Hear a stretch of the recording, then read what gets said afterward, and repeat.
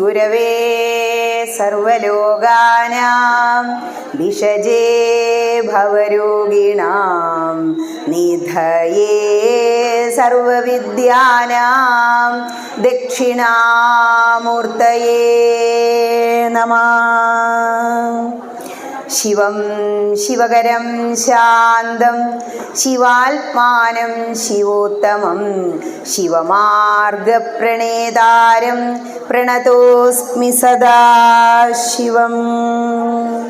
ഭൂതനാഥ സദാനന്ദ സർവഭൂതദയാപരാ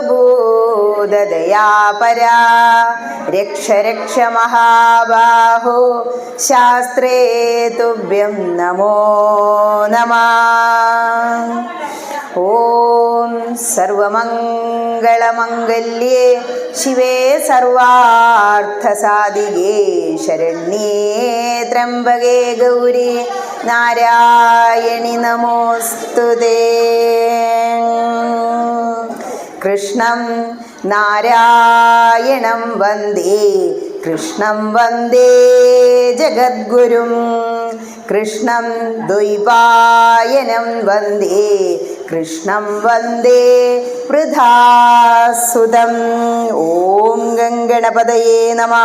ഓം സരസ്വത്യേ നമഃ. എല്ലാവർക്കും നമസ്കാരം. ഈ വർഷം ഒരുപാട് മാറ്റങ്ങൾ വന്നിട്ടുണ്ട്. കഴിഞ്ഞ വർഷങ്ങളിൽ അവിടുന്ന് ഇങ്ങോട്ട് തിരിഞ്ഞിരിക്കുമ്പോൾ ഉണ്ടായിരുന്നതിലും ഒരു സുഖം ഇപ്പം അനുഭവപ്പെടുന്നുണ്ട്. നമ്മൾ ആഗ്രഹിക്കുന്നതെല്ലാം ഭഗവാൻ നമുക്ക് അങ്ങനെ സാധിപ്പിച്ചു തരും എന്നാ. എന്ത് ചെയ്യണം? നമ്മൾ നാമസങ്കീർത്തനം അങ്ങനെ ചെയ്തുകൊണ്ടിരിക്കുക. നല്ല ശക്തമായ ഒരു മാതൃസമിതി അല്ലേ. ഞാൻ കസേര എനിക്ക് എണ്ണം പിടിക്കാൻ പറ്റിയില്ല. അത്രയും കസേരകളിൽ അമ്മമാരിരുന്നിട്ട് ഇന്നത്തെ ദിവസത്തിൻ്റെ പ്രത്യേകത എന്താ? ഗീതാ ജയന്തി, ഗീത പിറന്ന ദിവസം. അതായത് കുരുക്ഷേത്ര ഭൂമിയിൽ ഭഗവാൻ ശ്രീകൃഷ്ണൻ അർജുനന് ഗീത ഉപദേശിച്ചു കൊടുത്ത ദിവസം കൂടിയാണ് ഗുരുവായൂർ ഏകാദശിയായിട്ട് ആഘോഷിക്കുന്നത്. ആ ദിവസം ഇവിടെ ഈ സ്റ്റേജിൻ്റെ പ്രത്യേകത എന്താ? വില്ലുമംഗലം ഓഡിറ്റോറിയം. ഗുരുവായൂരപ്പൻ്റെ നടയിൽ അങ്ങോട്ട് ചെന്നാൽ എന്താ കാണുക? മേൽപുത്തൂർ ഓഡിറ്റോറിയം. ഇവിടെ മുന്നിൽ തന്നെ വില്ലുമംഗലം സ്വാമിയായിട്ട് അദ്ദേഹത്തിൻ്റെ മനക്കിലിരുന്ന് കാണാൻ വേണ്ടി പ്രതിഷ്ഠിച്ച ഈ വാസുദേവപുരത്തപ്പനുള്ള സ്റ്റേജിന് അതിലും വലിയൊരു പേരില്ല എന്നുള്ളതാണ് സത്യം. ആ വില്ലുമംഗലം സ്വാമിയുടെ ഓർമ്മയ്ക്ക് അപ്പുറത്ത് മഹാദേവനും ഇപ്പുറത്ത് കൃഷ്ണനും കാവലായി നിൽക്കുന്ന ഒരു വേദിയിൽ ഇങ്ങനെ വന്നിരിക്കാൻ കഴിയുക, ഈശ്വര നാമസങ്കീർത്തനം നടത്താൻ കഴിയുക, അതിലും വലിയൊരു പുണ്യമില്ല. ഇതെന്നെ മഹാഭാഗ്യം. ആർക്കാ അങ്ങനെ തോന്നുക? ഈ കൽക്കണ്ടം ഇങ്ങനെ രുചിക്കണം. ഭക്തിയാകുന്ന ആ ഒരു ആനന്ദമുണ്ട്. നമുക്ക് 3 തരം ആനന്ദ. ഒന്ന് എന്ന് പറഞ്ഞാൽ സാധാരണ മൃഗങ്ങളും പക്ഷികളും ഒക്കെ അനുഭവിക്കുന്ന ആനന്ദം, അതാണ് വിഷയാനന്ദം. മനുഷ്യനും മൃഗവും തുല്യമാണെന്നാ പറയുക. ഉണ്ട് ഉറങ്ങി അങ്ങനെ കിടന്നുറങ്ങുമ്പോൾ കുറുക്കൻ്റെ മാളം പോലെ എന്ന് പറയും. അതിന് അപ്പുറം വിവേക ബുദ്ധിയുള്ള മനുഷ്യൻ എന്ത് ചെയ്യുന്നു? ഈശ്വരീയമായ കാര്യങ്ങൾ ചെയ്യുന്നു, അതിനു വേണ്ടി ശ്രമിക്കുന്നു, സൽക്കർമ്മങ്ങൾ ചെയ്യുന്നു. അതിലൊന്നാണ് ഈ ഏകാദശി. അപ്പം നമ്മൾ ഇവിടെ വന്നിരുന്ന് നാമജപം ചെയ്യുന്നു എന്ന് പറഞ്ഞാൽ ഇതിലും വലിയ ഒരു സുഖം ഇല്ല. അതാണ് രണ്ടാമത്തെ ആനന്ദം. വിഷയാനന്ദം എല്ലാവർക്കും കഴിയുന്നതാണ്. അതിനൊരു സമയപരിധിയുണ്ട്. ഈ ശരീരം നശിക്കുന്നതിന് മുമ്പ് തന്നെ അതിനോട് നമുക്ക് വിരക്തി വരും. പക്ഷേ അതിനുശേഷം ഇപ്പോൾ ഇവിടെ വന്നിരുന്നു, നിങ്ങളെല്ലാവരും കൂടിയും ഒരു ഭജന അങ്ങോട്ട് ചൊല്ലുക, കൃഷ്ണനോട് പറയുക. എല്ലാവർക്കും എന്താ സങ്കട? കരയാതിരിക്കാൻ കണ്ണാക്കനിവേഗണേ, കണ്ണു നിറയാതിരിക്കാനോട് കുഴലൂതണേ, കാൽത്തളയാക്കണേ കാൽത്തളയാക്കണേ, കണ്ണൻ്റെ കാലിലേ കാൽത്തളയാക്കണേ. ഇങ്ങനെ ഒരുപാട് ഭജൻസ് ഉണ്ട്. ഇതിൻ്റെ പേരാണ് ഭജനാനന്ദം. ഞാൻ ഇതിലൂടെ എങ്ങനെ ഈ ഭജന ചൊല്ലുമ്പോൾ, കീർത്തനം ചൊല്ലുമ്പോൾ നിങ്ങളിവിടെ ഇരുന്നിട്ട് ഗീത ജപിക്കുമ്പോൾ അതങ്ങനെ ജപിച്ചുകൊണ്ടിരിക്കുക. മന്ത്രമാലിന്യ ആ ഗീതയിലെ ഓരോ ശ്ലോകങ്ങളും നിങ്ങളുടെ കണ്ഠത്തിലൂടെ അങ്ങനെ ഇറങ്ങി വരുമ്പോൾ ആ ലഭിക്കുന്ന സുഖാണ് ഭജനാനന്ദം. സാധാരണ ആ സ്റ്റെപ്പ് അങ്ങനെ ഇറങ്ങി വരുമ്പോൾ ഇവിടുന്ന് നന്നായിട്ട് അങ്ങോട്ട് കേൾക്കും ഗീത. ഇപ്രാവശ്യം എന്താണാവോ അങ്ങോട്ട് കേട്ടില്ല, ബോക്സ് ഇങ്ങോട്ട് തിരിച്ച് വെച്ചോണ്ടായിരിക്കാം. അല്ലെങ്കിൽ നിങ്ങൾ മൈക്ക് നല്ല പൊസിഷനിൽ വെച്ചിട്ടുണ്ടാവില്ല. അങ്ങനെ വിചാരിച്ചു ഇന്ന് എന്താ ഇപ്പോൾ കേൾക്കാത്ത, ഗീത സമ്പൂർണ്ണല്ലേ ചെയ്തത്, 2.5 മണിക്കൂർ മതി. ഇതിലും വലിയൊരു പുണ്യം വേറെ ഇല്ലാന്നേ. ഗീതയുടെ മഹാത്മ്യം ഒരുപാട് പറയാനുണ്ട്. ഇനി ഈ ഭജനാനന്ദം ഇങ്ങനെ അനുഭവിച്ചിരിക്കുക. നിങ്ങളെ വിഷയവിരക്തിയൊക്കെ വന്നു, അതിനും അപ്പുറം ഒരാനന്ദമുണ്ട്. അതാണ് ആത്മാനന്ദം എന്ന് പറയുന്നത്. അതാണ് ഇനി നിങ്ങൾക്ക് അനുഭവിക്കാൻ പോകുന്നത്. ഭക്തി ഉള്ളവൻ മാത്രമേ ഇവിടെ ഒരു കസേരയിൽ വന്നിരിക്കൂ. ഭഗവാന്റെ കൃപ, അനുഗ്രഹം ഉള്ള ഒരു വ്യക്തി മാത്രമേ ഇന്ന് ഈ ഏകാദശി നാളിൽ ഇവിടെ വന്ന് ഇരിക്കൂ. ഈ ഭഗവാന്റെ നടയിൽ വന്നിരുന്ന് അപ്പം നിങ്ങൾ ആഗ്രഹിച്ചു ഞങ്ങൾക്ക് ഗീത ചൊല്ലണം കേട്ടോ, അന്ന് ഗീതാ ദിനല്ലേ. ഒരമ്മ വിളിക്കുക രാവിലെ, അയ്യോ എനിക്ക് വരാൻ പറ്റില്ല കേട്ടോ, കാരണം ഒരു ഹോസ്പിറ്റൽ പ്രശ്നം, അവർക്കത് മുടങ്ങിയില്ലേ. നമ്മൾ വിചാരിക്കും നമ്മുടെ കഴിവാണ്. അതൊന്നും അല്ല. ഭഗവാൻ തീരുമാനിച്ചിട്ടുണ്ട് ഏതൊക്കെ ചെയറിൽ ഏതൊക്കെ റോല് ആരൊക്കെ ഇരിക്കണം എന്നുള്ളത്, ആരിവിടെ വന്ന് പറയണമെന്നും. ഇപ്പം എത്ര വർഷമായി അല്ലേ. ഏത് ഏകാദശിയാണെങ്കിലും വിളി വരും, ഷാജിയേട്ടൻ വിളിക്കും, ടീച്ചറെ ഇപ്രാവശ്യം ഏകാദശി ഞങ്ങളുടെ കൂടെ കേട്ടോ, ഇത്തവണയും ഞാൻ പറഞ്ഞു ഒന്ന് മാറ്റിക്കോളൂ, എത്ര വർഷമായി. ഏതായാലും ഇപ്പോൾ ഈ വർഷം കൂടി ഇങ്ങനെ ഇപ്പോൾ ഒരുപാട് മാറ്റങ്ങൾ വന്നില്ലേ, ടീച്ചർ ഈ വർഷം ഇങ്ങോട്ട് പോരൂ. അങ്ങനെയാ വീണ്ടും വീണ്ടും വരുന്നത്. ഞാൻ ഏകാദശി പറഞ്ഞ് എനിക്കും കേട്ട് നിങ്ങൾക്കും മടുക്കുണ്ടാവും. എങ്കിലും ഏകാദശിയെക്കുറിച്ച് ഇന്ന് പറയാതിരിക്കാൻ പറ്റില്ല. പുതുതായി വന്നവരുണ്ടാവുമല്ലോ. ഏകം ദശം എന്താ ഏകാദശി പറഞ്ഞ 11ാമത്തെ തിഥി. ഒന്ന് ഓടിച്ച് പറയാം. ചാന്ദ്രമാസ പ്രകാരം ഒരുപാട് തിഥികളുണ്ട്. പ്രഥമ, ദ്വിതീയ, തൃതീയ, ചതുർത്ഥി എന്ന് പറഞ്ഞിട്ട് അതിലെ ദശമി ഇന്നലെ എന്ത് ചെയ്യുന്നു, നമ്മൾ ഏകാദശിക്ക് വേണ്ടി ഒരുങ്ങാൻ ഒരിക്കലുള്ളൂ. ഇന്നലെ ഒരിക്കലുണ്ട് കഴിഞ്ഞാൽ ഇന്ന് ഏകാദശിക്ക് രാവിലെ മുതൽ നമ്മൾ വ്രതം തുടങ്ങും. എന്താ വ്രതം എന്ന് പറഞ്ഞാൽ നമ്മുടെ ശരീരത്തെയും മനസ്സിനെയും പരിശുദ്ധമാക്കാനുള്ളതാണ് വ്രതങ്ങൾ. കുടലിനെ ശുദ്ധീകരിക്കാനാണ് വ്രതം. അപ്പം രാവിലെ എന്ത് ചെയ്തു, ഇന്ന് ഏകാദശിയാണ്, 4 മണിക്ക് തന്നെ എഴുന്നേറ്റു. ഞാൻ 4 മണിക്ക് എഴുന്നേറ്റത് എന്താണെന്ന് ഇങ്ങോട്ട് വരുമ്പോഴേക്ക് എല്ലാ കൊല്ലവും പറയാത്ത ഒരു വിഷയം വേണം, ഒരു 12:30 വരെയൊക്കെ പറഞ്ഞോളൂ, അപ്പോഴേക്കാണ് ഭക്ഷണപ്രിയന്മാർ വരിക എന്നും പറഞ്ഞിട്ടുണ്ട്. പക്ഷെ ഇന്ന് പ്രാവശ്യം ഭക്ഷണപ്രിയന്മാരൊന്നുമല്ല, 10 മണിയുടെ മുമ്പ് തന്നെ ഇവിടെ ആൾക്കാർ കാത്തിരിക്കുന്നുണ്ടായിരുന്നു. അതെ, ഭഗവാന്റെ ഈ തിരുനടയിൽ ഈ കാറ്റും കൊണ്ട് ഇവിടെ വന്നിരിക്കുക, ഇതിനും വലിയൊരു പരമാനന്ദം വേറെ ഇല്ല. നീ അതിന് അനുഗ്രഹം കിട്ടിയില്ലോ, അങ്ങനെ സന്തോഷിക്കണം. അപ്പോൾ നമ്മൾ എന്ത് ചെയ്യും, നേരത്തെ എഴുന്നേറ്റു. കാക്ക നിലത്ത് ഇറങ്ങുന്നതിന് മുമ്പ് മുത്തശ്ശി പറയുക, രാവിലെ നേരത്തെ സൂര്യൻ ഉദിക്കുന്നതിന് മുമ്പ് കുളിച്ചു. കുളി കഴിഞ്ഞ് ഭഗവാൻ ഒരു വിളക്ക് വെച്ചു. ഓടിപ്പോയിട്ട് എന്ത് ചെയ്യും, ചണയിൽ ഉരയ്ക്കാൻ തുടങ്ങും. ചാണയിൽ ഉരയ്ക്കണത്രേ ചന്ദനമുട്ടി. ദിവസേന ചാണ നനച്ച് കുറി തൊടണം എന്നാ പറയുക. ഇപ്പോൾ വാങ്ങുന്ന ചന്ദനൊന്നും അത്ര ശുദ്ധമായതല്ല. ചിലർ പറയും ഇന്ന അമ്പലത്തിൽ നിന്ന് വാങ്ങിയ ചന്ദനം തൊട്ടിട്ട് എൻ്റെ നെറ്റി പൊള്ളി ടീച്ചറെ. ഒരു വരശ്ശേരി കുളപ്പുറത്തുനിന്ന് വരുന്നതാ, ഗീത ചേച്ചിയും ജയാനന്ദൻ ചേട്ടനും. അവർ വീട്ടിൽ നിന്നേ കുറി തൊടുക അമ്പലത്തേക്ക് പോകുമ്പോൾ. അത് സപ്താഹ. അപ്പം ഞാൻ ചോദിച്ചു അമ്പലത്തിൽ നിന്ന് തൊട്ടാൽ പോരെ? അപ്പോൾ പറഞ്ഞു ഉത്തരതാ ഒരു തവണ ഇങ്ങനെ പറ്റി, ഇപ്പം ഇവിടുന്നേ കുറി തൊട്ടിട്ടാണ് ഞങ്ങൾ അമ്പലത്തിൽ പോവുക. അതുകൊണ്ട് നമ്മൾ ദിവസേന ചാണ നനയ്ക്കണം എന്നാ. ചാണ നനച്ച് ചന്ദനമുട്ടി അമർത്തി ഉരച്ച് ചന്ദനം ഒരു ഗ്ലാസ്സിൽ അറിയുന്നുണ്ടാവും ആ വെള്ളത്തിൽ ചാലിച്ച് അതിൽ 3 തുളസീദളം ഇട്ട് വിരൽ അതിൽ ഇറക്കി വെച്ച് ജലത്തെ പ്രതിനിധീകരിക്കുന്ന മോതിര വിരൽ ഇറക്കി വെച്ച് സങ്കല്പം വെക്കണം ഭഗവാനോട്, കൃഷ്ണ അങ്ങയുടെ ഏകാദശി ഞാൻ തുടങ്ങുകയാണേ, സ്വീകരിക്കണേ എന്ന് സങ്കല്പം വെച്ചിട്ട് ഗായത്രി ജപിക്കണം. സപ്തസിന്ധുക്കളെ ആവാഹിച്ചാൽ അത് തീർത്ഥായി. ആ തീർത്ഥം വടക്കോട്ടോ കിഴക്കോട്ടോ തിരിഞ്ഞു നിന്ന് സേവിക്കുമ്പോൾ നമ്മുടെ വ്രതം ആരംഭിച്ചു. ശേഷം എന്ത് ചെയ്യാം, പിന്നെ ചെയ്യേണ്ട കാര്യങ്ങൾ നാരായണീയം വിശദമായിട്ട് പറഞ്ഞു വെച്ചിട്ടുണ്ട്. ഒരുപാട് ഗ്രന്ഥങ്ങൾ, പത്മപുരാണം, ബ്രഹ്മവൈവർത്ത പുരാണം, ഭാഗവത മഹാപുരാണം എല്ലാം നമ്മളുടെ ഏകാദശിയെക്കുറിച്ച് പറഞ്ഞിട്ടുണ്ട്. കൂടാതെ ഇപ്പോൾ എന്ന് പറഞ്ഞാൽ നാരായണീയക്കാരുടെ ഒരു സമയം അല്ലേ. നിങ്ങളുടെ മാതൃസമിതി നാരായണീയ സമിതിയൊക്കെ ഇല്ലേ, പല പേരുകളിൽ.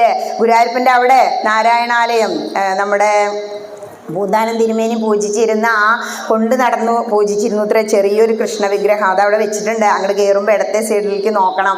ആ നാരായണീയ സമിതിക്കാരെല്ലാം എവിടെ പോകുന്നു? നാരായണാലയത്തിൽ പോയിട്ട് നാരായണീയം അങ്ങനെ ചൊല്ലിക്കൊണ്ടിരിക്കുക. നാരായണീയം അങ്ങനെ ചൊല്ലി 5.5 മണിക്കൂർ കൊണ്ട് സമ്പൂർണ്ണം ചെയ്യുക. 92ാമത്തെ ദശകം എത്തുമ്പോൾ അതില് 9ാമത്തെ ശ്ലോകം എങ്ങനെയാ തുടങ്ങണത്? ബൈഹേട്ടായവരുണ്ടാവൂലേ?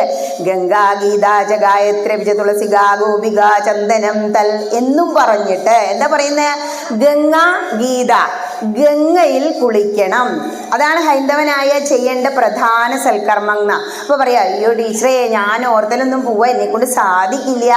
വേണ്ട, രാവിലെ എഴുന്നേറ്റ് കുളിക്കുമ്പോ സപ്തസിന്ധുക്കളെ ആവാഹിക്കാൻ ഗംഗേ ജയമുനേ ചൈവ ഗോദാവരി സരസ്വതി നർമ്മദേ സിന്ധു കാവേരി ജലേസ്മിൻ സന്നിധിം ഗുരു. ഇതൊന്നും പഠിക്കാൻ വേണ്ടി അമ്മേ ഗംഗാദേവി എൻ്റെ മാലിന്യങ്ങളെ 9 തുളകളിൽ നിന്നും വരുന്നത് മാലിന്യങ്ങളാ തരാൻ പോവുകയാണേ, എൻ്റെ ശരീരത്തിനെ ശുദ്ധമാക്കി തരയണമേ എന്ന് പറഞ്ഞാൽ ഗംഗാദേവി നമ്മളെ ശുദ്ധാക്കുന്ന. അങ്ങനെ കുളിക്കണം എന്നാ പറയാ, രാവിലെ കുളിക്കുമ്പോൾ ശരീരവും മനസ്സും ശുദ്ധമാക്കിയിട്ട്. അപ്പോ ഗംഗയിൽ കുളിച്ച് ശരീരശുദ്ധി വരുത്തുന്നത് ഒരു സൽക്കർമ്മം. ഇനി രണ്ടാമത് ഗീത. നിങ്ങൾ ഇവിടെ ഇരുന്ന് ചെയ്തില്ലേ? ഗീത അങ്ങനെ പഠിച്ചുകൊണ്ടിരിക്കുക. ആദ്യം പഠിക്കുമ്പോൾ തോന്നുന്ന അർത്ഥമൊന്നും അല്ലാത്ര രണ്ടാമത് പഠിക്കുമ്പോൾ മനസ്സിലാവുക. അപ്പൊ ഗീത പഠിക്കുക. മൂന്നാമതായിട്ടോ ഗായത്രി ജപിക്കുക. ഹൈന്ദവന്റെ സന്ധ്യാവന്ദന മന്ത്രം എന്താണ് എന്ന് ചോദിച്ചാൽ അത് ഗായത്രിയാ. ഗായന്തം ത്രായതേ ഇതി ഗായത്രി. നമ്മളത് ചൊല്ലും തോറും നമ്മളെ ഉയർത്താനുള്ള കഴിവ് ഗായത്രി മന്ത്രത്തിനുണ്ട്. വലിയ വലിയ മഹാത്മാക്കളൊക്കെ എത്രയോ ലക്ഷം തവണ ഗായത്രി ഉരുവിട്ടവരാ. നമ്മൾ എന്ത് ചെയ്യണം? ദിവസേന 3 സന്ധ്യകളാണ് നമുക്ക്. രാവിലെ, രാത്രിയും പകലും ചേരുന്ന ഭാഗത്തിനാണ് സന്ധിക്കുന്നത് എന്നാണ് അർത്ഥം. രാവിലെ സന്ധ്യാവന്ദനം, ഉച്ചയ്ക്ക് സന്ധ്യാവന്ദനം, വൈകിട്ട് സന്ധ്യാവന്ദനം. ഇങ്ങനെയാ ചെയ്യാം. ഈ സന്ധ്യാവന്ദനം ചെയ്യുമ്പോൾ 21 ഗായത്രി ജപിക്കണം മിനിമം. ഹൈന്ദവനാണോ അവൻ ദിവസേന 21 ഗായത്രി ജപിച്ചിട്ടുണ്ടായിരിക്കണം എന്നാ. അപ്പൊ ഗായത്രിയുടെ പുണ്യം മനസ്സിലായില്ലേ? നമ്മളത് ചൊല്ലും തോറും നമ്മളെ ഉണർത്താൻ ഗായത്രിക്ക് കഴിയും. എവിടുന്നാ ഉണർത്തണേ? ഉറങ്ങിക്കിടക്കുക. എന്തിലാ ഉറങ്ങിക്കിടക്കുന്നേ? ഈ വിഷയസുഖങ്ങളില്. അവിടെ നിന്നും ആത്മീയതയിലേക്ക് ഉണർത്താൻ ഗായത്രി മന്ത്രത്തിന് കഴിവുണ്ട്. അപ്പൊ 3 ആയില്ലേ? അത് കഴിഞ്ഞിട്ട് എന്താ പറഞ്ഞത്? ഗായത്രി ബിജ തുളസിക, തുളസി തീർത്ഥം കുടിക്കണം. അപ്പൊ ഏകാദശി അന്ന് ഞാൻ കുടിച്ചിട്ടുണ്ട്. അന്ന് മാത്രം കുടിച്ചാൽ മതിയോ? പോരാ. ദിവസേന ഒരേ സമയത്ത്, അണ്ടർലൈൻ ചെയ്തോർത്തോളൂ, ദിവസേന രാവിലെ ഒരേ സമയത്ത് അലാറം സെറ്റ് ചെയ്യുക. 7 മണിക്ക് എന്നും ഞാൻ എന്ത് ചെയ്യും? തീർത്ഥം കുടിക്കും. തുളസി തീർത്ഥം കുടിക്കും. തുളസി തീർത്ഥം സേവിക്കുക. അത് മറ്റൊരു പുണ്യകർമ്മം. ഇനി അതും കഴിഞ്ഞ 5ാമത്താണ് ഗായത്രി വിജയ തുളസിക ഗോപിക ചന്ദനം തൽ. ഗോപിക്കുറി അണിയണം.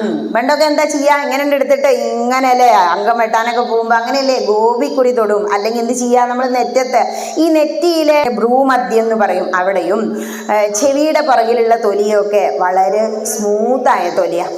ഈ തൊലിക്ക് നമ്മളിവിടെ തുളസി ധാരണം എന്നാ ഗ്രന്ഥം പറയുന്നത്. തുളസി പൂ ഇവിടെ വെക്കുക ആണുങ്ങൾ. നമ്മളെന്ത് ചെയ്യും? ഇവിടെ കൂടി ഇങ്ങനെ തൊടും. ആ മർമ്മപ്രധാനമായ സ്ഥലത്ത് ഉദ്ദീപനം വരുത്തി രക്തചംക്രമണം വർദ്ധിപ്പിക്കാനുള്ള കഴിവ് ഈ ചന്ദനത്തിനും തുളസി ഇലയ്ക്കും ഉണ്ട്. ആ ബ്ലഡ് റൊട്ടേഷൻ മാക്സിമം ആകുമ്പോൾ നമ്മുടെ കിഡ്നിയൊക്കെ ശരിയായി പ്രവർത്തിക്കും. ഇതൊക്കെ തന്നെ മതി. ആചാര പ്രഭവോ ധർമ്മ എന്നാ പറയുന്നത്. നമ്മൾ ആചാരങ്ങൾ അനുഷ്ഠിക്കുന്നിടത്തു നിന്നും ധർമ്മം ഉത്ഭവിക്കുന്നു. അപ്പൊ ആചാരങ്ങൾ ആരാ ആചരിക്കുന്നത്? യദ്യദാചരതി ശ്രേഷ്ഠ. ശ്രേഷ്ഠന്മാരായ ജനങ്ങൾ ആചാരങ്ങൾ ആചരിക്കുന്നു. ഈ സനാതന ധർമ്മം നിലനിൽക്കുന്നത് തന്നെ നമ്മളുടെ ആചാരങ്ങളിലും അനുഷ്ഠാനങ്ങളിലും. അല്ലെങ്കിൽ എന്താ അവസ്ഥ? സുഖമായിട്ട് മൂടി പൊതച്ച് ഈ തണുപ്പത്ത് അവിടെ കിടന്നുറങ്ങൂല്ലേ? ഏകാദശി എന്ന് പറഞ്ഞതുകൊണ്ടല്ലേ 4 മണിക്ക് എഴുന്നേറ്റ്. ഇങ്ങനെ ഒരു പ്രഭാഷണം തന്നു, പുതിയ വിഷയം വേണമെന്ന് പറഞ്ഞപ്പോൾ നേരത്തെ എഴുന്നേറ്റു. അപ്പൊ എന്തുകൊണ്ടാ? നമുക്കൊരു ആചാരം ഉണ്ട്, ഇന്ന സമയത്ത് അവിടെ എത്തണം, അത് നമ്മൾ അനുഷ്ഠിക്കണം. അതിന് വേണ്ടിയിട്ടാ.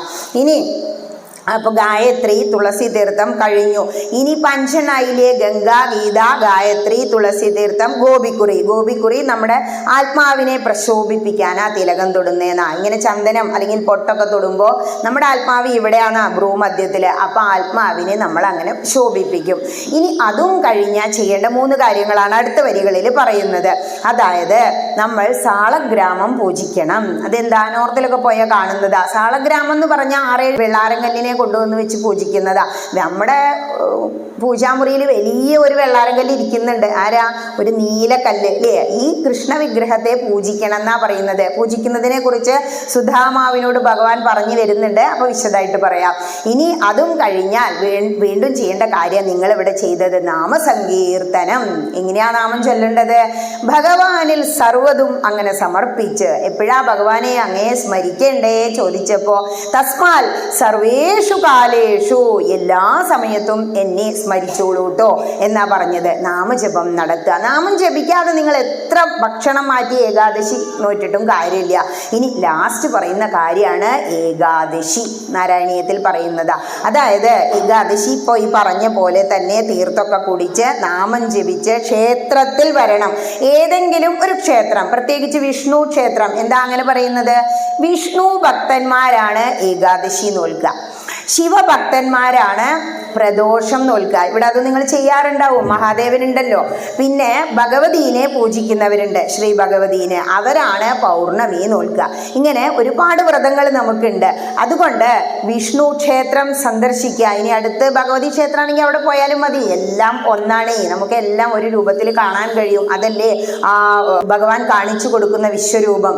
ഇനി അതും കഴിഞ്ഞാൽ വീട്ടിലെത്തിയാൽ കിടന്നുറങ്ങരുത് പകലെന്നാ. എന്ത് ചെയ്യണം? ഗ്രന്ഥപാരായണം ചെയ്യുക. ഗീത അവിടെ നിന്ന് വായിച്ചു തീർന്നു. ഇനി ഉച്ചയ്ക്ക് രാമായണം ആവട്ടെ. നാരായണീയം ഭാഗവതത്തിന് തുല്യമാണ് 5 മണിക്കൂർ. ഇന്ന് അതങ്ങോട്ട് തീർക്കാം. അല്ലെങ്കിൽ ഭാഗവതത്തിലെ ദശമം അങ്ങോട്ട് എടുത്തു വെച്ചാലോ ഭഗവാന്റെ കളികൾ മാത്രമാണ് ദശമം മുഴുവൻ അല്ലേ. ഗുരുവായൂരിൽ ദീപമേ ഭാഗവതത്തിൻ കാതലേ, നന്ദകിശോര നവനീത ചോര ആടി പാടി ഓടിവാ. ഭക്തന്റെ പ്രാർത്ഥനയാണ്. ഹേ ഗുരുവായൂരിൽ ജ്വലിച്ചു കൊണ്ടിരിക്കുന്ന ദീപമേ, എൻ്റെ ഭാഗവതത്തിൻ്റെ കാതലായ കൃഷ്ണ. ഭാഗവതത്തിൻ്റെ കാതൽ എന്ന് പറഞ്ഞാൽ കൃഷ്ണ കഥ. അതില്ലെങ്കിൽ ഭാഗവതത്തിന് ഒരർത്ഥമില്ല.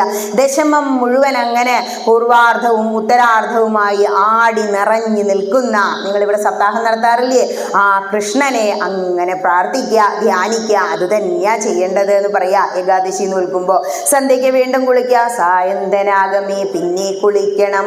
ആയവണ്ണം ജപധ്യാനാർച്ചനാദികൾ നമ്മളെ കൊണ്ട് കഴിയുന്ന വിധം. അതാണ് വ്രതത്തിന്റെ പ്രത്യേകത. ചിലർ പറയും, ടീച്ചറെ എങ്ങനെയാ ഏകാദശി നോൽക്കണ്ടേ? ഇന്നലെ ഒരു പ്രഭാഷണം ഉണ്ടായിരുന്നു. അവിടെ അമ്പലത്തിൽ ചെന്നപ്പോൾ തിരുമേനിയോട് കാര്യമായിട്ട് ഒരു സ്ത്രീ ചോദിക്കുന്ന, എന്താ ഇപ്പം നാളെ കഴിക്കണ്ടേ? വാ തിരുമേനി ചിരിച്ചുകൊണ്ട് നിന്നിട്ട് പറയാ, പാലും പഴവും കഴിച്ചോളൂ. ഞാനപ്പം അങ്ങനെ വിചാരിച്ചു, ഒരു തിരുമേനി എന്തേ ഇങ്ങനെ ഉപദേശിക്കുന്നേ? സത്യത്തിൽ എന്താ ചോദിച്ചേ? ഞാൻ എന്താ തിരുമേനി ഏകാദശിക്ക് കഴിക്കണ്ടേ ചോദിച്ചതിനുള്ള ഉത്തരാ പറഞ്ഞത്. കഴിക്കണം എന്ന് ഉറപ്പാണ് ആ ചോദ്യത്തിലല്ലേ. നമ്മൾ ഗുരുവായൂർ പോയിട്ട് എന്നോട് അതിൻ്റെ തലേ ദിവസം ഒരു സ്ത്രീ അയച്ചൊരു വോയിസാണ്, ടീച്ചറെ ഈ നവധാന്യങ്ങളിൽ വരുന്നത് തന്നെയല്ലേ ഇപ്പോൾ അരിയുടെ ഒപ്പം ഗോതമ്പും, പിന്നെ എന്താ ഈ ഗോതമ്പ് ഗുരുവായൂരൊക്കെ ഇങ്ങനെ കൊടുത്തോണ്ടിരിക്കണേന്ന്. ഗുരുവായൂരിൽ ചെല്ലുമ്പോൾ നമ്മൾ ശുദ്ധോപവാസം ആണെങ്കിൽ ഭക്ഷണത്തെക്കുറിച്ച് ചിന്തിക്കുവോ? ഇല്ലാലോ. ശരിക്കും ഗ്രന്ഥങ്ങളിൽ പറയുന്നത് ഏകാദശി നോൽക്കുമ്പോൾ നീ ശുദ്ധോപവാസം എടുക്കണം. ഏറ്റവും പ്രധാനമാണത്. അപ്പൊ ശുദ്ധോപവാസം എന്ന് പറഞ്ഞാൽ എന്താ?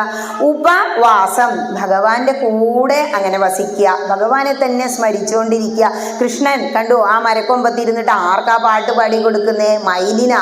ആ മയിലിനെയും കുയിലിനെയും സ്നേഹിച്ച കൃഷ്ണനെ നമ്മൾ അങ്ങനെ അങ്ങോട്ട് സ്നേഹിക്കുക. ഭഗവാൻ ഇങ്ങനെ നോക്കൂത്രേ, ആഗ്രഹിക്കുന്ന ഭക്തന്മാർ വരുന്നുണ്ടോന്ന്. ഭക്തന് ഗുരുവായൂരപ്പനെ കാണാനുള്ള ആഗ്രഹത്തിന്റെ 10 ഇരട്ടി ആഗ്രഹമാണത്രേ ഭഗവാൻ ഈ ഭക്തനെ കാണാന്. ഒന്ന് വന്നില്ലാലോ, ഞാൻ എത്ര ആഗ്രഹിച്ചില്ലേ എന്ന് വിചാരിക്കുന്ന പറയാ. അപ്പോ അങ്ങനെ ഇരിക്കുന്ന നമ്മള് ഭക്ഷണത്തിനെ കുറിച്ച് ചിന്തിക്കുന്നില്ലെങ്കിൽ ഭഗവാനെ ഏറെ ഇഷ്ടം. ഭക്ഷണം കഴിച്ചാൽ എന്താണോ, വയറ് നിറഞ്ഞാൽ നമുക്ക് ഉറക്കം വരും. ഈ കഴിച്ചില്ലെങ്കിലോ, തീരെ കഴിച്ചില്ലെങ്കിൽ വിശന്നിട്ടും നമുക്ക് ഉറക്കം വരും. അപ്പൊ ഉറങ്ങാൻ പാടില്ല വ്രതത്തിന്. അങ്ങനെയുള്ളപ്പോ ചിലര് ചോദിക്കും, അയ്യോ വെള്ളം കുടിക്കാതെ വയ്യാട്ടോ ഡോക്ടർ, അത്ര ലിറ്റർ വെള്ളം. അപ്പൊ പറയും തുളസി തീർത്ഥം കുടിച്ചോളൂ. ചിലർ തുളസി തീർത്ഥം മാത്രം കുടിച്ചിട്ട് വ്രതം എടുക്കും. ഇനി അതുമല്ലെങ്കിലോ അസുഖമുള്ള അമ്മമാരുണ്ട്. അമ്മമാര് വന്നിട്ട് ചോദിക്കും, ടീച്ചറെ അസുഖമാണ്, മരുന്നുണ്ട്, അപ്പൊ ഇനിയിപ്പോൾ എന്താ ചെയ്യണ്ടേ? അപ്പം അവർക്കുണ്ടൊരു സൊല്യൂഷൻ. എല്ലാം ഗ്രന്ഥങ്ങളിൽ പറഞ്ഞതാ. പറയാണ്, നിങ്ങൾക്ക് നിങ്ങളുടെ ശരീരത്തെ നിലനിർത്തിക്കൊണ്ട് വേണം എന്ത് ചെയ്യാൻ? വ്രതം എടുക്കാൻ.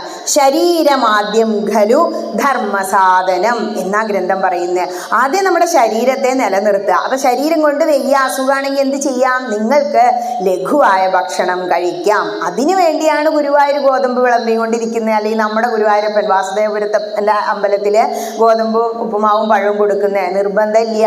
നിങ്ങൾക്ക് നിങ്ങളുടെ ശരീരത്തെ ദണ്ണിപ്പിക്കാതെ ഇപ്പൊ പറയാണ്, അയ്യോ ടീച്ചർ ശുദ്ധോപവാസം പറഞ്ഞു, ഇന്ന് ഞാൻ വെള്ളം കുടിക്കണില്ല, ഒരു 2 മണിക്കൂർ കഴിഞ്ഞ് തല കറങ്ങി അങ്ങോട്ട് വീണ ആശുപത്രിയിൽ പോയി ഗ്ലൂക്കോസ് കുത്തി, കഴിഞ്ഞില്ലേ നമ്മളെ വ്രതം, അപ്പൊ തന്നെ അത് മുടങ്ങിയില്ലേ? നോമ്പ് എടുത്തിട്ട് മുറിക്കരുത് അത്ര, എന്നാൽ നോമ്പ് എടുക്കാതിരിക്കണതാ നല്ലതെന്നാ പറയുന്നത്. അപ്പോൾ എങ്ങനെയാണ് ഈ ഭക്ഷണക്രമം വന്നത് എന്ന് മനസ്സിലായല്ലോ. നമ്മുടെ ശരീരത്തിനെ ഇങ്ങനെ നിലനിർത്താൻ ആവശ്യമായ ഭക്ഷണം കുറച്ചേ കഴിക്കാവൂന്നാ. 4 അറയാണ് അത്രയും നമ്മുടെ വയറ്റിനുള്ളിലുള്ളത്. അപ്പോൾ അതിലത്തെ ഒരറ എംറ്റിയാ, ഒഴിഞ്ഞു കിടക്കണം, വായുസഞ്ചാരം ഉണ്ടാവണ്ടേ. ഒരറയിൽ വെള്ളം, ഒരറയിൽ എന്ത് ചെയ്യുക? ഭക്ഷണം, ഒരറയിലോ ഈ വായു. ഇങ്ങനെ ആയിരിക്കണം എന്നാ. ഇങ്ങനെ ഉള്ള മനുഷ്യനെ രാവിലെ മുതൽ വൈകുന്നേരം വരെ നാമം ചൊല്ലിക്കൊണ്ട് ഇരിക്കാൻ കഴിയൂ. അതുകൊണ്ടാണ് തിരുമേനി അങ്ങനെ പറഞ്ഞത്, കഴിക്കണം എന്ന് ഉറപ്പായതുകൊണ്ടാണ്. ഇനി ഏകാദശിയിലെ ഭക്ഷണം ഒന്നുകൂടി ക്ലിയറായി. ഇത് എന്തിനാ എന്നും ഇങ്ങനെ പറയണേ? കഴിഞ്ഞ വർഷം ചിലപ്പോൾ പറഞ്ഞിട്ടുണ്ടാവും. നമ്മളുടെ ആത്മാവിനെ ഉദ്ദീപിപ്പിക്കാൻ ഈശ്വര കഥകൾ കേൾക്കണം എന്നാ. ഈ ഏകാദശി നോറ്റവരുടെ മനസ്സിലൊക്കെ ഇപ്പൊ എന്ത് ഭക്ഷണം, ഇത് എന്താ ഇപ്പൊ ഇങ്ങനെ, പല അമ്പലത്തിലും പല മാതിരിയാണല്ലോ എന്നൊക്കെ ഉണ്ടായിരിക്കും. ഇത്രയേ ഉള്ളൂ. ഭക്ഷണം അല്ല പ്രധാനം. എന്താ? ഈശ്വര നാമസങ്കീർത്തനം, ഉപവാസം. ഉപവാസം എന്ന് പറഞ്ഞാൽ പട്ടിണി കിടക്കലല്ല, മനസ്സിലായില്ലേ? ഭഗവാനോട് അങ്ങനെ ചേർന്നിരിക്കുക. ഏകം ദശം ആദ്യം പറഞ്ഞു തുടങ്ങിയത്. ഏകം എന്ന് പറഞ്ഞാൽ 1, ദശം എന്ന് പറഞ്ഞാൽ 10. 5 ജ്ഞാനേന്ദ്രിയങ്ങൾ ഏതൊക്കെയാ? കണ്ണ്, മൂക്ക്, നാക്ക്, തൊക്ക്, ചെവി, മുഖത്തേക്ക് നോക്കിയാൽ ഉണ്ട്. ഇനി 5 കർമ്മേന്ദ്രിയങ്ങൾ, വാക്ക്, പാണി, പായു, ഉപസ്ഥം. ഇങ്ങനെയുള്ള കർമ്മേന്ദ്രിയങ്ങൾ 5നെയും ജ്ഞാനേന്ദ്രിയങ്ങൾ 5നെയും 10 ഒന്നാകുന്ന മനസ്സിലേക്ക് ചേർത്ത് വെക്കുക. മനസ്സാണ് 11 എന്ന് പറയുന്നത്. എന്താ മനസ്സിലേക്ക് ചേർത്ത് വെക്കുക പറഞ്ഞാൽ? എല്ലാത്തിനെയും അന്നൊന്ന് നിയന്ത്രിക്കുക. ഈ ഉദ്ധവോപദേശം കൊടുക്കുമ്പോൾ 24 ഗുരുക്കന്മാരെ കുറിച്ച് പറയും. അപ്പോഴാണ് ഈ പഞ്ചേന്ദ്രിയങ്ങൾ നമ്മളെ ബുദ്ധിമുട്ടിക്കുന്നതിനെ കുറിച്ച് പറയുക. പെയ്യാൻ പാറ്റ ഈ വിളക്കിൻ്റെ ചന്തം കണ്ടിട്ട് അതിൽ വന്ന് വീണിട്ട് അതിൻ്റെ ജീവൻ പോകുന്നില്ലേ? അത് തന്നെയാണ് നമ്മുടെ കണ്ണ്. നല്ല നല്ല കാഴ്ചകൾക്ക് വേണ്ടി ഇന്നിപ്പോൾ ഏകാദശിയായിട്ടും ഞാൻ ചെറിയൊരു ടൂറ് പോട്ടെ എന്ന് വിചാരിച്ചു, പോയി. തട്ടുപൊളിപ്പൻ പാട്ടും വെച്ചു, ചെവിയെ സുഖിപ്പിച്ചു, വണ്ടി അല്ലെ എവിടെയെങ്കിലും മുട്ടിക്കഴിഞ്ഞാലോ? കഴിഞ്ഞില്ലേ കഥ. എത്രയോ ദിവസങ്ങൾ നമുക്കുണ്ട്. ഏകാദശി എന്നെ തിരഞ്ഞെടുക്കണോ വേണ്ടാലോ എന്ന് അപ്പം തോന്നും. കാരണം എന്താ? ഇന്ദ്രിയങ്ങളെ സുഖിപ്പിക്കാൻ വേണ്ടി നിങ്ങൾ ഇന്നൊരു ദിവസം പുറത്തു പോകണ്ട. എന്ത് ചെയ്താൽ മതി? ഈ വിഷയങ്ങളിൽ നിന്നെല്ലാം, ഈ ലൗകികതയിൽ നിന്നെല്ലാം ശരീരത്തെയും മനസ്സിനെയും മാറ്റി നിർത്തി നമ്മുടെ വാസുദേവപുരത്തപ്പൻ്റെ മുന്നിൽ ഗുരുവായൂരപ്പൻ എന്നെ വില്ലുമംഗലം സ്വാമി പ്രതിഷ്ഠിച്ചു വെച്ചതാ. ആ ഗുരുവായൂരപ്പൻ്റെ മുന്നിൽ അങ്ങനെ വന്നിരിക്കുക. അവിടെ നിന്ന് എന്താണോ കിട്ടണേ അത് ഈശ്വര പ്രസാദാന്നാ. വീട്ടിലുണ്ടായി കഴിക്കും പോലെയല്ല, അമ്പലത്തിൽ നിന്ന് തരുമ്പോൾ ഭഗവാന്റെ പ്രസാദ. ഉദ്ധവൻ എന്താ ചെയ്തേ? ഭഗവാൻ കഴിച്ചതിൻ്റെ ഇച്ചില് ഭക്ഷിച്ചു അത്രേ. അത് പറഞ്ഞാൽ നമ്മൾ പറയാം, അയ്യേ ഇച്ചിലോ. പക്ഷെ നമ്മളെന്താ ചെയ്യാ? ഏകാദശി നോറ്റു ഇവിടെ വന്നു, ഇപ്പൊ രാവിലെ ഉപ്പുമാവ്, ഭഗവാൻ എന്തുണ്ടാക്കിയാലും നേദിക്കൂലോ, രാവിലെ കൊടുത്തുണ്ടാവും. ആ ഉപ്പുമാവ് അതിൽ കൊടുന്നിട്ട് ഇളക്കി കഴിഞ്ഞാൽ നമുക്കും പ്രസാദം, ഭഗവാന്റെ ഉച്ചിഷ്ട നമ്മൾ ഭക്ഷിക്കണേ. നിർമാല്യം, ഭഗവാന്റെ മാലയാണ് അത്രേ ഉദ്ധവൻ എടുത്ത് അണിഞ്ഞത്. ഇവിടെ എന്താ ചെയ്യാ? ഭഗവാന്റെ നിർമാല്യം പുറത്തേക്ക് വെക്കും രാവിലെ. സ്ത്രീകൾ അത് പൊന്നുപോലെ ആ മാല പൂജാമുറിയിൽ ഒരു അരുവിൽ കൊണ്ടുപോയി വെക്കും, വാടുന്നത് വരെ. എന്താ? നിർമാല്യം ചൂടണം എന്നാ പറയുക. ആ പൂക്കളാണ് അത്രേ നമ്മൾ ചൂടേണ്ടത്. ഇങ്ങനെയാണ് ഉദ്ധവൻ ചെയ്തത് എന്ന് തത്വം മനസ്സിലാക്കുക. ഇനി ഏകാദശി രാവിലെ, അന്ന് രാത്രി പിന്നെ ഉറങ്ങരുത് എന്ന് പറയും ഗ്രന്ഥങ്ങൾ. നമ്മളെല്ലാവരും ആരോഗ്യം കുറവുള്ളവരും അസുഖക്കാരും ആയതുകൊണ്ട് എപ്പോഴാണോ ഉറക്കം വരുന്നത് ആ സമയം വരേക്ക് ഏതെങ്കിലും ഒരു ഗ്രന്ഥം വായിച്ച് അങ്ങനെ ഇരുന്നിട്ട് ഉറങ്ങി എഴുന്നേൽക്കുക. സൂര്യൻ ഉദിക്കുന്നതിന് മുമ്പ് എഴുന്നേറ്റ് ഗംഗയെ ഉണർത്തി കുളിച്ചിട്ട് എന്ത് ചെയ്യണം? രാവിലെ തലേ ദിവസം ചെയ്തതുപോലെ ചന്ദനവും തുളസിയും ഒക്കെ ഇട്ട വെള്ളത്തിൽ 2 മണി അരിയും കൂടിയും ചേർക്കും നമ്മൾ, ഇല്ലേ? എന്നിട്ട് എന്ത് ചെയ്യുക? ഭോക്ഷ്യേഹം പുണ്ടരീകാക്ഷ ശരണം മേ ഭവാച്ചു. ഹേ കൃഷ്ണ, ഞാൻ അങ്ങയ്ക്ക് വേണ്ടി പ്രാർത്ഥിച്ച, സങ്കല്പം വെച്ച ആ വ്രതം ഏകാദശി ഞാനിവിടെ സമർപ്പിക്കുകയാണ്. ഞാൻ ഈ അരിമണിയാണല്ലോ നമുക്ക് ധാന്യം, ഭക്ഷിക്കാൻ പോവുകയാണ്. അങ്ങയെ ശരണം പ്രാപിക്കുന്നു കൃഷ്ണ എന്നാണ് ആ മന്ത്രത്തിൻ്റെ അർത്ഥം. അങ്ങനെ പ്രാർത്ഥിച്ചുകൊണ്ട് നോമ്പ് മുറിക്കണം എന്നാ. എപ്പോഴാണ് മുറിക്കണ്ടേ? നാളെ ഒരു 6:15 മുതൽ 8:15 വരെ സമയം ഇങ്ങനെ കാണിക്കുന്നുണ്ട്. കാരണം ഏകാദശി ഇങ്ങനെ കഴിയാൻ ഒരു 15 നാഴിക. ദ്വാദശി തുടങ്ങുന്ന ആ 15 നാഴിക, ഒരു നാഴിക പറഞ്ഞാൽ 24 മിനിറ്റാണ്. അതായത് ഏകാദശിയും ദ്വാദശിയും ചേർന്ന് വരുന്ന ആ സമയം, ഒരു 6:30 മുതൽ അങ്ങോട്ടുള്ള സമയത്ത് എപ്പോൾ വേണമെങ്കിലും നമുക്ക് എന്ത് ചെയ്യാം? ഏകാദശി മുറിച്ച് വ്രതം അവസാനിപ്പിക്കാം. ഇതാണ് ഏകാദശിയുടെ പ്രത്യേകത. ഗുരുവായൂർ ഏകാദശിയുടെ പ്രത്യേകത ഒരുപാട് കാര്യങ്ങൾ പറയുന്നുണ്ട്. മുരാരി എന്ന അസുരനെ ഏകാദശി എന്ന സ്ത്രീ വധിച്ചു എന്നതൊരു കഥ, അത് കഴിഞ്ഞ വർഷം പറഞ്ഞു തോന്നുന്നു. ഗുരുവായൂരപ്പന്റെ അമ്പലം, ഇവിടെ ഗുരുവായൂർ എങ്ങനെയാ ഉണ്ടായെന്നുള്ള കഥയില്ലേ? വായു, ബൃഹസ്പതി എന്ന ഗുരുവും വായു ഭഗവാനും ചേർന്ന് നിന്നുകൊണ്ട് പ്രതിഷ്ഠ ഗുരുവായൂർ നടത്തിയ ദിവസം, ഗീതാ ജയന്തി ദിനം, ഇതൊക്കെ ഗുരുവായൂർ ഏകാദശിയുടെ പ്രത്യേകത. മാത്രമല്ല അവിടെ ഒരു കേശവൻ എന്ന് പറഞ്ഞിട്ട് ഒരു ആന ഉണ്ടായിരുന്നു. അകത്തേക്ക് ഇങ്ങോട്ട് പോകുമ്പോൾ ഇങ്ങനെ ഒരു കേശവന്റെ കൊമ്പ് വെച്ചിട്ടില്ലേ? ആ കേശവൻ എന്ന ആന ചെരിഞ്ഞ ദിവസം ഏകാദശി. അതാണ് ഈ ഉപവാസം എടുക്കണം പറയാൻ കാരണം. ചിലർ വാശി, എനിക്കിന്ന് ഉപവാസം തന്നെ, മരിച്ചാലും കുഴപ്പമില്ല. ആ മരിച്ചാലും എന്നുള്ളതിനെ ഒന്ന് അണ്ടർലൈൻ ചെയ്ത് വെച്ചോളൂ. ഈ ഏകാദശി വ്രതം എടുത്ത് നോമ്പെടുത്തിട്ട് അങ്ങനെ ഇങ്ങോട്ട് പട്ടിണി കടന്ന് മരിക്കുകയാണെങ്കിൽ അവന് എന്തായാലും മോക്ഷാന്നാ പറയുന്നത്. എന്താ ഈ മോക്ഷം? നമ്മുടെയൊക്കെ വിചാരം ഈ ശരീരം വിട്ട് മരിച്ചു പോയാൽ കിട്ടുന്നതാ മോക്ഷം എന്നാ. അങ്ങനെയല്ല. മോഹക്ഷയം ഇതി മോക്ഷ. ഈ ശരീരത്തിൽ അങ്ങനെ ഇരുന്നു കൊണ്ട് തന്നെ ഞാൻ പറഞ്ഞില്ലേ ആത്മാനന്ദം അനുഭവിക്കാന്ന്. ആ ആത്മാനുഭൂതി അനുഭവിച്ച് ഈ ഉദ്ധവനോട് ഭഗവാൻ കഥ പറയുമ്പോൾ ഒരു ദത്താത്രേയ മഹർഷി അവധൂത വേഷത്തിൽ നടക്കുന്ന കഥ പറയുന്നുണ്ട്. ആ അവധൂതൻ പരമാനന്ദത്തിലാണത്രേ ലോകത്തു കൂടെ സഞ്ചരിച്ചിരുന്നത്. ആ ആനന്ദം അങ്ങനെ നമുക്കും ഈ ശരീരത്തിൽ ഇരുന്ന് അനുഭവിക്കാം. എങ്ങനെയാണെങ്കിൽ ഭഗവത് കഥകൾ കേൾക്കുന്ന വ്യക്തിക്ക് പുനർജന്മം ഉണ്ടാവില്ല. ഇനി ജനിച്ചു വരണ്ട, വളരെ ബുദ്ധിമുട്ടാണ് ഇവിടെ ജനിച്ചാലേ. മാത്രമല്ല അവന് ഭഗവാനോട് അങ്ങനെ ചേർന്ന് നിൽക്കാൻ കഴിയും. മനസ്സും ശരീരവും ഭഗവാനിൽ ലയിപ്പിക്കാൻ വാസുദേവന്റെ കഥയ്ക്ക് കഴിയും എന്ന് മനസ്സിലാക്കുക ആദ്യം. മറ്റൊന്ന്, ഒരു കുട്ടിയോട് പറയാണ്, നല്ല ചൂടാണ് കേട്ടോ, ചെറിയ കുട്ടിയാ, 1ാം ക്ലാസ്, അവന് ചൂട് എന്താണെന്ന് അറിയില്ല. അപ്പോൾ ചൂട് എന്താണെന്ന് അറിയണമെങ്കിൽ എന്ത് ചെയ്യണം? അഗ്നിയുടെ അടുത്ത് ചെല്ലണം അല്ലേ? നല്ല ചന്താച്ചിട്ട് കുട്ടിയോട് പോയി പിടിക്കാൻ തുടങ്ങും വിളക്ക് കത്തിച്ച് വെച്ചാൽ. ഈ അഗ്നിയുടെ ചന്തം ദൂരത്തുനിന്ന് കണ്ടാൽ മനസ്സിലാവും. ഭഗവാന്റെ ഒരു ചന്തം ഇപ്പം അവിടെ നിന്നാലും ഗുരുവായൂരപ്പൻ്റെ ആ വെണ്ണ കഴിക്കുന്നതും അല്ലെ പശുക്കുട്ടീനെ ഉമ്മ വെച്ച് നിൽക്കുന്നതും ഒക്കെ നമുക്ക് മനസ്സിലാവും. പക്ഷേ ഭഗവാന്റെ മുന്നിൽ കത്തുന്ന ആ വിളക്കിന് ചൂടുണ്ടോ എന്ന് അറിയണമെങ്കിൽ എന്ത് ചെയ്യണം? അടുത്ത് ചെല്ലണം. അപ്പോഴേ അതിൻ്റെ ചൂട് നമുക്ക് മനസ്സിലാവും. മുത്തശ്ശി എന്താ പറയാ? അണ്ടിയോട് അടുക്കുമ്പോഴേ മാങ്ങയുടെ പുളി അറിയൂന്ന്. അതുപോലെയാ ഭഗവാനോട് നമ്മൾ അങ്ങനെ അടുത്തടുത്ത് വരണം. അത് തന്നെയാണ് ഈ മോക്ഷം എന്ന് പറയുന്നത്. അതായത് ഈ ഭഗവാന്റെ ചൂട്, ഭക്തിയാകുന്ന ആ ചൂട്, ആ ഒരു സുഖമുള്ള ചൂടാണ് കേട്ടോ.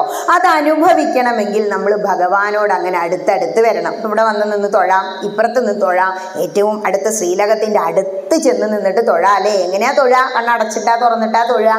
സംശയ കണ്ണങ്ങനെ തുറന്ന് തിരുമേനി അലങ്കരിച്ച് വെച്ചിരിക്കുന്ന, കയ്യിൽ ആ വെണ്ണ കൊടുത്ത് വെച്ചിരിക്കുന്ന ആ അലങ്കാരങ്ങളെല്ലാം, ചന്ദനം ചാർത്തും എല്ലാം കണ്ട് ആ വിഗ്രഹത്തെ, ആ രൂപത്തെ മനസ്സിലേക്ക് ആവാഹിച്ച് കണ്ണ് അടച്ച് ഉള്ളിലേക്ക് ആക്കുക എന്നാ പറയുക. അങ്ങോട്ട് നമ്മളാണ്ട് വിഴുങ്ങണം ഭഗവാനെ. ഇവിടെ ഇരിക്കണതേ അങ്ങനെ ഭഗവാനെ ധ്യാനിക്കണം. ഈ സന്ധ്യാവന്ദനം ചെല്ലുമ്പോൾ ഞാൻ ബ്രഹ്മമാകുന്നു, സൂര്യഭഗവാനെ അങ്ങും ബ്രഹ്മമാകുന്നു ഒരു മന്ത്രമുണ്ട്. അതുപോലെ ഭഗവാനെ അങ്ങനെ അടുത്തടുത്ത് നിന്നിട്ട് പിന്നെ നമുക്ക് അടുക്കാൻ തോന്നും. ഭഗവാന് ഏറ്റവും ഇഷ്ടം ഭക്തന്റെ ശരീരമാണത്രേ. അതുകൊണ്ടാണ് കുചേലനെ മാറോടങ്ങോട്ട് ചേർത്തില്ലേ ഭഗവാൻ. ആ ഭക്തന്റെ ശരീര സ്പർശം ഭഗവാൻ ഏറ്റവും ഇഷ്ടപ്പെടുന്നു എന്നാ പറയുന്നത്. അപ്പൊ ഭഗവാനോട് അടുക്കുമ്പോൾ നമ്മൾ ആരോട് അകലും? സ്വാഭാവികമായിട്ടും ഭാഗവതം പറയും പോലെ ഭക്തി ജ്ഞാനവിരാഗാണാം. ഭക്തി ഉണ്ടാകുമ്പോൾ ആ വ്യക്തിക്ക് ജ്ഞാനം ലഭിക്കും. ജ്ഞാനം എങ്ങനെയാ ഉണ്ടാവുക കൃഷ്ണ എന്ന് ചോദിച്ചപ്പോ ഭഗവാൻ എന്താ പറയുന്നോ? സത്സംഗമേവ ലഭതേ ജ്ഞാനം. സത്സംഗത്തു കൂടെ നിങ്ങൾക്ക് ജ്ഞാനം ലഭിക്കും. അല്ലാതെ നമുക്ക് എന്തില്ല, മതപഠന ക്ലാസ്സുകളൊന്നും ഇല്ല. എവിടെയെങ്കിലും പ്രഭാഷണം ഉണ്ടോ? ഓടി ചെന്ന് അവിടെ ഇരിക്കുക. ഇപ്പോൾ വിജയലക്ഷ്മി ചേച്ചിയൊക്കെ എത്രയോ വർഷമായി എൻ്റെ പ്രഭാഷണം തവനൂർ എവിടെയെങ്കിലും ഉണ്ടോ അവിടെ എല്ലാം ഓടി വരും. കുറ്റിപ്പുറത്തുണ്ടെങ്കിലും വരും. അവരുടെ കൂടെ അവരുടെ ഭർത്താവ് ഉണ്ടായിരിക്കും. അങ്ങനെയായിരുന്നു ഇത്രേ കുച്ചേ കുചേലനും കുചേലൻ്റെ പത്നിയും രണ്ടുപേരും ഒരേ സ്വഭാവം ഉള്ളവരായിരുന്നു എന്ന്. ഒരാൾക്ക് ഇഷ്ടമുണ്ട്, ഒരാൾക്ക് ഇഷ്ടമില്ലെങ്കിൽ ബുദ്ധിമുട്ടിലായില്ലേ. ഇങ്ങനെ സത്സംഗമേവ ലഭതേ ജ്ഞാനം എന്ന് മനസ്സിലാക്കുമ്പോൾ നമുക്ക് ഭക്തി കൂടി കൂടി ജ്ഞാനം തരാൻ ഭഗവാൻ അവസരങ്ങൾ തരും. ഇപ്പോൾ വർഷങ്ങൾക്ക് മുമ്പ് വേണമെങ്കിൽ പ്രഭാഷണമൊന്നും കിട്ടിയിട്ടുണ്ടാവില്ല, അഥവാ കിട്ടിയാലും ഒന്നും മനസ്സിലായിട്ടുണ്ടാവില്ല. എനിക്ക് ഉള്ള അനുഭവമാണ് കേട്ടോ പറയണത്, എല്ലാവരുടെയും സ്ഥിതി അതാവില്ല. ഞാൻ ആഗ്രഹിച്ചിട്ട് +2 ഒക്കെ പഠിക്കുമ്പോഴേ ഇതുണ്ടെന്ന് ഏതെങ്കിലും നോട്ടീസിൽ കണ്ട അവിടെ മുന്നിൽ റോല്, അവിടെ ഞാൻ കസേരയിലൊന്നും വന്നിരിക്കില്ല, എനിക്ക് ഇങ്ങനെ ഇരിക്കാനാണ് ഇഷ്ടം. പുല്ലായുണ്ടോ നോക്കും, ഏറ്റവും മുന്നിൽ പോയിരിക്കും. എന്നിട്ട് ചില ആചാര്യന്മാർ ഇങ്ങനെ മൂളി ഞെരങ്ങി, പിന്നെ അയാൾ ഏതോ കടയിൽ കയറി ചായ കുടിച്ച കഥയൊക്കെ പറഞ്ഞിട്ട് അയാളാണ് പോയി. ഞാൻ കരുതി ഇയാളിപ്പോൾ എന്താ പറഞ്ഞേ, അങ്ങനെ ഉണ്ടായിരുന്നു. അപ്പോൾ അങ്ങനത്തെ ആചാര്യന്മാരുടെ മുന്നിൽ പോകുമ്പോൾ ഒന്നും കിട്ടിയില്ലല്ലോ. ഒരു പ്രഭാഷണം കേട്ട് കഴിഞ്ഞാൽ നിങ്ങൾ ചിന്തിക്കണം, എനിക്ക് എന്ത് കിട്ടി, എൻ്റെ മനസ്സിന്, ആത്മാവിന്, ജീവന് എന്ത് മാറ്റം വന്നു. ഗംഗയിൽ മുങ്ങും പോലെയാണ് അത്രയും ഒരു പ്രഭാഷണം. മുങ്ങിയ ആളല്ലാത്ര ഇങ്ങോട്ട് നിവർന്നു വരിക. എന്താ, ആത്മശുദ്ധി, മനഃശുദ്ധി, ശരീരശുദ്ധി എല്ലാം സംഭവിക്കണം ഒരു പ്രഭാഷണം കേട്ടാലേന്നാ. എന്തെങ്കിലുമൊക്കെ കിട്ടണം, പുതിയ അറിവ്.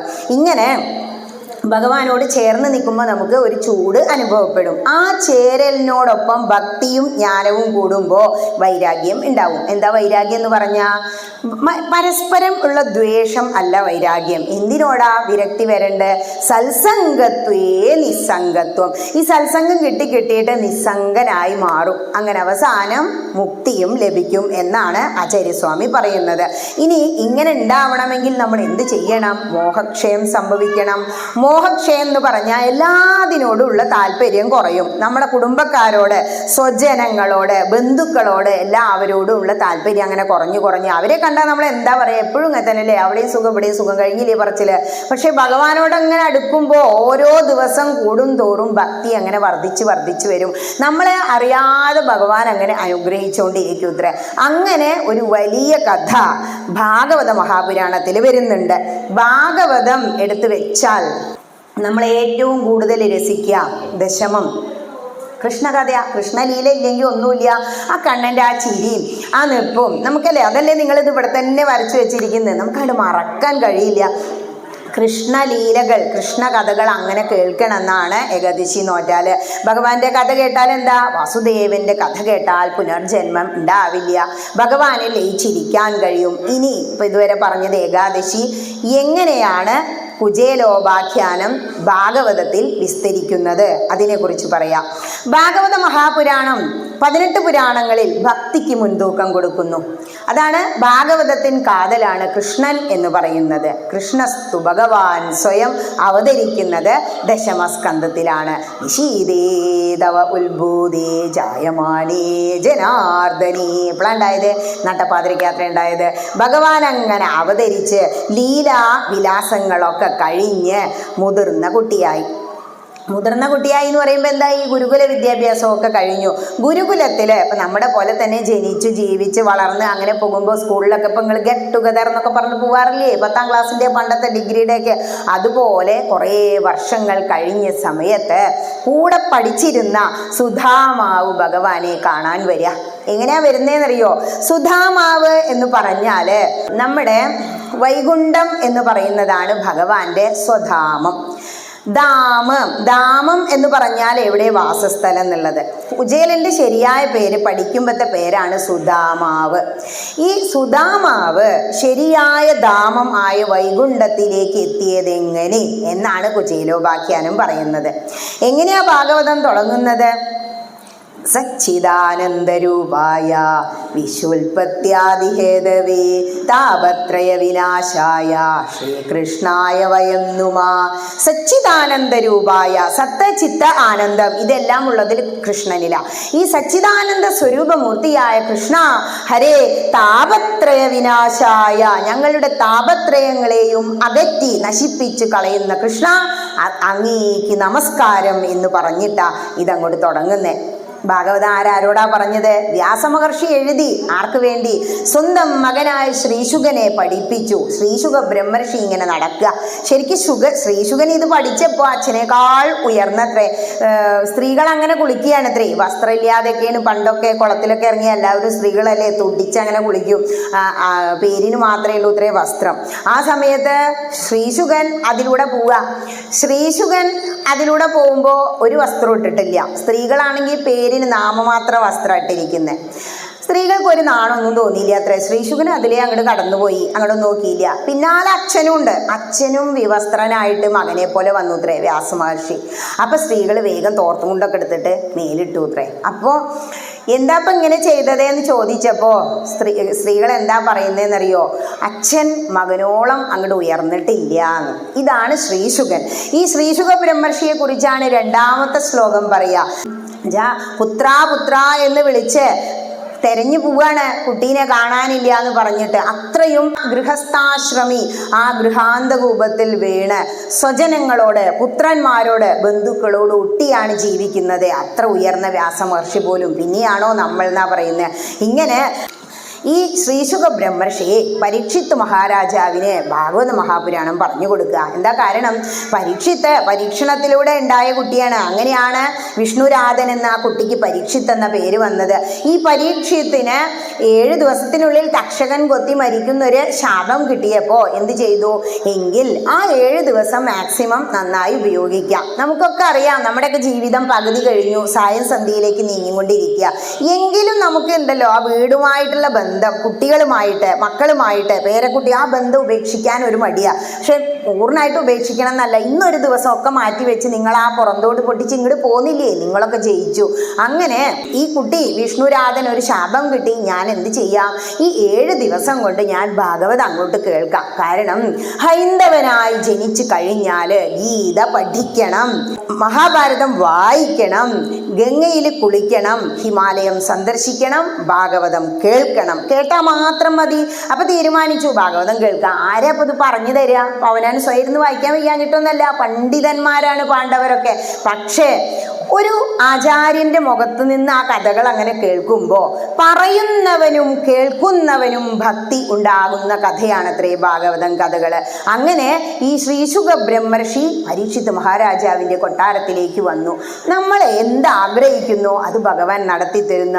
കാരണം ഭഗവാൻ സർവന്തര്യാമിയാണ്. നമ്മുടെ മനസ്സിൽ ആഗ്രഹിക്കുമ്പോൾ തന്നെ അത് അവിടെ കിട്ടുത്രേ. അപ്പൊ ഈ സ്റ്റേജൊക്കെ ഇങ്ങനെ ആവുമ്പോൾ ഭഗവാൻ ഓരോ ഭക്തജനങ്ങളും ആഗ്രഹിച്ചു കാണും, കുറച്ചും കൂടി ഒന്ന് ഉയരത്തെ ടീച്ചർ കയറ്റി ഇരുത്തായിരുന്നു അല്ലേ, ഞാൻ ആഗ്രഹിച്ചതിൽ ഉയരേണ്ട സ്റ്റേജ്.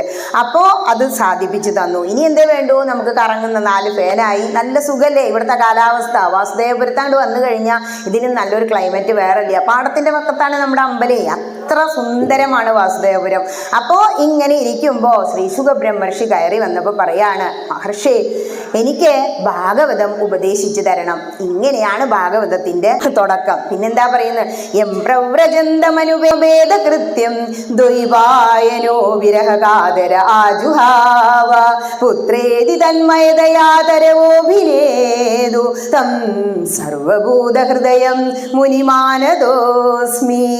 ഇങ്ങനെ കരഞ്ഞുകൊണ്ട് നടന്നു ത്രേ. പുത്ര പുത്ര എന്ന് വിളിച്ചിട്ട് വ്യാസമഹർഷി ആ പുത്രനായ ആ ശബ്ദം മരങ്ങളിൽ തട്ടി പ്രതിധ്വനിച്ചു. അവസാനം കൈലാസത്തിലിരുന്ന് മഹാദേവൻ വിളി കേട്ടു ത്രേ. ഇപ്പോഴും നമ്മൾ കൈലാസത്തിൽ ചെന്നിട്ട് മഹാദേവ ശംഭോ എന്ന് വിളിച്ചാല് പ്രതിധ്വനിയായി മഹാദേവന് വിളി കേൾക്കുന്ന. അവസാനം പറയാ, നിങ്ങളുടെ ഒരു ഛായ പോലെ കൂടെ ഉണ്ടാവും കുട്ടി. എന്താ അങ്ങ് ആഗ്രഹിച്ച്? അങ്ങയേക്കാൾ ഉയരങ്ങളിൽ എത്തണം എന്നല്ലേ, അങ്ങനെ ഒരു പുത്രനെ വേണമെന്നല്ലേ ആഗ്രഹിച്ച് അങ്ങയേക്കാൾ ഉയർന്ന പദവിയിൽ എത്തിയിരിക്കുന്നു വ്യാസമഹർഷി. കരയണ്ട, തിരിച്ചു പോയിക്കോളൂ. അങ്ങനെയാണ് ഭാഗവതം തുടങ്ങുന്നത്.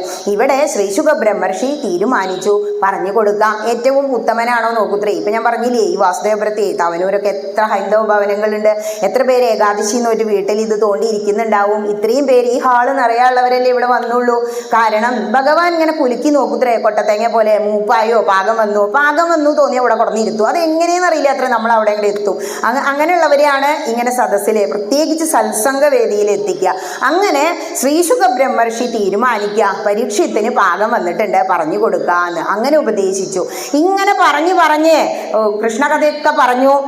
അവസാനം ബലരാമൻ തീർത്ഥയാത്ര പോയ കഥയും പറഞ്ഞു. ഇങ്ങനെ നിർത്തണ ഭാവം വരുമ്പോൾ ഈ കേൾക്കുന്ന ആൾക്കും ഒരു യോഗ്യത വേണത്രേ. പിന്നെ ഇങ്ങനെ ചോദിക്കാനുള്ള ഇപ്പം അവസാനം വല്ല സംശയം ഉണ്ടോ ചോദിക്കുമ്പോൾ ചിലർ ഒരു വിഷയം എടുത്തിടും, അത് പിന്നെ അരമണിക്കൂർ പറയാണ്ടാവും. അപ്പോൾ പറയാണ് ബലരാമൻ്റെ തീർത്ഥയാത്രയും വധത്തിനെ കുറിച്ചൊക്കെ പറയുന്നത്. അപ്പോൾ പറഞ്ഞു അത്രേ, ഹേ ശ്രീ ശുഖബ്രഹ്മർഷി, അങ്ങ് എനിക്ക് കുറച്ച് കൃഷ്ണകഥകൾ കൂടി പറഞ്ഞു തരണം. അത്ര വിനയാന്വിതമായി നമ്മൾ ചോദിക്കുമ്പോൾ ആ ചോദിക്കുന്നതിൻ്റെ ക്വാളിറ്റിയാണ് ഭാഗവതം പറയുന്നത്. കുറച്ച് കൃഷ്ണകഥകൾ കൂടി പറഞ്ഞു തരണം. അപ്പോൾ ആലോചിക്കുകയാണ് ശ്രീ ശുഖബ്രഹ്മർഷി, കൃഷ്ണൻ്റെ കുട്ടിക്കാലത്തെ കഥകളൊക്കെ പറഞ്ഞു തീർന്നുല്ലോ, ഇനിയിപ്പോൾ എന്താ പറഞ്ഞു കൊടുക്കുക? അപ്പോഴാണ് മനസ്സിൽ മിന്നായം പോലെ വരുന്നത് കൃഷ്ണൻ്റെ കുട്ടിക്കാലത്ത് ആ ബ്രഹ്മചര്യം 4 ആശ്രമങ്ങളിൽ ആദ്യത്തെ ബ്രഹ്മചര്യം അതെന്താ? ഗുരുകുലവാസം. ആ ഗുരുകുലവാസത്തെക്കുറിച്ച് ഓർമ്മ വരിക. അപ്പോൾ പറയാണ്, ഹേ പരീക്ഷിത് മഹാരാജാവേ, പണ്ട് കൃഷ്ണന്റെ കൂടെ പഠിച്ച ഒരു ശുദ്ധ ബ്രാഹ്മണൻ ഉണ്ടായിരുന്നു. എന്താ പേര്? കുചേല ബ്രാഹ്മണൻ എന്നാ പറയുന്നത്. കുചേല ബ്രാഹ്മണൻ ഒരു സാധു ഗൃഹസ്ഥനായിരുന്നു. പക്ഷെ ബ്രാഹ്മണനാ യാചിച്ച് എന്തെങ്കിലും കിട്ടിയെങ്കിൽ അത് കഴിക്കും, അല്ലെങ്കിൽ മിണ്ടാതെ അവിടെ ഈശ്വരനാമവും ചൊല്ലിയിരിക്കും. ഭാര്യയാണെങ്കിലോ ഇതുപോലെ തന്നെ പട്ടിണി കിടന്ന് ഇങ്ങനെ വിറയ്ക്കുന്ന ശരീരമാണത്രേ. പേര് തന്നെ ക്ഷാമ എന്നാണ്. പട്ടിണി കാരണം ഇങ്ങനെ ശരീരം വറയ്ക്കുന്നത് കാരണം. ഇദ്ദേഹത്തിൻ്റെ പേര് സുദാമാവ്. ഇവർ രണ്ടുപേരും ഒരുപോലത്തെ ദമ്പതികളായിരുന്നു എന്ന് പറയാ കഥ തുടങ്ങുമ്പോൾ. കാരണം ഭാര്യയും ഭർത്താവും ഒരേ സ്വഭാവം ഉള്ളവരാ. രണ്ടുപേരും ബ്രഹ്മമുഹൂർത്തത്തിൽ എഴുന്നേൽക്കും, ബ്രാഹ്മണർ കൂടിയല്ലേ സന്ധ്യാവന്ദനം ചെയ്യും, കുളിയും നമസ്കാരം എല്ലാം കഴിഞ്ഞാൽ എന്തെങ്കിലും ഉണ്ടെങ്കിൽ കഴിക്കും, അല്ലെങ്കിൽ ഇവിടെ ഇരുന്ന് വിഷ്ണു സഹസ്രനാമം അങ്ങനെ ചൊല്ലിക്കൊണ്ടിരിക്കും. ഇങ്ങനെ രണ്ടുപേരും ഒരേപോലത്തെ സ്വഭാവം. പിന്നെയോ പരാതികളും പരിഭവവും ഒന്നുമില്ല, യാചിച്ചിട്ടൊന്നും കിട്ടിയില്ല, എന്നാ വേണ്ട നമുക്ക് ഉറങ്ങാം, അങ്ങനത്തെ ഒരവസ്ഥ. ഇങ്ങനെ ഇരിക്കുന്ന സമയത്ത് വിറച്ച് ഒരു ദിവസം ഈ പത്നി പറയാണ് കുചേല ബ്രാഹ്മണനോട്, ഹേ ബ്രഹ്മൻ എന്ന് തന്നെയാണ് വിളിക്കുന്നത്, ഹേ ബ്രഹ്മൻ, അങ്ങ് ദ്വാരകാപുരി വരെ ഒന്ന് പോയി നോക്കൂ. അപ്പോൾ ഒന്നും മിണ്ടുന്നില്ല, ഇങ്ങനെ ഭാര്യയുടെ മുഖത്തേക്ക് നോക്കി. അതുവരെ ഇങ്ങനെ നാരായണൻ ജപിച്ചിരിക്കുക. എന്തിനാ അപ്പം അങ്ങോട്ട് പോണേ എന്നുള്ള ഭാവത്തിൽ. ആ സമയത്ത് ഈ സ്ത്രീ പറയാണ്, അങ്ങ് ഒരു ബ്രാഹ്മണനാണ്, കൃഷ്ണനാണെങ്കിലോ ബ്രാഹ്മണ ഭക്തി ഇത്തിരി നല്ലോണം ഉള്ള കൂട്ടത്തിലാണ്. നമുക്കൊക്കെ അല്ലേ ബ്രാഹ്മണൻ ആരാ അതാദ്യം നമ്മൾ മനസ്സിലാക്കണം. എൻ്റെ കുട്ടിക്കാലത്ത് ഞാൻ വിചാരിച്ചിരുന്നു പൂണൂലിട്ടവരെല്ലാം ബ്രാഹ്മണരാണ്. പക്ഷെ പിന്നീട് ആചാര്യന്മാരുടെ മുന്നിൽ വന്നപ്പോൾ എനിക്ക് കിട്ടിയ ആചാര്യൻ ഒരു ശാരടിയായിരുന്നേ. അദ്ദേഹം ഇവരെ കുറിച്ച് ഇങ്ങനെ പറയൂ ഓരോന്ന്. അപ്പം എനിക്ക് മനസ്സിലായി. അദ്ദേഹം പറയാണ്, ബ്രഹ്മജ്ഞാനേന ഏവ ബ്രാഹ്മണ. നമ്മളൊക്കെ ജനിക്കുമ്പോൾ എന്താ, ബ്രാഹ്മണനാണെങ്കിലും ക്ഷത്രിയനാണെങ്കിലും വൈശ്യനാണെങ്കിലും ശൂദ്രനാണെങ്കിലും എന്താ, ജന്മനാൽ ജായതേ മർത്യ. ജന്മം കൊണ്ട് നമ്മൾ വെറും ഒരു മനുഷ്യനാ. മർത്യൻ എന്ന് പറഞ്ഞാൽ മരണമുള്ളവനാ, ഉറപ്പായിട്ടും മരിക്കും. അതുകൊണ്ട് അവരെല്ലാം തുല്യരാ. പിന്നെ എങ്ങനെയാ? സംസ്കാരാൽ ഭവേ ദ്വിജ. ദ്വിജനാകണമെങ്കിൽ അവന് സംസ്കാരങ്ങൾ ഉണ്ടായിരിക്കണം. ബ്രാഹ്മണന്റെ സംസ്കാരം കണ്ടിട്ടുണ്ടോ? അതിലും അപ്പുറം ബ്രാഹ്മണനാവണമെങ്കിൽ ബ്രഹ്മജ്ഞാനേന ഏവ ബ്രാഹ്മണ എന്ന് പറഞ്ഞു. അപ്പോ അങ്ങ് ഒരു ഉത്തമനായ ബ്രാഹ്മണനാണല്ലോ, പറയുന്ന എല്ലാ കാര്യങ്ങളും ബ്രാഹ്മണന് പറഞ്ഞിട്ടുള്ള എല്ലാ ചിട്ടവിട്ടാദികളും ചെയ്യുന്നവനല്ലേ. അതുകൊണ്ട് ബ്രാഹ്മണരെ പൂജിക്കുന്ന ബ്രാഹ്മണ ഭക്തനാണ് യദുകുല നായകനായ ദ്വാരകാവാസിയായ കൃഷ്ണൻ.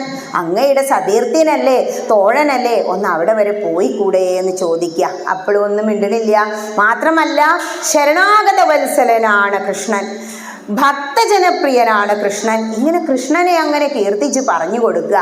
അങ്ങ് അവിടെ ചെന്ന് കഴിഞ്ഞാൽ ഭഗവാൻ എന്ന് പറഞ്ഞാൽ തന്നെ എന്താ നമ്മൾ പഠിച്ചിരിക്കണേ?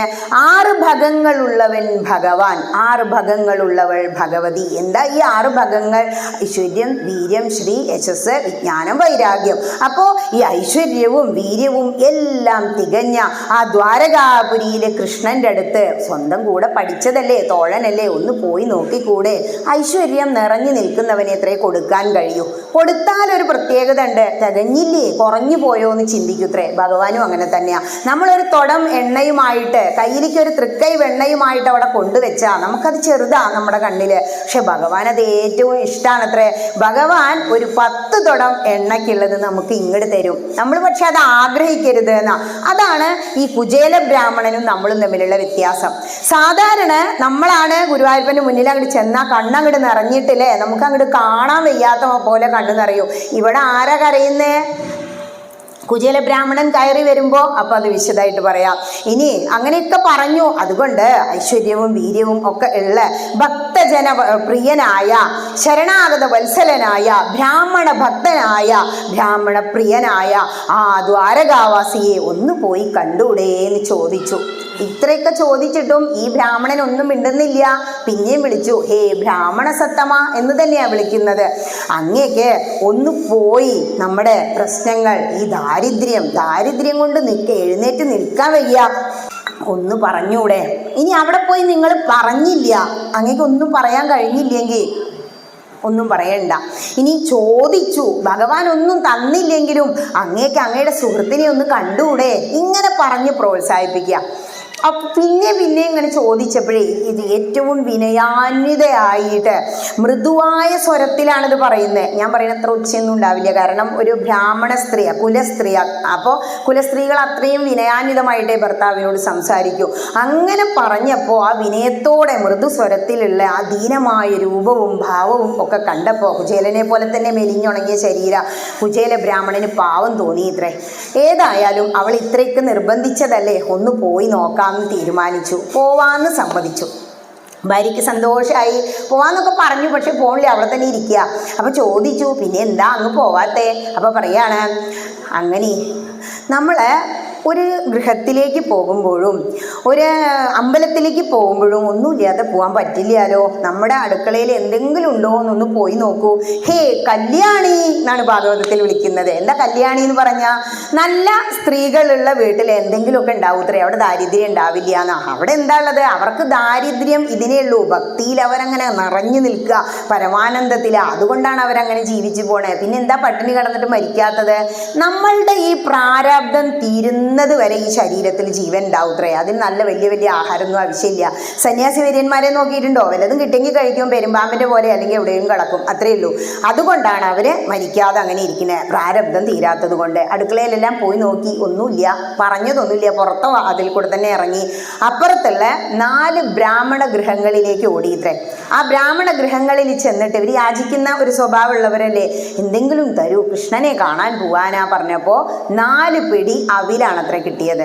സന്തോഷമായി. 4 പിടി കൊണ്ട് അവസാനിപ്പിച്ചു.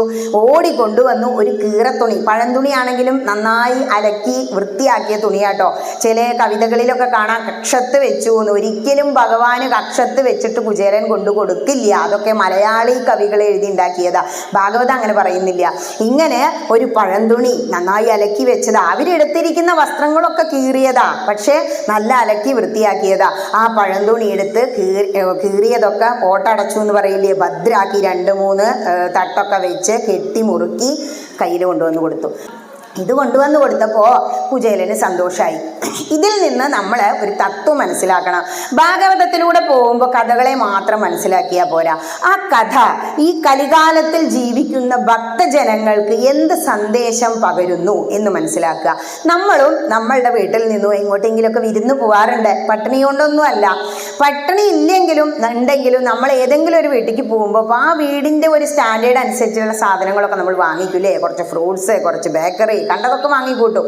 എന്തിനാ നമ്മളിത് കൊണ്ടോണേ? ഒന്നുമില്ലാതെ ഇപ്പം അനിയത്തിൻ്റെ വീട്ടിലേക്ക് പോകാൻ പാടില്ലേ? അപ്പോൾ പറയും കുട്ടികളില്ലേ അവിടെ. അതല്ല അതിൻ്റെ തത്വം. ഋണബന്ധം എന്ന് പറഞ്ഞിട്ടൊരു ബന്ധമുണ്ട്. അതായത് നമ്മളൊരു വ്യക്തിയുടെ വീട്ടിലേക്ക് എത്ര ബന്ധം ഉണ്ടെങ്കിലും, ഇപ്പോൾ സ്വന്തം അമ്മയാണെങ്കിലും അച്ഛനാണെങ്കിലും വേറെ ആയതിനു ശേഷം ചെന്ന് കയറുമ്പോൾ ഒന്നുമില്ലാതെ പോരുത് എന്നാ. കാരണം നമ്മൾ അവിടെ ചെന്നാൽ അവരെന്ത് ചെയ്യും? ഒരു ഗ്ലാസ് വെള്ളമെങ്കിലും നമ്മളെ കുടിപ്പിക്കും, നിർബന്ധിച്ച്. നമ്മൾ സ്നേഹം കൊണ്ട് അത് കുടിക്കുകയും ചെയ്യും. അവിടെ ഒരു കടബാധ്യത വന്നു. ഈ ഋണബന്ധം ഇല്ലാതെയാക്കാനാണ് പണ്ട് മുതലേ ഈ ഒരു സമ്പ്രദായം. ഒരു ക്ഷേത്രത്തിലേക്ക് പോവുകയാണെങ്കിലും അതെ, ഒരു വീട്ടിലേക്ക് പോവുകയാണെങ്കിൽ പറഞ്ഞു നമ്മൾ കൊണ്ടു കൊടുക്കുമ്പോൾ അതിപ്പോൾ ഒരേ വാല്യൂ ആണോ ഒന്നുമല്ല. നമ്മൾ അങ്ങോട്ട് എന്തെങ്കിലും ഒന്ന് സ്നേഹപ്പൊതി കൊടുത്തു, അവരൊരു സ്നേഹമായിട്ടൊരു വെള്ളം നമുക്കും തന്നു, അവിടെ തീർന്നു അത്. ഇനി ഒരു ക്ഷേത്രത്തിലേക്ക് വരികയാണെങ്കിലോ കൈവീശി വരരുത് എന്നാ. എന്താ കൊണ്ടുവരണ്ടേ? ഇപ്പോൾ പറയും പിടിയെന്ന് വാങ്ങുന്നതൊന്നും നന്നല്ല എന്നല്ലേ ഇപ്പോൾ പ്രചരണം. അതുകൊണ്ട് ഇവിടെ തന്നെ ഉണ്ടായിരിക്കും എന്ത്, നെയ്യ് ഉണ്ടായിരിക്കും, തൃക്കൈ വെണ്ണ ഉണ്ടായിരിക്കും, വിളക്ക് ചേർത്തണമെങ്കിൽ എണ്ണ ഉണ്ടായിരിക്കും, എല്ലാം ഉണ്ടായിരിക്കും. അപ്പം എന്ത് ചെയ്യാം? ഇവിടെ തന്നെ വാങ്ങിക്കാം നമുക്ക്.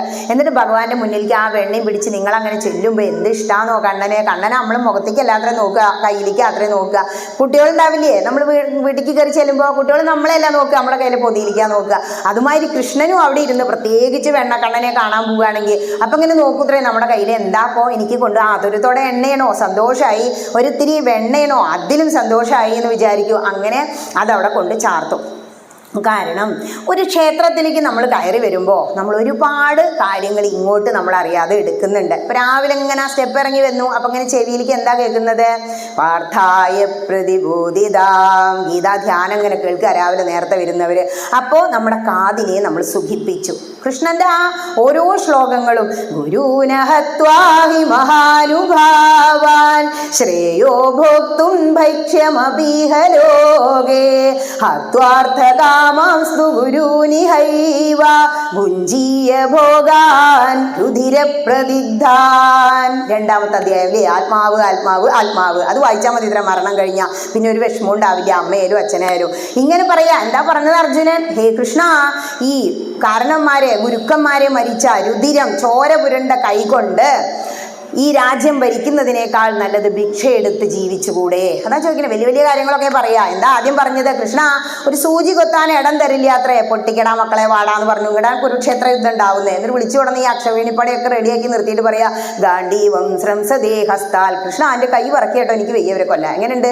രഥം സ്ഥാപയമേച്ചുതാ, നടുവിൽ കൊണ്ടേ നിർത്തൂ, ഞാൻ അവരൊക്കെ ഒന്ന് കാണട്ടെ എന്ന് വില്ലാളി വീരനായിട്ട് മുഴക്കിയ അർജുനൻ ഒരു എടുത്ത് ചാട്ടക്കാരനായിരുന്നു. ഉദ്ധവൻ അങ്ങനെ ആയിരുന്നില്ല. രണ്ടാളും സഖാക്കളായിരുന്നു, സുധാമാവും. ഇങ്ങനെ ഭഗവാനെ കാണാൻ വരുമ്പോൾ ഭഗവാന്റെ ശ്ലോകങ്ങൾ കേൾക്കുമ്പോൾ നമ്മൾ നമ്മുടെ ചെവിയെ സുഖിപ്പിക്കും. ഇവിടെ തിരുമേനി നാമം ജപിക്കുന്നുണ്ടാവും. ചിലപ്പോൾ അർച്ചന ചെയ്യുമ്പോൾ ചില തിരുമേനിമാർ ഉറക്കേക്കും മന്ത്രം ചൊല്ലുന്നു കേൾക്കാം. വേദമന്ത്രം ആംനായ ജപാണ് അത്രയാ മുന്നിലുള്ള ഗളം എന്നാ പറയുക, ആ മുഖമണ്ഡപം അവിടെ ഇരുന്ന് ജപിക്കുക. അതൊക്കെ കേൾക്കുമ്പോൾ നമുക്ക് സുഖം അല്ലേ? വേദമന്ത്രങ്ങൾ കേൾക്കുമ്പോൾ എന്ത് സുഖ, സ്വരിച്ചിങ്ങനെ ചൊല്ലുമ്പോൾ. ഇനി അത് കഴിഞ്ഞാലോ നമുക്ക് തിരുമേനി ചന്ദനും തീർത്ഥം തരും. നാവിനെ സുഖിപ്പിച്ചു, തൊലിയെ സുഖിപ്പിച്ചു, പഞ്ചേന്ദ്രിയങ്ങളെ സുഖിപ്പിക്കും. നമ്മളെ ആ അലങ്കാരം ചാർത്തി വെച്ചിരിക്കുന്ന വിഗ്രഹം കാണുമ്പോൾ കണ്ണിനെ സുഖിപ്പിക്കും അല്ലേ? കണ്ണ്, മൂക്ക്, നാക്ക്, തൊക്കെ, ചെവി എല്ലാത്തിനെയും സുഖിപ്പിച്ചില്ലേ? ഈ സുഖം, ശാന്തമായ അന്തരീക്ഷം നമ്മൾ അവിടെ നിന്നും ഇങ്ങോട്ട് സ്വീകരിക്കുമ്പോൾ എന്തെങ്കിലും നമ്മൾ ഭഗവാനൊന്ന് കൊടുക്കണം. അതാ പറയുന്നത്. അതിനു വേണ്ടിയാണ് ഈ വഴിപാട് കൗണ്ടറും വഴിപാടും.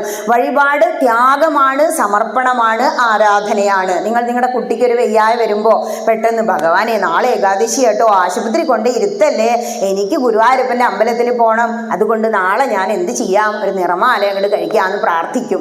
ഒരു പ്രാർത്ഥന ഇടുമ്പോൾ നമ്മുടെ മനസ്സ് എത്ര താഴ്മയോട് കൂടിയാണ് ഈശ്വര ശക്തിയെക്കുറിച്ച് ഓർക്കുന്നത് എന്നപ്പോഴാണ് മനസ്സിലാവുക. അതാണ് പറയുന്നത് വഴിപാട് ചെയ്യണമെന്ന്. നമ്മൾ കത്തിച്ചിട്ടൊന്നും വേണ്ട, കത്തി ജ്വലിച്ച് നിൽക്കുന്ന കണ്ണാണ് ഭഗവാന്റെ കണ്ണാണ് സൂര്യൻ. ആ ഭഗവാന് നമ്മൾ വിളക്ക് വെച്ചിട്ട് വേണോ? പക്ഷെ സൂര്യൻ ഉദിക്കുന്നതിന് മുമ്പ് വിളക്ക് വെക്കണം എന്നല്ലേ പറയുക?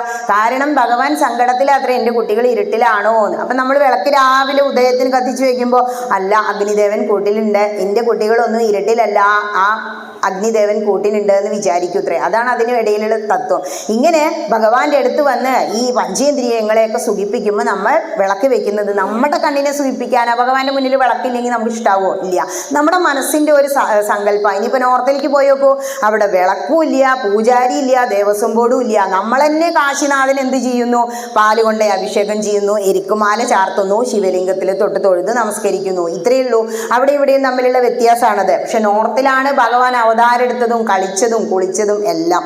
കേരളത്തിലെ ഇത്രയും ചിട്ട വേറെ എവിടെയും നമുക്ക് കാണാൻ കഴിയില്ല, അവിടുന്ന് പുറത്തേക്ക് അങ്ങോട്ട് പോയി കഴിഞ്ഞാൽ. അപ്പോൾ എവിടെ പോയി കഴിഞ്ഞാലും നമ്മൾ എന്ത് ചെയ്യണം? നമ്മൾ എന്തൊക്കെ ഇങ്ങോട്ട് എടുക്കുന്നുണ്ടെങ്കിലും എവിടെയും കടബാധ്യത വെക്കരുത്, അത് തിരിച്ചു കൊടുക്കണം. അത് നമ്മുടെ ശരീരം തന്നെ കാണിക്കുക. നമ്മുടെ ശരീരം നിർമ്മിച്ചിരിക്കുന്നത് എന്താ? പഞ്ചഭൂതങ്ങളാണ്. എന്തിനെങ്കിലും ജീവനുണ്ടോ? ആകാശം, വായു, അഗ്നി, ഇതിനൊന്നും ജീവനില്ല. ഈ ജീവനില്ലാത്ത പഞ്ചഭൂതങ്ങളെ കൊണ്ടുണ്ടാക്കിയ നമ്മുടെ ഈ ശരീരത്തിൽ എങ്ങനെയാ പിന്നെ ഈ ജീവൻ വന്ന്? അതാണ് ഭഗവാന്റെ ഒരു അംശം, നമ്മുടെ ആത്മാവ് എന്ന് പറയുന്നത്. നമ്മളെല്ലാം അംശാവതാരങ്ങളാ. അപ്പൊ എന്ത് ചെയ്യണം? നമ്മൾ ഇങ്ങോട്ട് വാങ്ങുന്നതൊക്കെ നമ്മൾ തിരിച്ചു കൊടുക്കണം. മരണം എന്താ കാണിക്കുന്നത്? മരിക്കുന്ന സമയത്ത് നമ്മൾ ജനിക്കുമ്പോൾ 2 കിലോ ഉള്ള കുട്ടി മരിക്കുമ്പോൾ 60 കിലോ. എവിടുന്ന അതുണ്ടായത്? ഈ ഭൂമിയിൽ നിന്ന് എടുത്ത് ഭക്ഷണം കഴിച്ചിട്ടും വെള്ളം, വായു ഒക്കെ ശ്വസിച്ചിട്ടും അല്ലേ? അതെല്ലാം നമ്മൾ തിരിച്ചു കൊടുക്കുന്നതിന്റെ തുല്യമാണ്. ചിതയിലാണ്ട് കൊണ്ടേ വെച്ച വായുരനിലമമതവതേദം ഭസ്മാന്തം ശരീരം കൃതോ സ്മര കൃതം സ്മര. കഴിഞ്ഞില്ലേ? ഈ പഞ്ചഭൂതങ്ങളായി വിഘടിക്കുന്ന ഈ ശരീരത്തിൽ ഇരുന്നു കൊണ്ട് ഹേ ബ്രഹ്മൻ, ഞാൻ എന്തെങ്കിലും സുഹൃതം ചെയ്തിട്ടുണ്ടെങ്കിൽ എന്നെ ആ നേർവഴിക്ക് നയിച്ചാലും അത്രേ ലാസ്റ്റ് പ്രാർത്ഥിക്കുക. അങ്ങനെ ഒരു പിടി ഭസ്മമായി മാറാനുള്ള നമ്മൾ അപ്പോഴേക്ക് യാതൊരു ഋണബന്ധവും ഉണ്ടാക്കി വെക്കരുത്. അല്ല, അപ്പൊ ഭഗവാന്റെ ദ്വാരകാപുരിക്ക് ചെല്ലുമ്പോൾ എന്തെങ്കിലും കൊണ്ടുപോയിട്ട് വേണോ? അവിടെ സമൃദ്ധിയല്ലേ, ഭഗവാൻ തന്നെ സർവ്വ ഐശ്വര്യങ്ങളും ഉള്ള ആളല്ലേ. ഇങ്ങനെ പൃഥുകതണ്ടുല എന്നാ പറയുന്നത് ഈ ഒരു അവിൽക്കിഴി എവിടെയാ വെച്ച് അരയിൽ തൂക്കിയെന്ന് വിചാരിച്ചോളൂ, കക്ഷത്ത് വെച്ചിട്ടില്ല.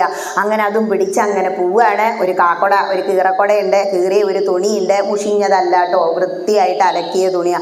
അങ്ങനെ നടന്നങ്ങനെ പോവുകയാണ്. അപ്പോഴും ചിന്തിച്ചുകൊണ്ടിരിക്കുകയാണ്. സർവ ഗുണസമ്പന്നനാണ്, സർവലോക മഹേശ്വരനാണ്, സർവ ഐശ്വര്യങ്ങളുടെയും നാഥനാണ് ദ്വാരകാവാസിയായ കൃഷ്ണൻ. ആ കൃഷ്ണന്റെ അടുത്ത് ഇത്രയും വർഷത്തിന് ശേഷം ഞാൻ കയറി ചെന്നാൽ ഭഗവാനെ കാണാൻ എനിക്ക് പറ്റുമോ എന്നൊക്കെ അങ്ങനെ ചിന്തിച്ചുകൊണ്ട് അങ്ങനെ നടന്നു സുദാമാവ്. ഇപ്പോൾ പ്രാഞ്ചി അങ്ങനെ എല്ല് ഉന്തി ഉണങ്ങി ഒട്ടിയ ആ ശരീരം, ഞരമ്പൊക്കെ പുറത്തേക്ക് ഇങ്ങനെ തുടിച്ച് നിൽക്കുന്നുണ്ട്, എത്രയും മാംസം ശരീരത്തിൽ ഇല്ലാഞ്ഞിട്ട്. അങ്ങനെ നടന്ന് ദ്വാരകയിലാണെങ്കിലോ അവിടെ എല്ലായിടത്തും കാവൽക്കാരാ. കാരണം രാജ്യത്തെ സൈന്യങ്ങളെ നിർത്തി പരിപാലിക്കും എല്ലാ രാജാക്കന്മാരും. ഈ ദ്വാരകയിൽ ഒരുപാട് സൈന്യങ്ങളുണ്ട്. പെട്ടെന്നൊന്നും ചില സ്ഥലങ്ങളൊന്നും അന്യർക്ക് കടന്നു കയറി പോകാൻ പറ്റില്ല. പക്ഷെ ഇദ്ദേഹം ഒരു ബ്രാഹ്മണനാണല്ലോ. ആ ദ്വാരകയിൽ കയറി ചെന്നപ്പോൾ അവിടെ മറ്റ് ബ്രാഹ്മണർ ഇദ്ദേഹത്തെ കണ്ടു. ചിലരെ കണ്ടാൽ തന്നെ നമുക്ക് തോന്നില്ലേ, കുഴപ്പമില്ല, നല്ലവനാന്ന്.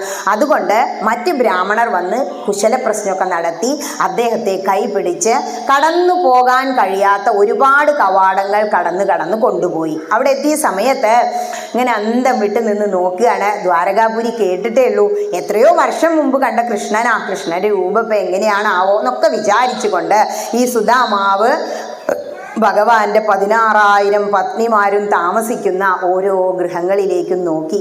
എന്നിട്ട് നേരെ ഇങ്ങനെ നടന്ന് കയറി ചെല്ലാം. ആ നടന്ന് കയറിയിട്ട് ഭഗവാൻ വിളിച്ചു കൊണ്ടുപോയതുപോലെ ആ സമയത്ത് ഭഗവാൻ രുക്മിണിയുടെ കൊട്ടാരത്തിൽ ഏറ്റവും നടുവിലാണത്രേ. ലക്ഷ്മി ദേവി തന്നെ അവതരിച്ചതാ രുക്മിണി. ഈ 8 പത്നിമാരെന്ന് പറഞ്ഞാൽ അഷ്ടലക്ഷ്മികളാണ്. അതൊക്കെ നമ്മുടെ തെറ്റിദ്ധാരണയാ. ഭഗവാൻ എന്താ ചെയ്തതെന്നൊക്കെ ചോദിക്കും പലരും. മനുഷ്യന്റെ മനസ്സ് പെട്ടെന്ന് ഓരോ സാഹചര്യവുമായും ഇണങ്ങും എന്നുള്ള തെളിവും കൂടിയും ഭഗവാൻ കാണിച്ചു തരിക. നാരദ മഹർഷി വന്നു നോക്കില്ലേ, ബ്രഹ്മാവ് വന്നു നോക്കില്ലേ, എങ്ങനെയാ അപ്പൊ ഭഗവാൻ ഇത്രയും ഗൃഹസ്ഥാശ്രമം ആടുന്നതെന്നുള്ളത്. ഇവിടെ രുക്മിണിയുടെ ഒപ്പം സപ്രപഞ്ച കട്ടലിൽ ഇങ്ങനെ ഇരുന്ന് ആടുന്ന കൃഷ്ണൻ, സർവന്തര്യാമിയായ കൃഷ്ണൻ അവിടെ നിന്നും ഭാര്യ പറയുന്നത് മുതലുള്ള കാര്യങ്ങൾ അറിഞ്ഞിരുന്നു അത്രേ. ഭഗവാൻ പുറത്തേക്ക് നോക്കിയപ്പോൾ ദേ കുചേല ബ്രാഹ്മണൻ വരുന്നു. സപ്താഹവേദികളിലൊക്കെ അത് ആടി തിമർത്ത് കാണിക്കാറില്ലേ. ആചാര്യന്റെ വാക്കുകളിലൂടെ കിട്ടുന്നതിലും വലിയ ഒരു നാടകം ഇല്ല. ആ കൃഷ്ണൻ അവിടെ നിന്നും 7-ാം നില മാളിക മുകളിൽ നിന്നാ പറയുന്നത്, അവിടുന്ന് ഇറങ്ങി വേഗം വന്നു. നമ്മുടെ വീട്ടിലേക്ക് വിരുന്നുകാർ വരുമ്പോൾ എന്താ ചെയ്യുക? ഓടി വരൂലേ, പോകുമ്പോൾ തിരിച്ച് അനുയാത്ര പോവും. ഓടി വന്നു. നമ്മളൊരാളെ കണ്ട എന്താ ചെയ്യുക? ആ കൈ രണ്ടും 10ാം ക്ലാസ് ഒപ്പം പഠിച്ചവരെ കൈ രണ്ടും കോർത്തിങ്ങോട്ട് പിടിച്ചു അത്രേ. എന്നിട്ട് മാറോടണച്ചങ്ങോട്ട് ആശ്ലേഷിച്ചു എന്ന്. സുദാമാവിന് ഇതിലും വലുത് എന്തെങ്കിലും വേണോ? ലക്ഷ്മി ദേവി വസിക്കുന്ന ആ മാറിടത്തിലെ ഭഗവാൻ ഈ വിയർത്തിട്ടുണ്ട്, കുറെ നേരമായില്ലേ നടക്കണു. ആ കുചേലനെ ഇങ്ങോട്ട് ചേർത്ത് പിടിച്ചു, കൈ രണ്ടും ചേർത്ത് പിടിച്ചു. അങ്ങനെ കൂട്ടിക്കൊണ്ടുപോയിട്ട് ഈ ലക്ഷ്മി ദേവി ഇരുന്ന് ആ സപ്രപഞ്ചക്കട്ടിൽ ഇരുത്താണ്.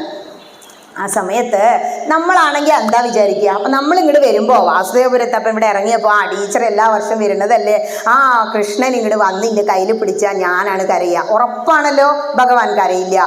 എന്തു കൊണ്ടോ ശൗരി കണ്ണു നീരാണിഞ്ഞു ധീരനായ ചിന്താമര കണ്ണനുണ്ടോ കരഞ്ഞിട്ടുള്ളൂ. പഠിച്ചിട്ടില്ലേ? ഇവിടെ പറയാണ് രാമപുരത്ത് വാര്യര്, എന്താണാവോ ആ ചിന്താമരക്കണ്ണന്റെ കണ്ണുകൾ നിറഞ്ഞു കണ്ടു. കുചേല ബ്രാഹ്മണൻ അല്ല കരഞ്ഞ്. അത് ഞാൻ പറഞ്ഞില്ലേ, കുചേലൻ എന്ന ഭക്തനും നമ്മൾ എന്ന ഭക്തനും വ്യത്യാസമുണ്ട് എന്ന്. ഗുരുവായൂർ നടയിലെത്തിയ ഉറപ്പാ നമ്മളാ കരയുക അല്ലേ, കണ്ണ് നിറയും. അതാണ് നമ്മുടെ ഭക്തി. ഇവിടെ കുചേലനല്ല കരഞ്ഞത്, ഭഗവാന്റെ ആ താമര കണ്ണുകളെ. പുഷ്കരീക്ഷണാണ് ഭാഗവതത്തിൽ പറയുന്നത് വ്യാസമഹർഷി. പുഷ്കരീക്ഷണ എന്ന് പറഞ്ഞാൽ പങ്കജാക്ഷൻ. ആ താമരയുടെ ഇതള് പോലെയുള്ള ആ വിടർന്ന കണ്ണുകൾ നിറഞ്ഞങ്ങോട്ട് ഒഴുകാൻ തുടങ്ങി ഇത്രേ. എന്തിനാന്ന് ഭഗവാന് പോലും മനസ്സിലായില്ല, നമുക്ക് മനസ്സിലാവില്ല. മായ ലീല ആടുന്നതാ. നമ്മളത് കാണിക്കുന്നത് എന്താണോ, നമ്മളോട് അത്രയും ഇഷ്ടമുള്ള ഒരു വ്യക്തി അത് ഭഗവാൻ തന്നെയാണെങ്കിൽ കരഞ്ഞു പോവും, രണ്ടുപേരും കരഞ്ഞു പോകുന്ന അങ്ങനത്തെ അവസരങ്ങൾ കാണാറുണ്ട്. ചിലരൊക്കെ യാത്ര പോകുന്ന സമയത്ത് വീടുകളിൽ വന്ന കണ്ണ് നിറഞ്ഞ് എൻ്റെ അമ്മയെ കാണാനൊക്കെ വന്ന് അവർ അമ്മയുടെ ബന്ധുക്കളൊക്കെ പോകുമ്പോൾ കരയുന്നത് ഞാൻ കണ്ടിട്ടുണ്ട്. അത്രയും ഇഷ്ടമുള്ള വ്യക്തികൾ പിരിയുമ്പോൾ കാണാൻ കരയുന്നു. ഇവിടെ ഭഗവാൻ കണ്ടപ്പോഴാണ് കരയുന്നത്. ഭക്തനല്ല കരഞ്ഞ്, ഭഗവാനാ കരഞ്ഞ്. ആ ചെന്താമരക്കണ്ണൻ്റെ കണ്ണുകൾ എങ്ങനെയാണെന്നറിയോ? ഭക്തൻ വരുന്നത് കാണുമ്പോൾ സൂര്യൻ വന്നാൽ ആ താമരപ്പൂ ഇങ്ങനെ വിടരില്ലേ? സൂര്യൻ പോയാൽ താമര ഇങ്ങനെ പോകുമ്പോൾ സൂര്യൻ വന്ന് സമയത്ത് എങ്ങനെയാണോ താമര വിടർന്നത് അതുപോലെ ഭഗവാന്റെ കണ്ണിങ്ങനെ വിടർന്ന് വിലസുത്രയെ ഭക്തജനങ്ങൾ കയറി കയറി വരുമ്പോൾ. അതുകൊണ്ടാണ് ക്ഷേത്രങ്ങളിൽ ഭക്തജനങ്ങൾ എപ്പോഴും വരണം. എത്ര ഭക്തജനങ്ങൾ വരുമോ അത്രയും ശക്തി ആ ബിംബത്തിന് കൂടും. ഭഗവാന്റെ കണ്ണുകൾ അത്രയും വിടർന്നിരിക്കും. അപ്പൊ ഗുരുവായൂർ എന്താ അത്രയും ശക്തി? അത്രയും ഭക്തജനങ്ങൾ വരുന്നു. ചോറ്റാനിക്കര അത്രയും ഭക്തജനങ്ങൾ വരുന്നു. അപ്പൊ എന്താ മനസ്സിലാക്കണ്ടേ? ഈ വാസുദേവപുരത്ത് തവനൂർ ഭാഗത്തുള്ള എല്ലാ ഭക്തജനങ്ങളും ആഴ്ചയിൽ ഒരു ദിവസമെങ്കിലും വാസുദേവപുരത്ത് അപ്പനെ വന്ന് കാണണം. അപ്പൊ കൃഷ്ണന്റെ ശക്തി കൂടും, ആ ബിംബത്തിന് ശക്തി കൂടും, ചൈതന്യം വർദ്ധിക്കും. ആർക്കാ ഗുണം? ഇവിടെ വന്ന് നിന്ന് തൊഴുന്നവർക്ക്. ശ്രീലകം ഇങ്ങോട്ട് തുറക്കുമ്പോഴേ ഭഗവാന്റെ ബിംബത്തിലുള്ള ചൈതന്യം പുറത്തേക്ക് ഇങ്ങോട്ട് ഒഴുകി വരൂത്രേ. അതാണ് ആ ദീപാരാധനയൊക്കെ കഴിയുമ്പോൾ നമ്മളിങ്ങനെ ഉന്തി ഇടിച്ച് നിൽക്കില്ലേ? നട അടയ്ക്കല്ലേ എന്നൊക്കെ ബാക്കിൽ നിന്ന് കാരണവന്മാർ വിളിച്ചു പറയും. നട അടയ്ക്കാതെ നിൽക്കണം പറയാൻ എന്താ കാരണം എന്നോ?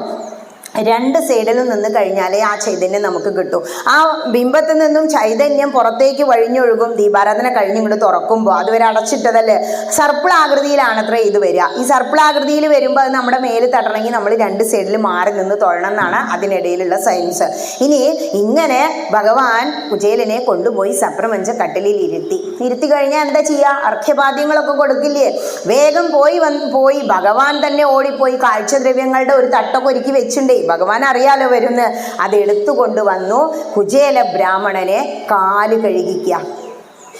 ബ്രാഹ്മണ ഭക്തനാണ് കൃഷ്ണൻ. ബ്രാഹ്മണനായതുകൊണ്ടാണ് ഭഗവാൻ ആ ബ്രാഹ്മണോത്തമന്റെ കാലുകൾ തലോടി കഴുകി വെറുതെ വെള്ളം ഒഴിച്ചു കൊടുത്തു എന്നല്ല, കാലുകളൊക്കെ തലോടി കഴുകി വൃത്തിയാക്കി കൊടുത്തു. നടന്നു വന്നതല്ലേ, ചെരുപ്പൊന്നും ഇല്ലാലോ. അങ്ങനെ ആ തീർത്ഥം, ഗംഗാ തീർത്ഥം ആരുടെ പാദങ്ങളിൽ നിന്നാണോ ഉത്ഭവിക്കുന്നത്, ആ സാക്ഷാൽ മഹാവിഷ്ണുവായ ശ്രീകൃഷ്ണൻ ആ കാല് കഴുകിയ തീർത്ഥം ശിരസ്സിലണിഞ്ഞ് ആദരിച്ചു. അതിനർത്ഥം എന്താണോ?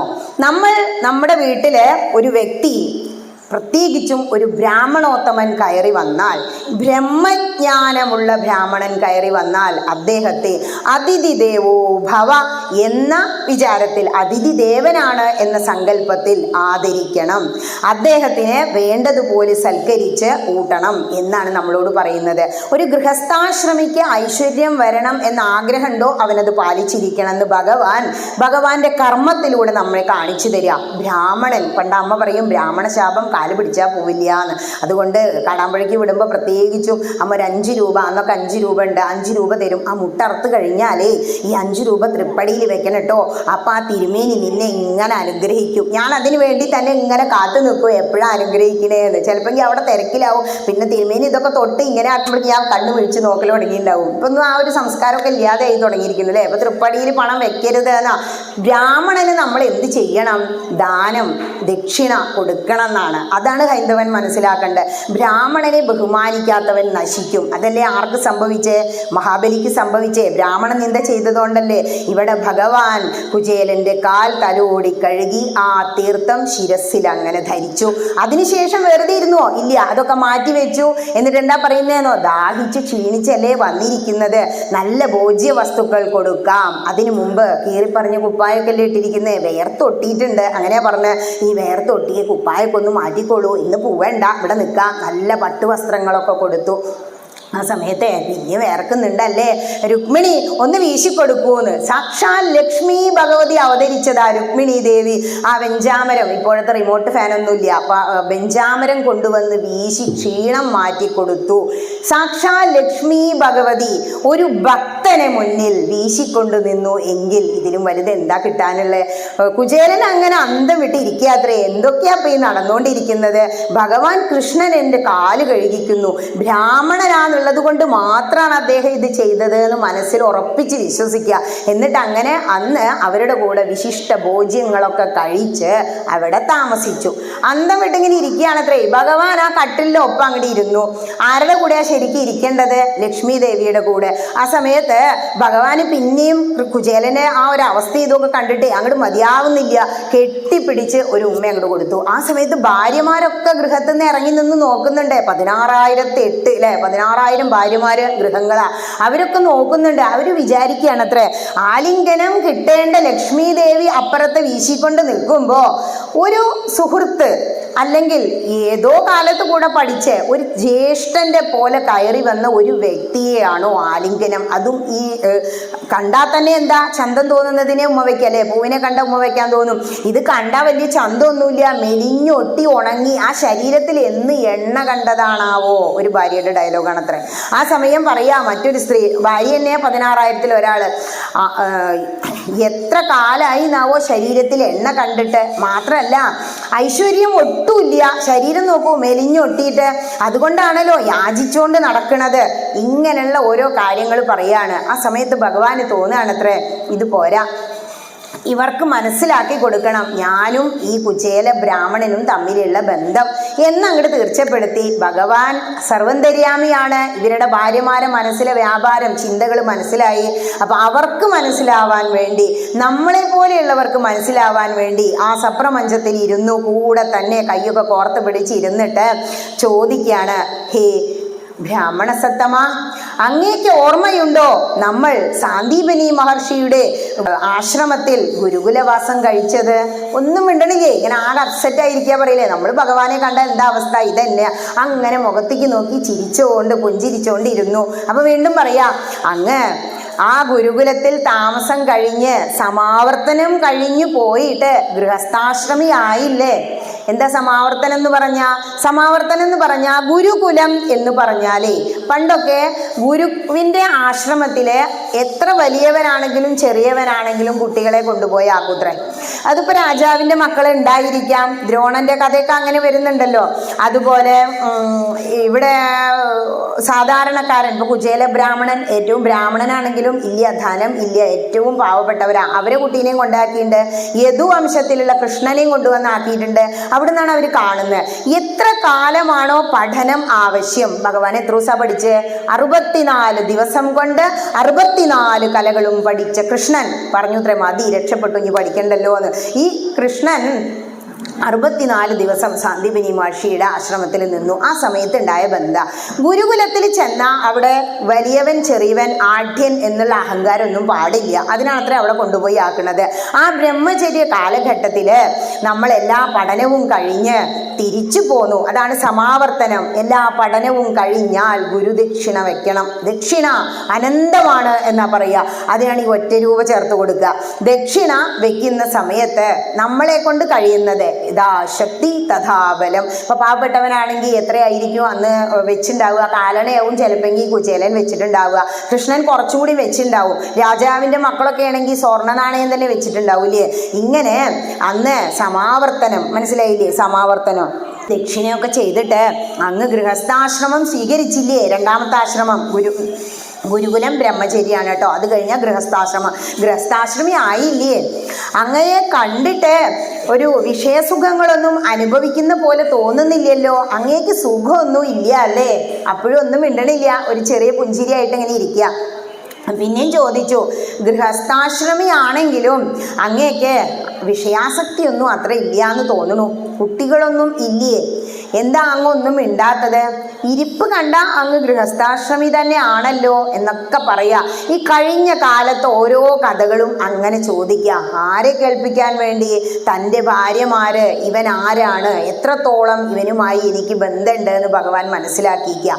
ഭക്തൻ എത്രത്തോളം ഉന്നതനാണ് എന്ന് ആർക്കേ അറിയൂ? ഭഗവാനെ അറിയൂ. ഇവിടെ വരുമ്പോ നമ്മുടെ തിരുമേനിക്ക് അറിഞ്ഞോളണമെന്നില്ല അല്ലെ. ചിലടത്ത് ചെന്നാൽ ഒക്കെ പ്രദക്ഷിണവും ഒക്കെ കഴിഞ്ഞ് ഞാൻ സ്റ്റേജിലൊക്കെ കയറും. ഇതൊക്കെ കഴിഞ്ഞ് ഇറങ്ങുമ്പോഴാണ് തിരുമേനി പറയാ, അയ്യോ ടീച്ചർ എനിക്ക് മനസ്സിലായിട്ടുണ്ടായിരുന്നില്ല കേട്ടോ, അതിനെന്താ കുഴപ്പമൊന്നുമില്ല തിരുമേനി, എനിക്ക് പ്രസാദം കിട്ടിയല്ലോ. ഞാൻ പ്രഭാഷണത്തിന് വന്നാ പറഞ്ഞ ഒന്ന് പ്രത്യേകം ഒന്ന് കൺസിഡർ ചെയ്യായിരുന്നു എന്നാണ് പറയുന്നത്. നമ്മൾ ആരുടെ കൊണ്ടാ കൺസിഡർ ചെയ്യപ്പെടേണ്ടത്? അവിടെ എത്തിക്കഴിഞ്ഞാൽ ആ തിരുനടയിൽ ഒരാളില്ലേ, അവിടെ നിന്ന് ഒരു ഒറ്റ ഈക്ഷണം, ഒരു നോട്ടം ഉണ്ടായാൽ മതി. എന്ന് അവിടെ ഇരുന്ന് വൈകുന്നേരം വരെ നിങ്ങളെ ശുദ്ധോപവാസം എടുപ്പിച്ച് കഥയും പറഞ്ഞിരിക്കുക. അതിനുള്ള ശക്തി, ശബ്ദം ആര് തന്നാ മതി? ഭഗവാൻ തന്നാ കഴിഞ്ഞാൽ മതി. ഞാനൊന്നും അല്ല, ചെറിയ ഒരു മണൽത്തരിയാണ് എന്ന് ചിന്തിച്ചാൽ കിട്ടുന്ന ആ സുഖം ഉണ്ടല്ലോ, അതിലും അപ്പുറം സുഖമൊന്നുമില്ല. ഇവിടെ ആ ഒരു അവസ്ഥയിലാണ് കുചേല ബ്രാഹ്മണൻ ഇരിക്കുന്നത്. ഇതൊക്കെ ചോദിക്കുക. എന്നിട്ട് പറയാണ്, ഭാര്യയുടെയൊക്കെ വിശേഷം എന്താണ്? സുദാമാവേ, അങ്ങ് എന്താ ഒന്നും പറയാത്തത്? അത്ര വലിയ സുഖമൊന്നും ഇല്ല അല്ലേ? ശരീരം കണ്ടാൽ തന്നെ അറിയാം, ഈ ഞരമ്പൊക്കെ ഉന്തി മെലിഞ്ഞ് എന്തേ ഇങ്ങനെയൊക്കെ ആവാൻ? ഗൃഹസ്ഥാശ്രമത്തിൽ അങ്ങേക്ക് വിരക്തി വന്നുവോ? എന്നാൽ അത് വലിയ നല്ല കാര്യമായി പോയി. എന്താ ഇത്രയും കാലം എന്നെ കാണാൻ വരാതിരുന്നത് എന്നൊക്കെ ചോദിച്ചു. ഇതിനൊന്നും ഉത്തരമില്ല. ആ സമയത്ത് ഭഗവാൻ ചോദിക്കുകയാണ്. സർവന്തര്യാമിയായ ഭഗവാൻ മനസ്സിലായിട്ടുണ്ട്, എനിക്ക് എന്തോ കൊണ്ടുവന്നിട്ടുണ്ട്. അത്രയും ബ്രാഹ്മണോത്തമനല്ലേ, എന്തായാലും കൈവീശി വരില്ല എന്ന് ഉറപ്പാണ്. അപ്പൊ ചോദിച്ചു, ഭാര്യ എനിക്കൊന്നും തന്നയച്ചിട്ടില്ലേ? അങ്ങയുടെ കയ്യിലൊന്നും കാണുന്നില്ലല്ലോ, ഭാര്യ എന്തോ ഒരു സാധനം തന്നിട്ടുണ്ട് എന്ന് പറഞ്ഞ്. കിമിതമിതി എന്ന് ചോദിച്ചിട്ട് അരയിൽ തപ്പി പിടിച്ചു ഇത്രേ. അപ്പൊ ഒരു ഇങ്ങനെ തൂങ്ങി നിൽക്കുന്നുണ്ട് അരയില്. അവിൽക്കിഴിയാണത്. എന്താ പറയണത്? സ്വയം ജഹാര എന്നാ പറയുന്നത്. തട്ടിപ്പറിച്ചെടുത്തു ഭഗവാൻ. അത് എടുത്തു എന്ന് മാത്രല്ല, കണ്ടില്ലേ, ഭാര്യ എനിക്ക് അവല് കൊടുത്തയച്ചു, എനിക്കിത് തന്നില്ലല്ലോ. അപ്പോ കുചേലൻ എന്താത്ര കരുതുന്നേന്നോ, എന്തെല്ലാം ഐശ്വര്യങ്ങളുണ്ട് ഭഗവാന്. ഈ ഉണക്ക അവല് ഞാൻ ഇപ്പൊ എങ്ങനെയാ കൊടുക്കുക? അത് കൊടുക്കണ്ട, അവിടെ ഇരുന്നോട്ടെ എന്ന് വിചാരിച്ചു അത്രേ. അതുകൊണ്ടാ കൊടുക്കാതിരുന്നത്. മാത്രല്ല, അതിന് പിന്നിൽ ഒരു തത്വം കൂടിയുണ്ട്. ഭഗവാന് ഇത് കൊടുത്തു കഴിഞ്ഞാൽ ഭഗവാൻ സർവ്വ ഐശ്വര്യങ്ങളും എനിക്ക് തരും. ഭാര്യ എന്താണോ ആഗ്രഹിച്ചത് എല്ലാം അതും എനിക്ക് കിട്ടും. വേണ്ട, എനിക്ക് ഇങ്ങനെ ഇരുന്ന് ഇതേപോലെ വിരക്തി വന്നിട്ട് അങ്ങോട്ട് കഴിഞ്ഞാൽ മതി. എങ്ങാനും ഞാനിത് കൊടുത്ത് ഭഗവാൻ എനിക്ക് ഒരുപാട് സമ്പത്ത് തന്നാൽ ഞാന് വിഷയാസക്തിയിൽ മുഴുകി ഭഗവാനെ സ്മരിക്കാതിരുന്നാലോ? അതുകൊണ്ട് അത് വേണ്ടാച്ചിട്ട് കൊടുക്കാതിരുന്നു. അത് ജാരാന്നും പറഞ്ഞ് തട്ടിപ്പറിച്ച് വാങ്ങി തുറന്നു നോക്കിയിട്ട് പറയാ, കണ്ടു, എനിക്ക് ഏറ്റവും ഇഷ്ടപ്പെട്ട അവില്. ഒരു ദിവസം തിരുമേനിക്ക് വേഗം പോകണം, അല്ലെങ്കിൽ മുട്ടുശാന്തിയാണെങ്കിൽ എന്താ പറയാ, ഇന്ന് പായസം ഒന്നും വെച്ചില്ല കേട്ടോ, ഇത്തിരി അവലും ശർക്കരയും വെച്ച് നേദിച്ചു. ഭഗവാനെ ഏറ്റവും ഇഷ്ടാത്ര അതെ. ആ അവില് കണ്ടപ്പോ പറയാ, എനിക്ക് ഏറ്റവും ഇഷ്ടമുള്ള അവില് പൃഥുകതണ്ടുല, പൃഥുകം കൊണ്ടുവന്നിട്ട് എനിക്കത് തരാതെ തിരിച്ചു കൊണ്ടുപോവുകയാണോ? ഭാര്യ സ്നേഹപൂർവ്വം കൊടുത്തയച്ചതല്ലേ, എന്താ സുദാമാവേ ഇപ്പോഴും ഇങ്ങനെയെന്നും പറഞ്ഞ് അതങ്ങോട്ട് തുറന്നു എന്ന് മാത്രമല്ല, ഒരു പിടി നിറയെ ഇങ്ങോട്ട് വായിലേക്ക് കണ്ടിട്ടു. ഭഗവാൻ ഏറ്റവും ഇഷ്ടമാണതേ. ഭഗവാൻ സന്തോഷത്തോടു കൂടി സ്നേഹത്തോടു കൂടി അതങ്ങോട്ട് കഴിക്കുക.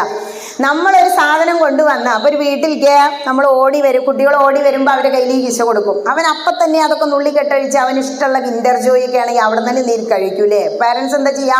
അവനെ വഴക്ക് പറയും. പക്ഷെ കൊണ്ടുവന്ന ആളുടെ മുഖത്തേക്ക് നോക്കൊണ്ടു എന്തൊരു സന്തോഷമാവുന്നോ, ഞാൻ കൊണ്ടുവന്നത് അവൻ അപ്പോഴേ കഴിച്ചു. ആ ഒരു സന്തോഷം സുദാമാവിന്റെ മുഖത്തുണ്ടായിരുന്നു. ഭഗവാൻ അവിടെ കൊണ്ടുവന്ന നേദ്യം, അല്ലെങ്കിൽ നമ്മൾ എന്തെങ്കിലും ഒരു പിടി ഇരുത്തിയ അവില് അല്ലെങ്കിൽ പഴം കൊണ്ടുവന്ന് വെച്ചു. തിരുമേനി നമ്മുടെ മുന്നിൽ തന്നെ അതൊരു ഇലയിലൊക്കെ വെച്ച് രണ്ട് പൂക്കളൊക്കെ ഇട്ട് ഭഗവാൻ ആവാഹിച്ചു കൊടുക്കണ കാണുമ്പോൾ വല്ലാത്തൊരു സന്തോഷമാണ് നമുക്ക്. അതുപോലെ ഇത് വാരി കഴിച്ച് സമയത്ത് രുക്മിണി ദേവി ഇതിങ്ങനെ വീശിക്കൊണ്ട് നിൽക്കുകയാണേ. രണ്ടാമതും വാരാൻ തുടങ്ങി. അപ്പോ രുക്മിണി ദേവി കയ്യിൽ പിടിച്ചു അത്രേ. എന്താ കാരണം? ഈ ഒരു പിടി കഴിച്ചതോടുകൂടി തന്നെ സർവ്വ ഐശ്വര്യങ്ങളും കൊടുത്തു.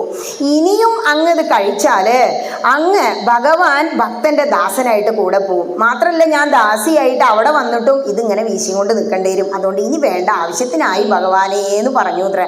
അങ്ങനെ കൈമ പിടിച്ചപ്പോ പിന്നെ ഭഗവാൻ കഴിച്ചില്ല. ഇങ്ങനെ സന്തോഷത്തോട് കൂടിയിട്ട് സുദാമാവ് സന്തോഷമായി കൊണ്ടുവരാൻ എന്താ ചോദിച്ചു വാങ്ങിയതാ ഭാര്യനോട്. എന്തെങ്കിലും ഒന്ന് കൊടുക്കണ്ടേ? ആ ഒരു ഋണബന്ധം ഇല്ലാതെയാക്കണ്ടേ? ഇപ്പൊ ഭക്ഷണമൊക്കെ അവിടെ നിന്ന് കഴിച്ച് അവിടെ താമസിക്കാൻ പോവുക, അത് ആ ബന്ധം കടം വീടിയില്ലോ എന്നുള്ള സന്തോഷത്തിൽ അങ്ങനെ ഇരുന്നു. ഈ സമയത്ത് രുക്മിണി ദേവി വീശലൊക്കെ മാറ്റി എന്ത് ചെയ്തു? ഇനി എന്തായാലും നമുക്ക് ഭക്ഷണം കഴിക്കാം. വിശിഷ്ടമായ ഭോജ്യങ്ങളൊക്കെ കഴിച്ച് അത്രയും സ്വർഗത്തിലെത്തിയ പോലെ തോന്നിയിത്രേ സുദാമാവിന്. എന്താ കൊട്ടാരം, എന്താ ഐശ്വര്യം! ഒരു ദരിദ്ര നാരായണനായ എനിക്ക് ഇതിനൊക്കെ യോഗ്യത ഉണ്ടോ? കൃഷ്ണന്റെ ഈ ഭവനത്തിലൊക്കെ കഴിയാന്നൊക്കെ ഓർത്ത് അങ്ങനെ ഒരു വല്ലാത്ത ഒരു ചിന്തയിൽ ആ രാത്രി അങ്ങോട്ട് കഴിച്ചു കൂട്ടി. പിറ്റേ ദിവസം രാവിലെ എന്ത് ചെയ്തു? നേരത്തെ ബ്രാഹ്മണനല്ലേ, ബ്രഹ്മമുഹൂർത്തത്തിലൊക്കെ എഴുന്നേറ്റ് സന്ധ്യാവന്ദനമൊക്കെ ചെയ്ത് കുളിച്ച് റെഡിയായി. അവനവൻ്റെ പഴയ തുണികളൊക്കെ തന്നെ എടുത്തു കൊടുത്തിരിക്കുന്നു തലേ ദിവസം വന്നപ്പോൾ. എന്നിട്ട് ഭഗവാൻ വന്നു. യാത്രയൊക്കെ ഉണ്ട്. രാവിലെ ഈ ഭക്ഷണം കഴിച്ച് കുചേലനെ യാത്രയാക്കാൻ വേണ്ടി വരിക. ആദ്യം എന്താ ചെയ്തെന്നറിയോ? ഭഗവാൻ അങ്ങോട്ട് നമസ്കരിച്ചു. ആ ഗുണൂലിങ്ങനെ കാണുമ്പോൾ വല്ലാത്തൊരു തുടിപ്പാണ്. ബ്രാഹ്മണ ഭക്തനായ ആ ബ്രാഹ്മണനെ, ബ്രാഹ്മണോത്തമനെ, ബ്രാഹ്മണ സത്തമനായ കുചേല ബ്രാഹ്മണനെ അങ്ങോട്ട് സാഷ്ടാംഗം ഭഗവാൻ നമസ്കരിച്ചു. ഇതാണ് ഞാൻ പറഞ്ഞേ, നമ്മൾ ഭഗവാനെ കാണുമ്പോൾ ആരെയാ നമ്മൾ നമസ്കരിക്കുക? നമ്മളങ്ങോട്ട് എങ്ങനെയാ അവിടെ വീണേന്ന് അറിയില്ലേ? പ്രദക്ഷിണ കഴിഞ്ഞ് വന്ന് ആ പ്രസാദം കൊണ്ട് കിട്ടേണ്ട ഒരു നമസ്കാരം. അഹം ബ്രഹ്മാസ്മി എന്ന ആ വേദമന്ത്രത്തിന് ഞാനും നീയും ഒന്നാകുന്നു എന്ന ആ ഭാവത്തിലേക്ക് നമ്മുടെ ആത്മാവും ശരീരവും അങ്ങോട്ട് ഉയരുമ്പോൾ ആ ഒരു ഭാവം. പക്ഷെ ഇവിടെ ആർക്കണ്ടായേ? ഭഗവാൻ ബ്രാഹ്മണോത്തമനായ കുചേലനെ സാഷ്ടാംഗം നമസ്കരിച്ചു. വ്യത്യാസം മനസ്സിലായില്ലേ? കുചേലനും നമ്മളും തമ്മിലുള്ള ആ അത്രയും ഉന്നതങ്ങളിലാണ്. ഭഗവാന്റെ മുന്നിൽ ഭക്തൻ അത്രയും ഉയർന്നു നിൽക്കുക. നമേ ഭക്ത പ്രണശ്യതി, എൻ്റെ ഭക്തന് നാശമില്ലാട്ടോ എന്ന് ഭഗവാൻ ആ ഗ്രന്ഥത്തിൽ പറഞ്ഞിരിക്കുന്നു. ഭഗവാൻ തന്നെ സ്വയം അതിലേക്ക് അങ്ങോട്ട് ആവാഹിച്ചു വെച്ചിരിക്കുക. അതുകൊണ്ടാണ് ശ്രീമദ് ഭാഗവതാഖ്യോയം പ്രത്യക്ഷ കൃഷ്ണ ഏവഹി എന്ന് പറയുന്നത്. കലികാലം വരാൻ തുടങ്ങുക. കൃഷ്ണ ഇനിയിപ്പോൾ എന്താ ചെയ്യുക? അങ്ങയുടെ ഈ ഭക്തജനങ്ങളൊക്കെ ബുദ്ധിമുട്ടിലാവും, ധർമ്മം ഉണ്ടാവില്ലാലോ. അപ്പൊ ഭഗവാൻ കണ്ട ഒരു മാർഗമാണ് ഈ ഭാഗവതത്തിലേക്ക് ഞാൻ അങ്ങോട്ട് ലയിക്കാം. ആരാണോ ഭാഗവതം തുറക്കുന്നത്, ഭഗവാന്റെ അവയവങ്ങളാണത്രേ അത്. അതുകൊണ്ട് ഭാഗവതം ഭഗവാൻ തന്നെയാണ്. ഭാഗവത ഗ്രന്ഥം എവിടെ വെക്കണം എന്ന് പോലും നമ്മുടെ ഭാഗവതം ആദ്യം ആ പത്മപുരാണത്തിൽ പറയുന്നുണ്ട്. അതൊക്കെ നിങ്ങൾ കേട്ടിട്ടുണ്ടാവും ഇവിടെ സപ്താഹം നടക്കുമ്പോൾ. ഇനി ഇങ്ങനെ നമസ്കരിച്ച് എഴുന്നേറ്റ് കുചേല ബ്രാഹ്മണനെ യാത്രയാക്കാൻ അനുയാത്ര വരിക. അനുയാത്ര വരുമ്പോഴും ആരാ കരയുക? ശരിക്ക് രണ്ടുപേരും കരയൂലേ ചിലരൊക്കെ. ഇവിടെ ഭഗവാന് സങ്കടം, അതിലും വലിയ സങ്കടം ആർക്കാ? കുചേലൻ. പക്ഷെ കുചേലൻ അതൊന്നും പ്രകടിപ്പിച്ചില്ല. ഏതായാലും അവന് കൊണ്ടുവന്നത് കൊടുത്തു. അത് കൊടുക്കണ്ട കരുതിയതാ. പക്ഷേ ഭാര്യ ഒരു കാര്യം പറഞ്ഞിട്ടുണ്ട് ഭഗവാനോട്, നമ്മളുടെ ഈ ഒരു നിത്യവൃത്തിക്ക് കഴിയാനുള്ളതെങ്കിലും ചോദിക്കണം എന്ന് പറഞ്ഞിട്ടുണ്ട്. ഞാൻ ചോദിച്ചില്ല. അപ്പൊ ചോദിക്കണോ? വേണ്ട, ചോദിക്കണ്ട. ഭഗവാനോട് ചോദിച്ചിട്ടൊന്നും വേണ്ടാലോ. ഇങ്ങനെ മനസ്സിൽ അളവും ചെരിവും ആയിട്ട് ആ കുചേല ബ്രാഹ്മണൻ പടികടന്ന് ദ്വാരകാപുരിയിൽ നിന്നും തിരിച്ചു പോരുക. ഈ തിരിച്ചു പോരുന്ന സമയത്ത് മുഴുവൻ എന്താ ചിന്തിച്ചേന്നോ? ആ ചെന്നങ്ങോട്ട് കയറിയപ്പോൾ എന്താ ഉണ്ടായത്? ഭഗവാൻ ഓടി വന്ന് കെട്ടിപ്പിടിച്ചിട്ട് ആ ചെന്താമരക്കണ്ണൻ്റെ കണ്ണ് നിറഞ്ഞ ആ ഒരു നിമിഷം അങ്ങനെ ഓർത്തു. നടന്നു പോരുക വീട്ടിലേക്ക്.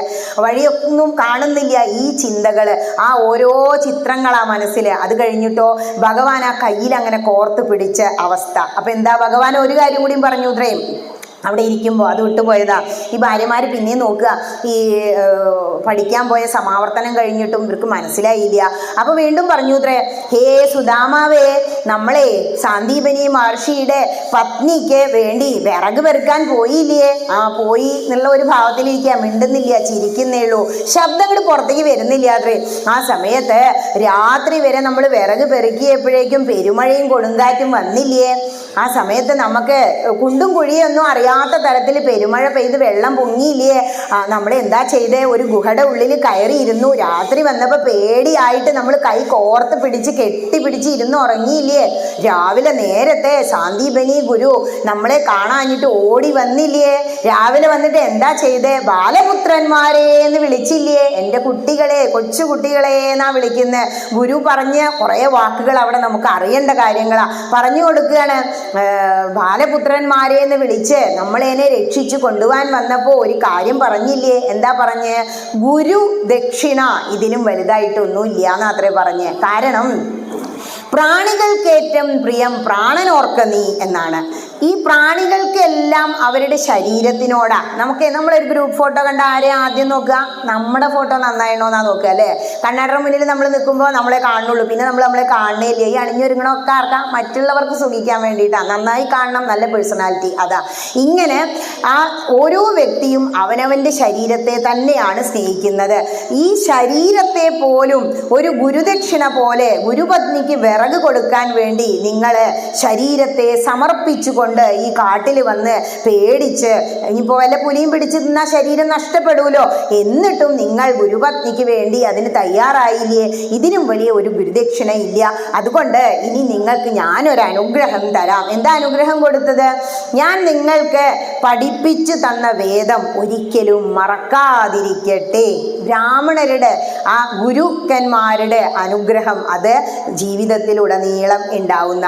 പിന്നെ ഗുരുവിനെ കുറിച്ച് ഭാഗവത ഭാഗവതം നമ്മളോട് പറയാ. ആരാ ഗുരു എന്ന് പറഞ്ഞ? ഗുരു. ഗു എന്ന് പറഞ്ഞ ഇരുട്ട, അന്ധകാരം. രു എന്ന് പറഞ്ഞാൽ അതിനെ രോദനം, ഇല്ലാതെയാക്കുന്നവൻ, നീക്കം ചെയ്യുന്നവൻ. അതായത് അജ്ഞാനമാകുന്ന അന്ധകാരത്തിൽ നിന്നും വിജ്ഞാനമാകുന്ന വെളിച്ചത്തിലേക്ക് കൈപിടിച്ചുയർത്തുന്നവനാണ് ഗുരു. അപ്പൊ എങ്ങനെയാ ഗുരുവിനെ നമ്മൾ കണക്കാക്കേണ്ടത്? നമുക്കൊക്കെ ജീവിതത്തില് ജന്മം തന്ന അച്ഛനും അമ്മയും ഉണ്ട്. ഓം ജനകായ നമഃ, ഓം ജനന്യേ നമഃ എന്ന് പറഞ്ഞാൽ പലരും തുടങ്ങുക. അതായത് അച്ഛൻ, ജന്മം തന്ന അച്ഛനും അമ്മയ്ക്കും നമസ്കാരം. അച്ഛനും അമ്മയുമാണ് ആദ്യത്തെ ഗുരുക്കന്മാർ. അത് കഴിഞ്ഞാൽ പണ്ടൊക്കെ 4 വർണ്ണങ്ങളാ: ബ്രാഹ്മണൻ, ക്ഷത്രിയൻ, വൈശ്യൻ, ശൂദ്രൻ. ഇതിൽ ശൂദ്രൻ ഒഴികെ ബാക്കി 3 വർണ്ണങ്ങളിലുള്ളവർ, ബ്രാഹ്മണരും ക്ഷത്രിയരും വൈശ്യരും എന്ത് ചെയ്യുന്നോ? ഉപനയനം, പൂണൂലിടും. പൂണൂൽ ചടങ്ങിനാണ് ഉപനയനം ചെയ്യാന്ന് പറയാ. ആ സമയത്ത് വേദം പഠിപ്പിച്ചു കൊടുക്കും ഒരാചാര്യൻ വന്നിട്ട്. ഈ വേദം പഠിപ്പിച്ചു തരുന്ന ആത്മീയ ഗുരു ഗ്രേറ്റർ ദാൻ പാരൻസിനാ, അച്ഛൻ അമ്മയേക്കാൾ വലിയ ഗുരുവാണ് എന്ന് മനസ്സിലാക്കുക. 2ാമത്തെ ഗുരു. ഇനി 3ാമത്തെ ഒരു ഗുരു ഉണ്ട്. അതാരാന്നറിയോ? വേദമൊക്കെ നമ്മൾ പഠിക്കും, കുറച്ച് കാലഘട്ടം നമ്മൾ അവിടെ നിൽക്കും അവരുടെ കൂടെ. അത് കഴിഞ്ഞാൽ നമ്മൾ തിരിച്ചു പറഞ്ഞാൽ ഗൃഹസ്ഥാശ്രമിയായി. അങ്ങനെ നമ്മൾ ഗൃഹസ്ഥാശ്രമം കൊണ്ട് നടക്കും. പിന്നെ വാനപ്രസ്ഥം, സന്യാസം. ഈ വാനപ്രസ്ഥത്തിലേക്കും സന്യാസത്തിലേക്കും നമ്മൾ മാറണമെങ്കിൽ ആത്മജ്ഞാനം കിട്ടണം. നമ്മൾ ഏതൊരു വ്യക്തിയുടെ മുന്നിൽ നിന്നാണോ ആത്മീയമായ അറിവ്, ജ്ഞാനം നേടി ആത്മീയതയിലേക്ക് വരുന്നത്, അന്ധകരണ ശുദ്ധി നേടുന്നത്, അദ്ദേഹമാണ് നമുക്ക് ദൈവത്തെ പോലെയുള്ള ഗുരു, അതായത് ആത്മീയ ഗുരു. 3 ഗുരുക്കന്മാരെ മനസ്സിലായില്ലേ? നമുക്ക് പഠിപ്പിച്ചു തന്നു സ്കൂളിൽ പലതുമില്ലേ. അവരൊക്കെ വെറും ഒരു ടീച്ചർ മാത്രമാണ്, അധ്യാപകൻ. അതിനും ഒരു പടി ഉയരെയാണ് ആര്? ഗുരു എന്ന് പറയുന്ന ഗുരുനാഥൻ. ഇവിടെ ആത്മീയ ഗുരുവിനെ നിങ്ങൾ ഏത് വേദിയിൽ നിന്നാണോ കണ്ടെത്തുന്നത്, ഒരുപാട് ആചാര്യന്മാർ നിങ്ങളുടെ മുന്നിൽ വരും. പക്ഷേ എല്ലാവർക്കൊന്നും നമ്മളെ സ്വാധീനിക്കാൻ കഴിയില്ല. കാരണം ഇവിടെ ഇരിക്കുന്ന എല്ലാ വ്യക്തികളും ഈ 5 വിരൽ പോലെയാ. 5 വിരൽ ഒരുപോലെ അല്ലല്ലോ, വലുപ്പത്തിലും വണ്ണത്തിലും ഒക്കെ വ്യത്യാസമല്ലേ? അതുപോലെയാണ് ഓരോരുത്തരുടെയും മനസ്സ്. ചിലരുടെ ഇതങ്ങോട്ട് ദഹിക്കില്ല, ചിലർക്കാണെങ്കിലോ പെട്ടെന്ന് അതിൽ ആകർഷണം തോന്നും. ഏത് ആത്മീയ ഗുരു പറഞ്ഞിട്ടാണോ നിങ്ങൾ ഗ്രന്ഥം തുറന്നത്, നാമജപം 108 തവണ ജപിച്ച് അർച്ചിക്കാൻ തുടങ്ങിയത്, വിളക്ക് പൂജ തുടങ്ങിയത്, ആഴ്ചയിലൊരിക്കൽ ക്ഷേത്ര ദർശനം തുടങ്ങിയത്, ഗ്രന്ഥപാരായണം തുടങ്ങിയത്, ആ ആത്മീയ ഗുരു ആർക്ക് തുല്യമാണ്? ഭഗവാന് തുല്യമാണ്. ജ്ഞാനി ത്വാൽമൈവമേ മതം എന്ന് ഭാഗവതത്തിൽ ഭഗവാൻ പറയുന്നുണ്ട്, ഉദ്ധവോപദേശത്തിൽ. ജ്ഞാനി ആരാണോ നിങ്ങളുടെ മുന്നിൽ ജ്ഞാനിയായി ആചാര്യനായി വരുന്നത്, അദ്ദേഹം ഞാൻ തന്നെയാകുന്നു ഉദ്ധവ എന്നുള്ളത്. അപ്പോൾ ഇങ്ങനെ ഒരു ആത്മീയ ഗുരുവിനെ കുറിച്ചും പറഞ്ഞു കൊടുക്കുക. 3 ഗുരുക്കന്മാരെ കുറിച്ച്. നിങ്ങൾക്ക് ഏറ്റവും വലിയ ഗുരുദക്ഷിണ തരാൻ കഴിഞ്ഞു, നിങ്ങളുടെ ശരീരം തന്നെ ഞങ്ങൾക്ക് വേണ്ടി സമർപ്പിച്ചു എന്ന് പറഞ്ഞിട്ട് ഞാൻ പഠിപ്പിച്ച വേദം നിങ്ങൾ മറക്കാതെ പോകട്ടെ എന്ന് പറഞ്ഞു. ഇവിടെ എന്താ 3 വർഷം പഠിപ്പിച്ചിട്ട് എന്താ ഫീസ് കൊടുക്കണേ? നമുക്ക് കഴിയുന്നതാന്ന് പറഞ്ഞു. ഇപ്പോഴത്തത് ഒന്ന് കമ്പയർ ചെയ്യുന്നുണ്ട് ഭാഗവതം. ഇപ്പോഴത്തെ കാലഘട്ടത്തിലെ വിദ്യാഭ്യാസം നോക്കൂ. നമ്മൾ കുട്ടീനെ 1ാമത് ഗുരുകുലത്തിൽ കൊണ്ടുപോയി വിടുന്നില്ല, അവൻ വീട്ടിലേക്ക് തന്നെ വൈകുന്നേരമായി വരും. മറ്റൊന്ന്, നമ്മൾ 1 മണിക്കൂർ ട്യൂഷൻ എന്ന് പറഞ്ഞു നോക്കൂ, അപ്പം പറയും നമ്മുടെ ഗുരു 1000 രൂപ ഫീസ് വേണം, ഇല്ലേ? കച്ചവടമായി മാറി. എന്താണോ? ഭാഗവതം വിറ്റു നടന്നിടാതെ. ഭാഗവതം പോലും കച്ചവടം. ഇപ്പം എന്തൊക്കെ തരം കൂത്താട്ടങ്ങളാ ഓരോ സപ്താഹവേദിയിലും. ശരിക്കും ഭാഗവതം സപ്താഹം, അഹം എന്ന് പറഞ്ഞാൽ പകലാ, 7 പകലുകളാ. ഇപ്പം എന്താ രാത്രി പോലും നിന്ന് തുള്ളല്ലേ? തുള്ളണ്ടാന്നല്ല കേട്ടോ. ഈ പുടവ പൂജ, ഉണ്ണിയൂട്ട്, സ്ത്രീകളോടൊക്കെ പറയുന്നത് ഇന്ന് രുക്മിണി സ്വയംവര, തിരുവാതിരക്കളി വേണം കേട്ടോ. ഒറ്റ എണ്ണത്തിന് ആ ഭാഗവതത്തിന് മുന്നിൽ ഇരിക്കാൻ പറ്റില്ല. പ്രാക്ടീസ് നടക്കുകയാണ് അവിടെ, അല്ലേ? വേദിയിൽ ആരും ഉണ്ടാവില്ല. ആചാര്യനും ഇവരും കോട്ടിപ്പാടി തുള്ളി എങ്ങനെയൊക്കെ ഈ ഇന്ദ്രിയങ്ങളെ സുഖിപ്പിക്കാൻ പറ്റുമോ അതൊക്കെ ചെയ്യും. അങ്ങനെ ആയി. പക്ഷെ കച്ചവടമായി. അങ്ങനത്തെ സപ്താഹാചാര്യന്മാർക്ക് ഡിമാൻഡ് കൂടുതലല്ലേ? 3 ലക്ഷം ഉണ്ടെങ്കിലേ ഞങ്ങൾ വരൂ എന്ന് പറയുന്നവരുണ്ട്.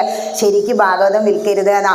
അറിഞ്ഞു വെക്കുന്നതാണ് ദക്ഷിണ. ജീവിതത്തിൽ ഒരിക്കലും ദക്ഷിണ ചോദിക്കാനുള്ള അവസരം വരുത്തരുതേ കൃഷ്ണ എന്നാണ് ഞാൻ പ്രാർത്ഥിക്കാറ്. കാരണം ദക്ഷിണ എന്ന് പറഞ്ഞാലേ ആചാര്യന് ഒരു യജ്ഞം കഴിഞ്ഞാൽ എന്തെങ്കിലും ഒരു ദ്രവ്യ സമർപ്പണം വേണമെന്നേ ഗ്രന്ഥത്തിൽ പറയുന്നുള്ളൂ. ഒരിക്കലും ഇത്ര രൂപ എന്ന് പറയുന്നില്ല. അപ്പൊ ഭാഗവതത്തിന് ഇത്ര രൂപ എന്ന് പറയുമ്പോൾ തന്നെ അദ്ദേഹം ചെയ്യുന്ന എല്ലാ സേവനവും പോയില്ലേ? എന്ത് സമർപ്പണ പിന്നെ അവിടെ ഉള്ളത്? അതൊക്കെ എന്തെങ്കിലും ആവട്ടെ. ഇവിടെ ഗുരുക്കന്മാരുടെ കച്ചവടത്തിനെ കുറിച്ച് ഭാഗവതൻ തന്നെ പറയാണ്. ഈ കലികാലത്തിലെ ആചാര്യന്മാര്, അധ്യാപകൻ എന്ത് ചെയ്യും? അദ്ദേഹത്തിന്റെ ജ്ഞാനം, അറിവ് വിൽക്കും എന്നുള്ളതും കൂടി അവിടെ പറഞ്ഞു വെച്ചു. ഇങ്ങനെ ഈ കാര്യങ്ങൾ, ഈ പറഞ്ഞ കാര്യങ്ങളൊക്കെ അപ്പൊ അന്ന് കെട്ടിപ്പിടിച്ചിരുന്നില്ലേ, ആ മഴയത്ത് തണുത്തിട്ട് പേടിച്ച് വരച്ചിരുന്നതും ഒക്കെ ഇങ്ങനെ ഓർത്ത് നടന്ന് അങ്ങനെ പോവുക. ആ അവിൽപ്പൊതി വാരി വാങ്ങിയതും പിടിയും വിലയും കൂടിയതും ഒക്കെ മിതമിതി എന്ന് ചോദിച്ചു. ഇത്ര ഇത് എന്താണെന്ന് ചോദിച്ച് പിടിച്ചു വലിച്ചു വാങ്ങി ജഹാര അതൊക്കെ ഇങ്ങനെ ഓർക്കുകയാണേ. പിടിച്ചു വലിച്ച് വാങ്ങിയതും കഴിച്ചതും എന്നിട്ട് വീടിന്റെ മുന്നിലെത്തി. വഴി പ്രകാരം വീടിന്റെ മുന്നിൽ എത്തിയിട്ടുണ്ട്. പക്ഷേ ഇതിന്റെ വീടല്ല. ഇപ്പോൾ സംശയമായി പോയി. ഒന്നും കൂടി ഇങ്ങനെ നോക്കിയിത്രേ, വലിയ മണിമാളികയാ. ഞാൻ പോയ സമയം കൊണ്ട് കടക്കാർ വന്നിട്ട് ഇവിടെ ഇപ്പോൾ മാളിക പണിതുവോ എന്ന് വിചാരിച്ചു ഇത്രേ. ആ സമയത്ത് അവിടെ കുറേ ആൾക്കാരൊക്കെ നിൽക്കുന്നുണ്ട്. പോയപ്പോൾ കണ്ട ആൾക്കാരെ പോലെയൊന്നുമല്ല, നന്നായി അണിഞ്ഞൊരുങ്ങി നിൽക്കുന്ന ആൾക്കാരാണ്. എന്തായാലും എന്താ ഇപ്പം ചെയ്യണ്ടേ? കയറണോ? വീടല്ലേന്നൊന്ന് അന്വേഷിക്കണോ? സ്ഥലം പോയോ? ഉണ്ടായിരുന്ന കുടിലും പോയോ എന്നൊക്കെ ചിന്തിച്ച് നിൽക്കുമ്പോൾ ഇത്ര വാദ്യഘോഷങ്ങളോടെ ഒരു കൂട്ടം ആൾക്കാർ വന്നിട്ട് ഈ കുചേല ബ്രാഹ്മണനെ എഴുന്നള്ളിച്ച് അകത്തേക്ക് അങ്ങോട്ട് കൊണ്ടുപോയി. അകത്തേക്ക് കൊണ്ടുപോയി നോക്കിയപ്പോൾ നിറയെ തോരണങ്ങൾ. തിരിഞ്ഞൊന്ന് നോക്കിയത്ര മുറ്റത്തേക്ക്. പണ്ടുണ്ടായിരുന്ന ആ മണലുള്ള മുറ്റൊന്നുമല്ല, നന്നായി അലങ്കരിച്ച് വെച്ചിരിക്കുന്നു മുറ്റം. ചെറിയ ഒരു സ്വിമ്മിംഗ് പൂള് പോലത്തെ ഒരു കുളം, അതിനിപ്പുറത്ത് താമര, നീലത്താമര, ഒരുപാട് ഗാർഡൻ, ആകെ കൂടെ വലിയ ഒരു സൗധം എന്ന് പറയാം. ഇങ്ങനെ ഇത് നോക്കി ഇങ്ങനെ നിന്ന് ഒന്ന് തിരിഞ്ഞു നോക്കിയപ്പോൾ ഉണ്ടത്രേ വീട്ടിൽ നിറയെ ലൈറ്റ് ഇങ്ങനെ കത്തി. മണ്ണെണ്ണ വിളക്ക് ഉണ്ടായിരുന്ന വീടാണ്. ലൈറ്റൊക്കെ അങ്ങനെ കത്തി നിൽക്കുന്നു. അതേ സമയമാണെങ്കിലോ തോരണങ്ങള്, മുത്തുമാലകള്, ഇല്ലാത്തതൊന്നുമില്ല. എത്രയോ നിലയുള്ള കൊട്ടാരം പോലത്തെ ഒരു വീട്. ഇനി അവിടുത്തെ ഫർണിച്ചറിനെ കുറിച്ച് പറയാ. അകത്തേക്ക് അങ്ങോട്ട് പോയി ഇത്ര. ഇനിയിപ്പോൾ എന്താ ഭാര്യ എവിടെയാണ് ആവോ, ഇനിയിപ്പോൾ അവളിവിടെ ഇല്ലേ എന്നൊക്കെ വിചാരിച്ച് ചെന്നപ്പോ ആനക്കൊമ്പ് കൊണ്ട് സ്വർണം കെട്ടിച്ച കട്ടില്, അതിലിങ്ങനെ ഈ പാൽനുര പോലെ വെളുത്ത് കിടക്കുകയും വിരിപ്പും കാണത്ര. അത് കഴിഞ്ഞ് നോക്കിയപ്പോഴോ നല്ല നല്ല മറ്റുള്ള ഫർണിച്ചറുകൾ. ഇതൊക്കെ ഇങ്ങോട്ട് കണ്ടപ്പോ ഇന്റെ വീട് തന്നെ അല്ലേ എന്നുള്ള, ഭാര്യ എവിടെയാണ് ആവോ. അപ്പൊ ഭാര്യ ആരോ വിളിച്ചു പറഞ്ഞിട്ട് അറിഞ്ഞൂത്രേ, ദേ ഭർത്താവ് വന്നിട്ടുണ്ട് കേട്ടോ. ഓടിപ്പോയി ആരോ പറഞ്ഞു. ദേ അവിടുന്ന് ഓടി വരികയാണ്. ഓടി വരുന്നത് ഭാഗവതം വർണ്ണിക്കുന്നുണ്ട്. നന്നായി അലങ്കരിച്ച് പട്ടുവസ്ത്രമൊക്കെ ചാർത്തി, ആഭരണമൊക്കെ ചാർത്തിയിട്ടാണ് നിൽക്കുന്നത്. ഭാര്യ വരുന്നത് കണ്ടപ്പോൾ ഒന്ന് നോക്കി ഇത്ര, ഇത് അവൾ തന്നെയല്ലേ? ആ മുഖം കണ്ട അവൾ തന്നെയാണ്. ഒരു ചെറിയ മാറ്റം ഈ വീടിനനുസരിച്ച് വന്നിട്ടുണ്ടെന്നേ ഉള്ളൂ. ആദ്യം ഒരു സ്നേഹത്തോടെ ഒരു നോട്ടവും മനസ്സുകൊണ്ട് ഒരു ആലിംഗനവും നൽകിയെന്ന. ഇപ്പോഴത്തെ കാലഘട്ടത്തിൽ എന്താ, കുലസ്ത്രീകള് പരസ്യമായി കെട്ടിപ്പിടിക്കും ചുംബിക്കും ഒന്നും ചെയ്യില്ല. ഇപ്പൊ നമ്മളുടെ കുട്ടികൾ എന്താണ്, കല്യാണം കഴിഞ്ഞിട്ട് ചെയ്യേണ്ടതൊക്കെ ഇപ്പോൾ അതിന് മുമ്പ് തന്നെ ിരിക്കല്ലേ. നമ്മളെ ഈ കലികാലത്തിന്റെ ദോഷം എത്രത്തോളം നമ്മളെ ബാധിച്ചിട്ടുണ്ട് എന്ന് വേണം മനസ്സിലാക്കാൻ. ഇപ്പൊ രഹസ്യമായി ചെയ്യേണ്ടതൊക്കെ അമേരിക്കക്കാരെ പോലെ പരസ്യമായി ചെയ്തുകൊണ്ടിരിക്കുക. പക്ഷേ കുലസ്ത്രീകൾ അത് ചെയ്യില്ല എന്ന് ഭാഗവതം പറയാ. മനസ്സുകൊണ്ട് ഒരു വരണമാല്യ ഇട്ടൂന്ന് സീതയുടെ സ്വയംവരത്തിന് പറയും പോലെ മനസ്സുകൊണ്ടൊന്ന് ആദ്യം വണങ്ങി ഇത്രേ. പിന്നെ ആ മനസ്സുകൊണ്ട് തന്നെ ഒരു ആലിംഗനവും കൊടുത്തൂന്ന്. എന്നിട്ട് അടുത്തേക്ക് വന്നിട്ട് പറയാണ്, അങ്ങ് പോയി വന്നൂല്ലേ, അങ്ങ് പോയതിന് ശേഷമാണ് ഈ മാറ്റങ്ങളൊക്കെ ഇവിടെ ഉണ്ടായേ. നമ്മുടെ റൂമിൽ ഇത്ര നിലയിൽ അങ്ങോട്ട് പോവാന്നും പറഞ്ഞ് രണ്ടുപേരും കൂടി അങ്ങോട്ട് പോയി. ആ സമയത്ത് അവിടേക്ക് ഇരുത്തി ക്ഷീണം മാറ്റും, ഞാൻ ഇപ്പോൾ വരാ പറഞ്ഞ് പുറത്തേക്ക് ഇറങ്ങിയപ്പോൾ ഇതൊക്കെ ഒന്ന് കണ്ടു നോക്കിയതിന് ശേഷം കുചേല ബ്രാഹ്മണൻ, നമ്മളാണെങ്കിൽ ഇപ്പം എന്താ ചെയ്യുക, സുഖമായില്ലേ, ഇനി ആ കിടക്കണു ഭക്തി ഗ്രന്ഥമൊക്കെ അവിടെ ഇരിക്കും, നീ പട്ട് പൊതിഞ്ഞിട്ട് അവിടെ സൂക്ഷിക്കും. ദേവി മഹാത്മ്യത്തിൻ്റെ കാര്യം നവരാത്രി വന്നാൽ ഞാൻ ചോദിച്ചാൽ എന്നോട് പല അമ്മമാരും പറയും, ടീച്ചറെ അർത്ഥമൊക്കെയുള്ള വലിയ ദേവി മഹാത്മ്യമൊക്കെ ഉണ്ട്. ദേവി മഹാത്മ്യം കേട്ടോ, ദേവി ഭാഗവതമല്ല. ദേവി മഹാത്മ്യം വായിക്കാറുണ്ടോ? ഇല്ല, ഞാനൊരു പട്ടിലൊക്കെ പൊതിഞ്ഞ് സൂക്ഷിച്ച് വെച്ചിട്ടുണ്ട്. എത്ര എണ്ണം ഉണ്ട്? 3 എണ്ണം ഉണ്ട്. ഒന്ന് തലണയുടെ അടിയിലുണ്ട്, ദുസ്വപ്നം കാണാതിരിക്കാനാ. പിന്നെ ഒന്നെന്താ ചെയ്യണേ, ഏറ്റവും ചെറുതൊന്ന് വാങ്ങി എൻ്റെ ബാഗിൻ്റെ ഉള്ളിൽ വെച്ചുകൊണ്ട് നടക്കുക, ആപത്തൊന്നും വരാതിരിക്കാൻ. അപ്പം ഞാൻ ചോദിച്ചു, എപ്പോഴെങ്കിലും ഇത് തുറന്നിട്ടുണ്ടോ? തുറന്നിട്ടൊന്നുമില്ല ടീച്ചറെ. എന്താണ് അവസ്ഥ? ശരിക്ക് ഗ്രന്ഥങ്ങൾ പട്ടിലൊക്കെ പൊതിഞ്ഞ് സൂക്ഷിക്കണം. എങ്ങനെയാ? നമ്മളത് തുറന്നിട്ട്, ആ ഗ്രന്ഥം തുറന്നാൽ തന്നെ പകുതിയായി ഇത്രേ. ഭഗവാൻ ഇഷ്ടാണെന്നേ, നമ്മൾ തുടങ്ങി വെച്ചോ അത് തന്നെ.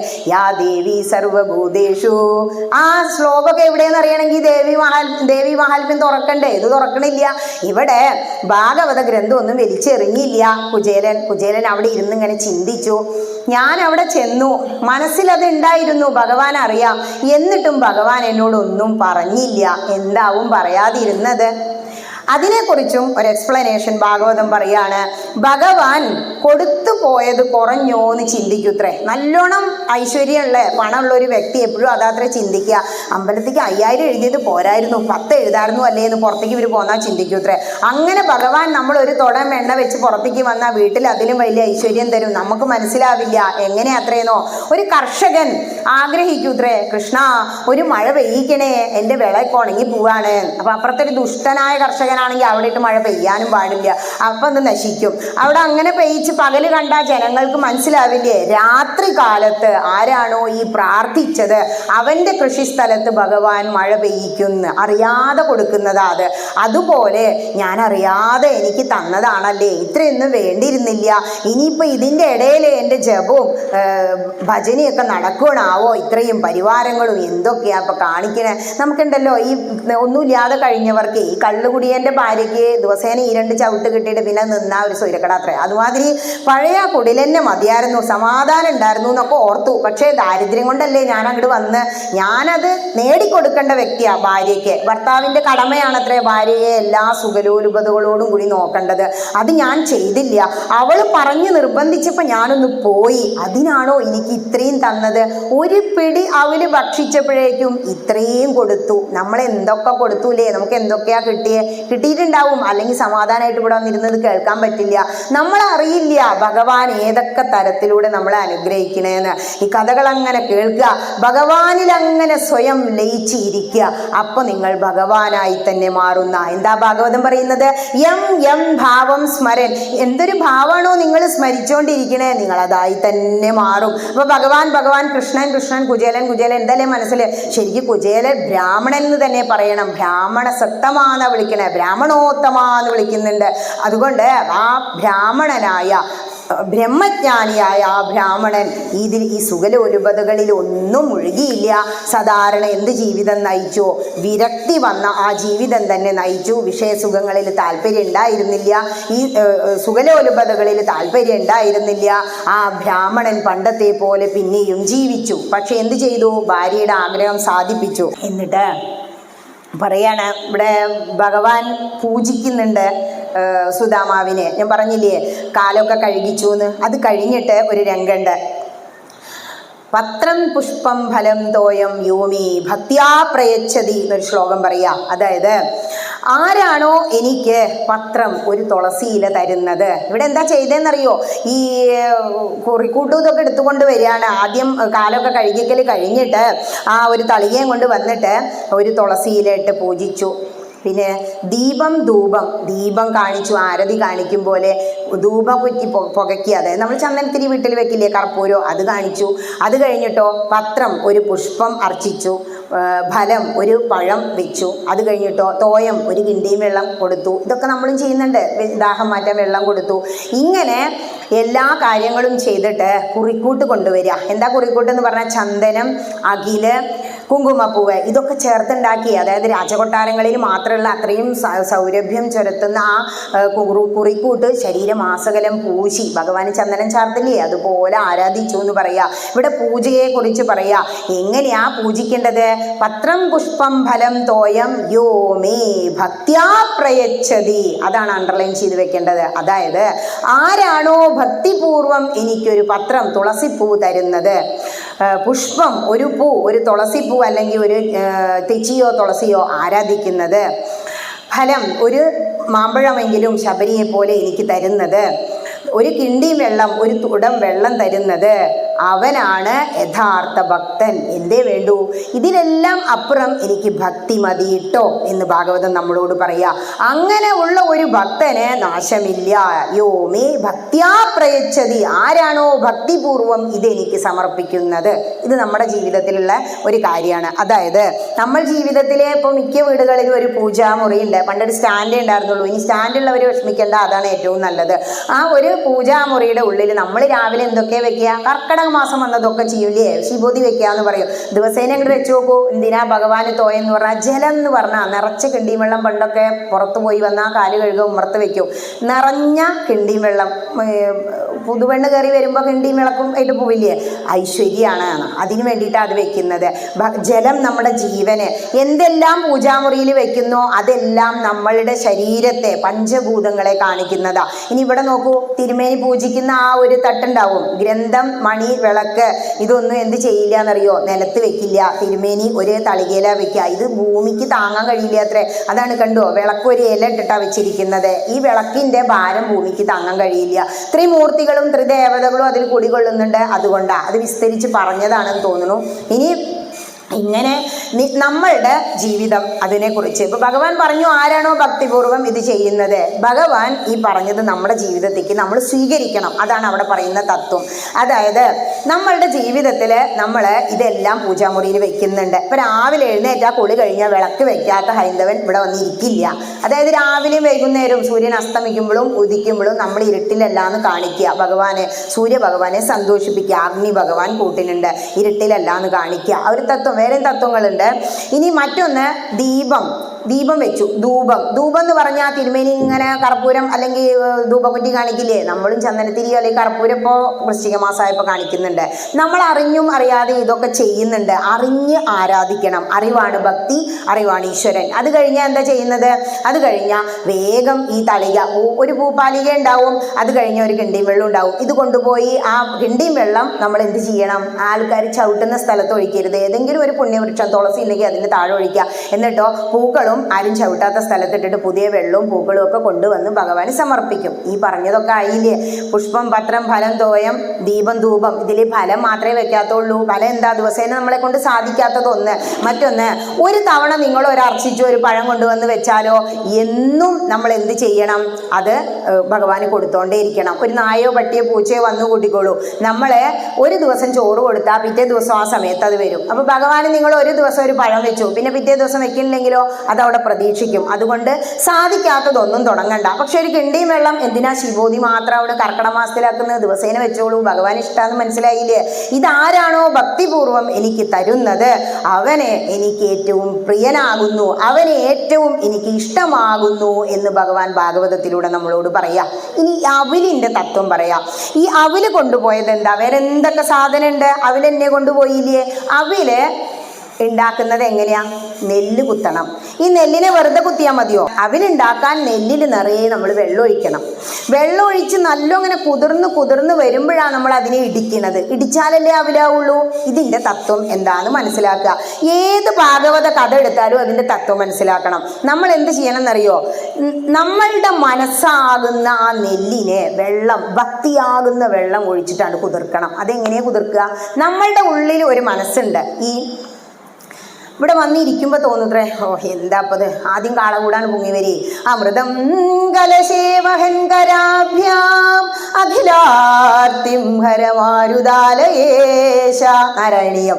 അവസാനാണത്രേ അമൃത് വരിക. ആദ്യം തോന്നി ഇരിക്കണ്ട, പിന്നെ എങ്ങനെയെങ്കിലും ഇപ്പം അമ്മ വന്നതല്ലേ ഇരിക്കുക. കുറച്ച് കഴിയുമ്പോൾ ആ രസമുണ്ടല്ലോ കഥ, അവസാനം മനസ്സിൽ അമൃത് പൊങ്ങി വരും. അതുപോലെ നമ്മുടെ ഈ മനസ്സിന് ഭക്തിയാകുന്ന ഒരുപാട് കഥകൾ, നാമസങ്കീർത്തനം, കീർത്തനങ്ങളൊക്കെ കേട്ടിട്ട് അങ്ങോട്ട് നല്ലോണം കുതിർക്കണം. അങ്ങനെ കുതിർന്നിരിക്കുന്ന ഒരു ഭക്തന്റെ മനസ്സിനെ നാമജപം കൊണ്ട് ഇടിക്കണം. നാമജപം കൊണ്ട് ഇടിക്കുക എന്ന് പറഞ്ഞാൽ ഭക്തിയൊക്കെ നല്ലോണം ഉണ്ടായി, പക്ഷെ ഗ്രന്ഥം തുറന്നിട്ടില്ല. ആ ഗ്രന്ഥം ഇങ്ങോട്ട് തുറക്കുമ്പോൾ തന്നെ എന്താ പറയുക, അസാരേ സംസാരേ വിഷയവിഷ സംഗാകുലധിയ ക്ഷണാർദ്ധം ക്ഷേമാർത്ഥം. ഒരു ക്ഷണനേരമെങ്കിലും നിങ്ങൾ ഈ നിസാരമായ ഈ സംസാരത്തിൽ നിന്ന് വന്നിട്ട് ഈ കഥ ഒന്ന് കേൾക്കുവിൻ. ആർക്ക് വേണ്ടിയിട്ടാ, ക്ഷണാർത്ഥം ക്ഷേമാർത്ഥം, നിങ്ങളുടെ ക്ഷേമത്തിന് വേണ്ടി കേൾക്കുവിൻ. അങ്ങനെ ആ ഗ്രന്ഥം കിട്ട് തുറന്ന് നാമജപം 108 തവണ ദിവസേന ചെയ്യല് തുടങ്ങി. ഏതെങ്കിലും ഒരു ഗ്രന്ഥങ്ങള് നമുക്ക് ശാപം തരൂത്രേ തുറക്കാതിരുന്നാൽ. ഋഷികടം വീട്ടിൽ ഋഷീശ്വരന്മാർ ബുദ്ധിമുട്ടി എഴുതി വെച്ചതാ. അതുകൊണ്ട് ഏതെങ്കിലും ഒരു ഗ്രന്ഥം ദിവസേന ഒരു പേജെങ്കിലും വായിക്കണം. അതാണ് രാമായണം പട്ടിണി ഇടരുത് മുത്തശ്ശി പറഞ്ഞു. നമ്മൾ എന്ത് പറഞ്ഞു, വാങ്ങന്നെ വേണ്ടാന്ന പട്ടിണി കിടക്കില്ലല്ലോ. അതല്ല, ഗ്രന്ഥം വീട്ടിൽ ഉണ്ടായിരിക്കണം. ഹൈന്ദവനാണോ കുടിയിരിപ്പിന് ഗ്രന്ഥം വാങ്ങിയിരിക്കണം, ദിവസേന ഒരു പേജ് വായിക്കണം. ഇതിലൂടെ അങ്ങനെ പോകുമ്പോൾ, ഇപ്പൊ നാരായണീയത്തിലൂടെ ഒക്കെ പോകുമ്പോൾ മനസ്സിലായില്ലേ, ആ മനസ്സിനെ നമ്മൾ അങ്ങനെ ഇടിക്കും, അവിലിടിക്കും പോലെ. മനസ്സ് ഇടിച്ച് പാകം വന്ന് നാമജപത്തിലൂടെ പാകം വന്ന് കഴിഞ്ഞാൽ ആ അവില് നമ്മുടെ അവളുടെ മനസ്സാകുന്ന അവര് വാരി തിന്നാൻ ആര് വരും? കൃഷ്ണൻ വരും. ഉറച്ച വിശ്വാസം, ഉറച്ച ഭക്തി ഉണ്ടെങ്കിൽ ഇന്ന് രാവിലെ കൂടി എനിക്കത് അനുഭവം. ഞാൻ ആഗ്രഹിച്ച ഒരു കാര്യം ഇന്ന് നടക്കണേ കൃഷ്ണ, അതിൻ്റെ ഏകാദശി അതിനാവണേന്ന് പ്രാർത്ഥിച്ചു. 10 മിനിറ്റിനുള്ളിലേ അത് സാധിച്ചു. അപ്പോൾ ഞാനങ്ങനെ ആലോചിച്ചു, കൃഷ്ണനെ ആ തുളസി തീർത്ഥം പിടിച്ചു നിന്ന് അത്രയും കരഞ്ഞു വിളിച്ച ഭഗവാൻ ആ വിളി കേൾക്കാതിരിക്കാൻ കഴിയില്ല. കണ്ണ് നിറഞ്ഞു പോയി. അതാണ് പറയുന്നത്, ഭക്തന്റെ മനസ്സ് അറിയാത്ത ഭഗവാൻ ഇല്ല.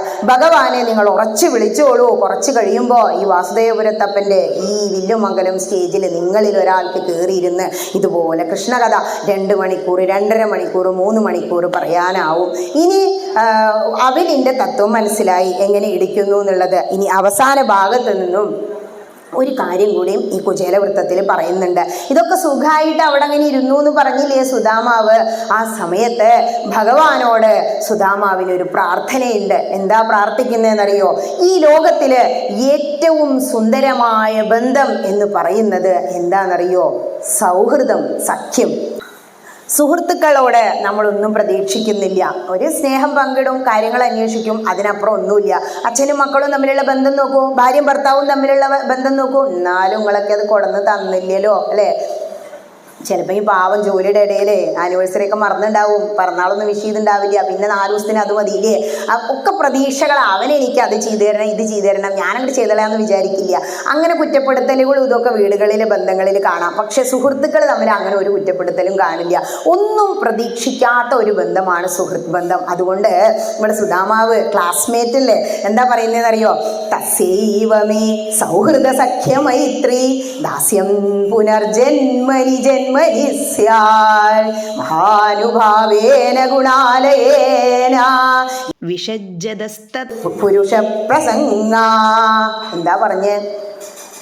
തസ്യൈവമേ സൗഹൃദ സഖ്യ മൈത്രി. ഹേ കൃഷ്ണ, ഇനിയും ദാസ്യം ജന്മനി സ്യാൽ. ഇനിയും എത്ര ജന്മങ്ങളുണ്ടായാലും ആ ബ്രാഹ്മണന്റെ ശുദ്ധമായ മനസ്സ് നോക്കൂ. എനിക്ക് മോക്ഷമായിട്ട് തന്നോളൂ കൃഷ്ണ എന്നല്ല പറഞ്ഞത്. ഭഗവാനെ കണ്ടു, ഭഗവാൻ ആ അവിൽപ്പൊതി സ്വീകരിച്ചു, അപ്പൊ തന്നെ മോക്ഷ. പക്ഷെ എന്താ പറയുന്നത്? എത്ര ജന്മങ്ങൾ എടുത്താലും ജന്മം തന്നോട്ടെ, കർമ്മഫലം അനുഭവിക്കാം, ഈ ശരീരത്തിലെ ഈ ഗൃഹസ്ഥാശ്രമത്തിൽ ഇരിക്കാം, എല്ലാത്തിനും ഞാൻ തയ്യാറാ, ക്ലേശങ്ങൾ അനുഭവിക്കാം. പക്ഷേ തസ്യൈവമേ സൗഹൃദ സഖ്യ മൈത്രി, അങ്ങയോടുള്ള ഈ സൗഹൃദം, സഖ്യം, മൈത്രി, കൃഷ്ണ ദാസ്യം, ഭഗവാനെ അങ്ങ് വലിയവനല്ലേ, സർവലോക മഹേശ്വരനല്ലേ എന്ന ആ ഒരു ഭാവം എൻ്റെ മനസ്സിന്ന് പോകാതിരിക്കട്ടെ. സുഹൃത്തല്ലേ എന്ന് കരുതി തോളിൽ കൈയിട്ട് അർജുനനെ പോലെ ഒന്നും എനിക്ക് നടക്കണ്ട. എത്ര തവണ ഭഗവാൻ ചേർത്ത് പിടിച്ചു, സുദാമാവ് കൈ പൊന്തിച്ചില്ല. ഉണ്ടോ? നമ്മളാണെങ്കിൽ ഇങ്ങോട്ട് ചേർത്ത് പിടിക്കുമ്പോൾ അങ്ങോട്ട് ചേർത്ത് പിടിക്കും. അതാണ് കുചേല ബ്രാഹ്മണൻ ഭഗവാനോട് പ്രാർത്ഥിക്കുകയാണ്. ഈ സൗഹൃദം, ഈ സഖ്യം, ഈ മൈത്രി, കൃഷ്ണ ഈ ദാസ്യം ജന്മനി സ്യാൽ. എത്ര ജന്മം എടുത്താലും വേണ്ടിയില്ല കൃഷ്ണ. ഞാൻ ആദ്യം എന്താ പറഞ്ഞ്? ഭഗവൽ കഥ, വാസുദേവ കഥ കേട്ടാൽ പുനർജന്മം ഉണ്ടാവില്ല കേട്ടോ. ഇവിടെ കൃഷ്ണനെ തന്നെ ഓർത്തിരിക്കുന്ന ആ കൃഷ്ണൻ തന്നെ സർവം. ഈ ജീവിതം, ഈ വിഷയസുഖം ഒന്നും അല്ല. പുരുഷാർത്ഥങ്ങളില്, ധർമാർത്ഥ കാമമോക്ഷങ്ങളില് ധർമ്മം, അർത്ഥം, കാമം ഇതെല്ലാം കിട്ടും എന്ന് പറഞ്ഞ് ഭാര്യ അങ്ങോട്ട് പറഞ്ഞയച്ചു. ഇനി തന്നില്ലെങ്കിലും അങ്ങേക്ക് ഒന്ന് കാണാലോ. സ്ത്രീകളുടെ കുശാഗ്ര ബുദ്ധിയാണത്. അവിടെ ചെന്നാ ഭഗവാന് കൊടുക്കാതിരിക്കാൻ കഴിയില്ല. ഈ അവസ്ഥ കണ്ടാലേ നമ്മുടെ വീട്ടിലേക്ക് ഒരു ബ്രാഹ്മണൻ വന്നാൽ കൊടുക്കാതിരിക്കോ? ഇല്ലല്ലോ.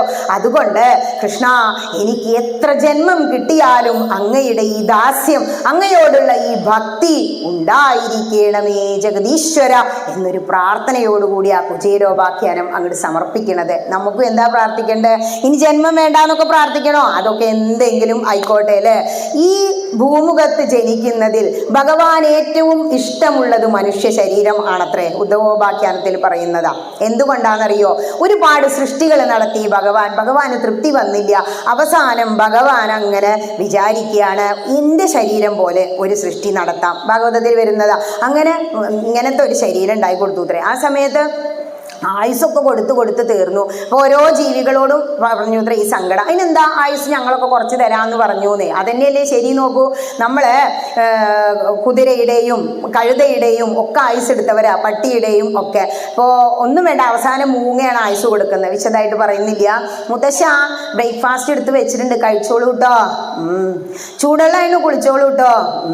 മൂങ്ങയുടെ ആയുസ് അത്രേ അവസാനം കിട്ടിയത്. ഇപ്പോൾ കല്യാണം കഴിഞ്ഞാൽ പ്രാരാബ്ദം തുടങ്ങിയ ഒരു 15 കീശയും തൂക്കിയിട്ടാ വരിക. ആരാ ആയുസ് കൊടുത്തത്? കഴുതയാണത്രേ. പ്രാരാബ്ദ കഴുതയ്ക്ക് ഈ വിഴുപ്പ് ചുമക്കലല്ലേ പണി. ഇങ്ങനെ ജീവിതത്തിലെ ഓരോ സ്റ്റേജുകൾ നോക്കൂ. പക്ഷേ ഈ ശരീരത്തിൽ ഇരുന്നു കൊണ്ട് മഹതോ വിനഷ്ടി, ഹേ മഹത്തുക്കളെ, ഉപനിഷത്ത് പറയുന്നതാ, നിങ്ങളുടെ ഈ ശരീരം, മനുഷ്യ ശരീരം കിട്ടിയത് നഷ്ടപ്പെടുത്തി കളയരുത്. ദുർലഭോ മാനുഷോ ദേഹോ, ദുർലഭമായിട്ടാണ് ഈ മനുഷ്യ ശരീരം കിട്ടുക. ഇതുവരെ നിങ്ങൾ എന്ത് ചെയ്തു? പാസ്റ്റ് ഈസ് പാസ്റ്റ്, ബൈഗോൺസ് ആർ ബൈഗോൺസ്, കഴിഞ്ഞോട്ടെ പോയിക്കോട്ടെ. ഇന്ന് ഈ നിമിഷം നിങ്ങൾ ഓരോരുത്തരും ഓർക്കുക. ടീച്ചർ കുറേ വർഷമായി ഇപ്പോൾ ഇത് പറയാൻ തുടങ്ങിയിട്ട്, ഇപ്പോഴും ശരിക്കും അങ്ങോട്ട് തുടങ്ങിയിട്ടില്ല ഇല്ലല്ലോ, ഒരു തൃപ്തി ഇല്ലല്ലോ. ഗീതയൊക്കെ ചൊല്ലുന്നുണ്ട്, പക്ഷേ പ്രാരാബ്ദങ്ങൾക്കിടയില, പ്രാരാബ്ദം അനുഭവിച്ചുകൊണ്ട് മാത്രമേ നമുക്ക് ആത്മീയതയിൽ ഉയരാൻ കഴിയൂ. നമ്മൾ ആ പ്രാരാബ്ദത്തിൽ കടന്നിങ്ങനെ ഉഴുമ്പോഴും കൃഷ്ണ ഒന്ന് ഇത് തീർത്ത് വേഗം ഞങ്ങളുടെ എത്തിക്കണേ പ്രാർത്ഥിക്കുത്രേ. അപ്പൊ ആ സ്മരണ, ഭഗവാനെ അങ്ങനെ സ്മരിക്കുക. തസ്മാൽ സർവേഷു കാലേഷു, ഇങ്ങനെ ഭഗവാനെ സ്മരിച്ചുകൊണ്ടിരിക്കുക. ആ സ്മരണയിൽ അങ്ങനെ ഇരിക്കുമ്പോൾ തന്നെ നാരായണ എന്ന് വിളിച്ചുകൊണ്ട് അവസാന നിമിഷം ഈ കുമിളെ അങ്ങോട്ട് പൊട്ടിയ ഇതിലും വലിയൊരു സന്തോഷം എന്താ ഉള്ളത്? അപ്പോൾ ഈ ഗുരുവായൂർ ഏകാദശി ദിനത്തില് എന്താണ് ഏകാദശി എന്നും എന്താണ് കുചേലോപാഖ്യാനത്തിലൂടെ നമുക്ക് തരുന്ന തത്വം എന്നും നിങ്ങൾക്ക് മനസ്സിലായി എന്ന് വിചാരിക്കുന്നു. ഇതുവരെ പറഞ്ഞതിൽ എന്തെങ്കിലും സംശയമുണ്ടോ? എന്തെങ്കിലും ഇനി അറിയാൻ ആഗ്രഹമുണ്ടോ? ടീച്ചറെ ഈ വിഷയം കുറെ കാലമായി ഒരു സംശയമുണ്ട്, അങ്ങനെ തോന്നുന്നുണ്ടോ? എന്തെങ്കിലും സംശയം? കുറേ ആൾക്കാർ ഞാൻ അറിയണ മാതൃസമിതിക്കാരാ. ഗീത പറയണോ? ഗീതങ്ങൾ ഇവിടെ കുറേ ചൊല്ലിയില്ലേ? ഗീതയുടെ പ്രത്യേകത എന്താ? ഗീത നമ്മളോട് ജയാ ജയാ ജയ, ജയിക്കാനാ പറയുന്നത്, കർമ്മശാസ്ത്ര. പക്ഷെ ഭാഗവതം നമ്മളോട് എന്താ പറയുന്നേ? തപ തപ തപ, നീ തപസ് ചെയ്തോ. കാരണം എന്നും ഈ ശരീരത്തിൽ ഇവിടെ സുഖിച്ചിരിക്കാൻ പറ്റില്ല. അപ്പൊ നമ്മൾ എന്ത് ചെയ്യണം? കർമ്മശാസ്ത്രമായ ഗീത പഠിച്ചു മനസ്സിലാക്കിയിട്ട് തപസ് ചെയ്യുന്നത് പോലത്തെ ഭാഗവതത്തിലൂടെ യാത്ര ചെയ്യാം. ഈ ഭാഗവത ഗ്രന്ഥം മുന്നിൽ അങ്ങനെ എടുത്തു വെച്ച് ഓരോ ശ്ലോകങ്ങളിലൂടെ, ആദ്യത്തെ ശ്ലോകം ഞാൻ ചൊല്ലിയപ്പോൾ സച്ചിദാനന്ദ രൂപായ, അതൊക്കെ ഒരു തവണ വായിക്കുമ്പോഴേക്കന്നെ ഇവിടെ അങ്ങോട്ട് ഹൃദയസ്ഥാവുമ്പോൾ മനസ്സിലാക്കാം എത്രയോ ജന്മങ്ങൾ ഭഗവാന്റെ കാരുണ്യം മൂലം ഈ ഗ്രന്ഥങ്ങളിലൂടെ പോയിട്ടുണ്ടാവും. ഗീത എടുത്ത് വെച്ച് ചിലർ ഗീത മാത്രം പറയാൻ പറയുമ്പോൾ ഇങ്ങനെ പകുത്തെടുക്കും പോലെ അങ്ങോട്ട് നിവർത്തിയ ആ പേജിൽ ഏത് ശ്ലോക വരുന്നേ വെച്ചാൽ അതൊന്ന് വായിക്കും, എന്നിട്ടൊരു പേപ്പറിലൊന്ന് എഴുതും. അദ്യാജീമാം നമസ്കുരു, ഒരു തവണ അതാ കിട്ടിയത്. അപ്പോഴാണ് ഒരു 4 തവണയൊക്കെ ഒന്ന് വായിച്ച് ഒരു പേപ്പറിലൊന്ന് എഴുതി ഒരു ഫോട്ടോ എടുത്ത് വയ്ക്കും, വെറുതെ ഒന്ന് ചെക്ക് ചെയ്യാം ഇടയ്ക്ക് കിട്ടിയില്ലെങ്കിലോ. പിന്നെ ആ സ്റ്റേജിലിരുന്നാൽ അതങ്ങനെ തന്നെ വരും. എങ്ങനെയാ ഈ 2.5 മണിക്കൂർ ഒന്നും നോക്കാതെ പറയുന്നതെന്നൊരു മുത്തശ്ശി ചോദിച്ചു. ഇന്ന് ഭഗവാൻ അനുഗ്രഹിച്ചിട്ട് ഇങ്ങനെ ഇരിക്കാനും കഴിയും. ആ ഒരു ശബ്ദം ഇന്നലെ പറഞ്ഞു സ്റ്റേജിൽ നിന്ന് ഇറങ്ങി വന്നപ്പോൾ, ടീച്ചറെ ശബ്ദം അത് ഞങ്ങളെ പിടിച്ചിരുത്തി. ഭഗവാനാണ് ശബ്ദമായിട്ട് വരുന്നത്. നിങ്ങളൊന്ന് ഓർത്ത് നോക്കൂ, എവിടുന്നാ അപ്പോൾ ഈ ശബ്ദം വരണേ? ഇവിടെ ഓക്കൽ കോഡ് ഉണ്ട് അല്ലേ, നാവ് ഇങ്ങനെ അവിടെ ഇവിടെയൊക്കെ ഒന്ന് ചലിക്കുന്നുണ്ട്. ഈ ശബ്ദം എവിടുന്നാ വരുന്നത്? സഹസ്രനാമത്തിലെ ഭഗവാനെ കുറിച്ച് ശങ്കരാചാര്യ സ്വാമി വിശദമായിട്ട് വ്യാഖ്യാനം എഴുതി വെച്ചിരിക്കുന്ന ശബ്ദാധിക ശബ്ദ സഹ എന്നാ പറയുന്നത്. ശബ്ദം കൊണ്ടൊന്നും അങ്ങയെ വർണ്ണിക്കാൻ കഴിയില്ല കേട്ടോ കൃഷ്ണ എന്ന് പറയുന്നുണ്ട്. എന്നിട്ടും ശബ്ദം കൊണ്ട്, വാക്കുകൊണ്ട് നമ്മൾ എന്തുകൊണ്ടാ ഇങ്ങനെ പറയണേ, കീർത്തിക്കണേ? വിഷ്ണു സർവഗുഹാശയ എന്നാ പറയുന്നത്. ഗുഹകളിൽ എന്ന പോലെ നമ്മളുടെ വാക്കുകളിൽ വിഷ്ണു ഭഗവാൻ ഒളിഞ്ഞിരിപ്പുണ്ട്. ആ വാക്കുകളെ എന്ത് ചെയ്യണം? വാക്കാണ് ഈ പ്രപഞ്ചത്തെ ചൈതന്യവത്താക്കുന്നത്. ശബ്ദം കൊണ്ടൊന്നും കീർത്തിക്കാൻ വയ്യ എങ്കിലും നമ്മൾ എന്ത് ചെയ്യണം?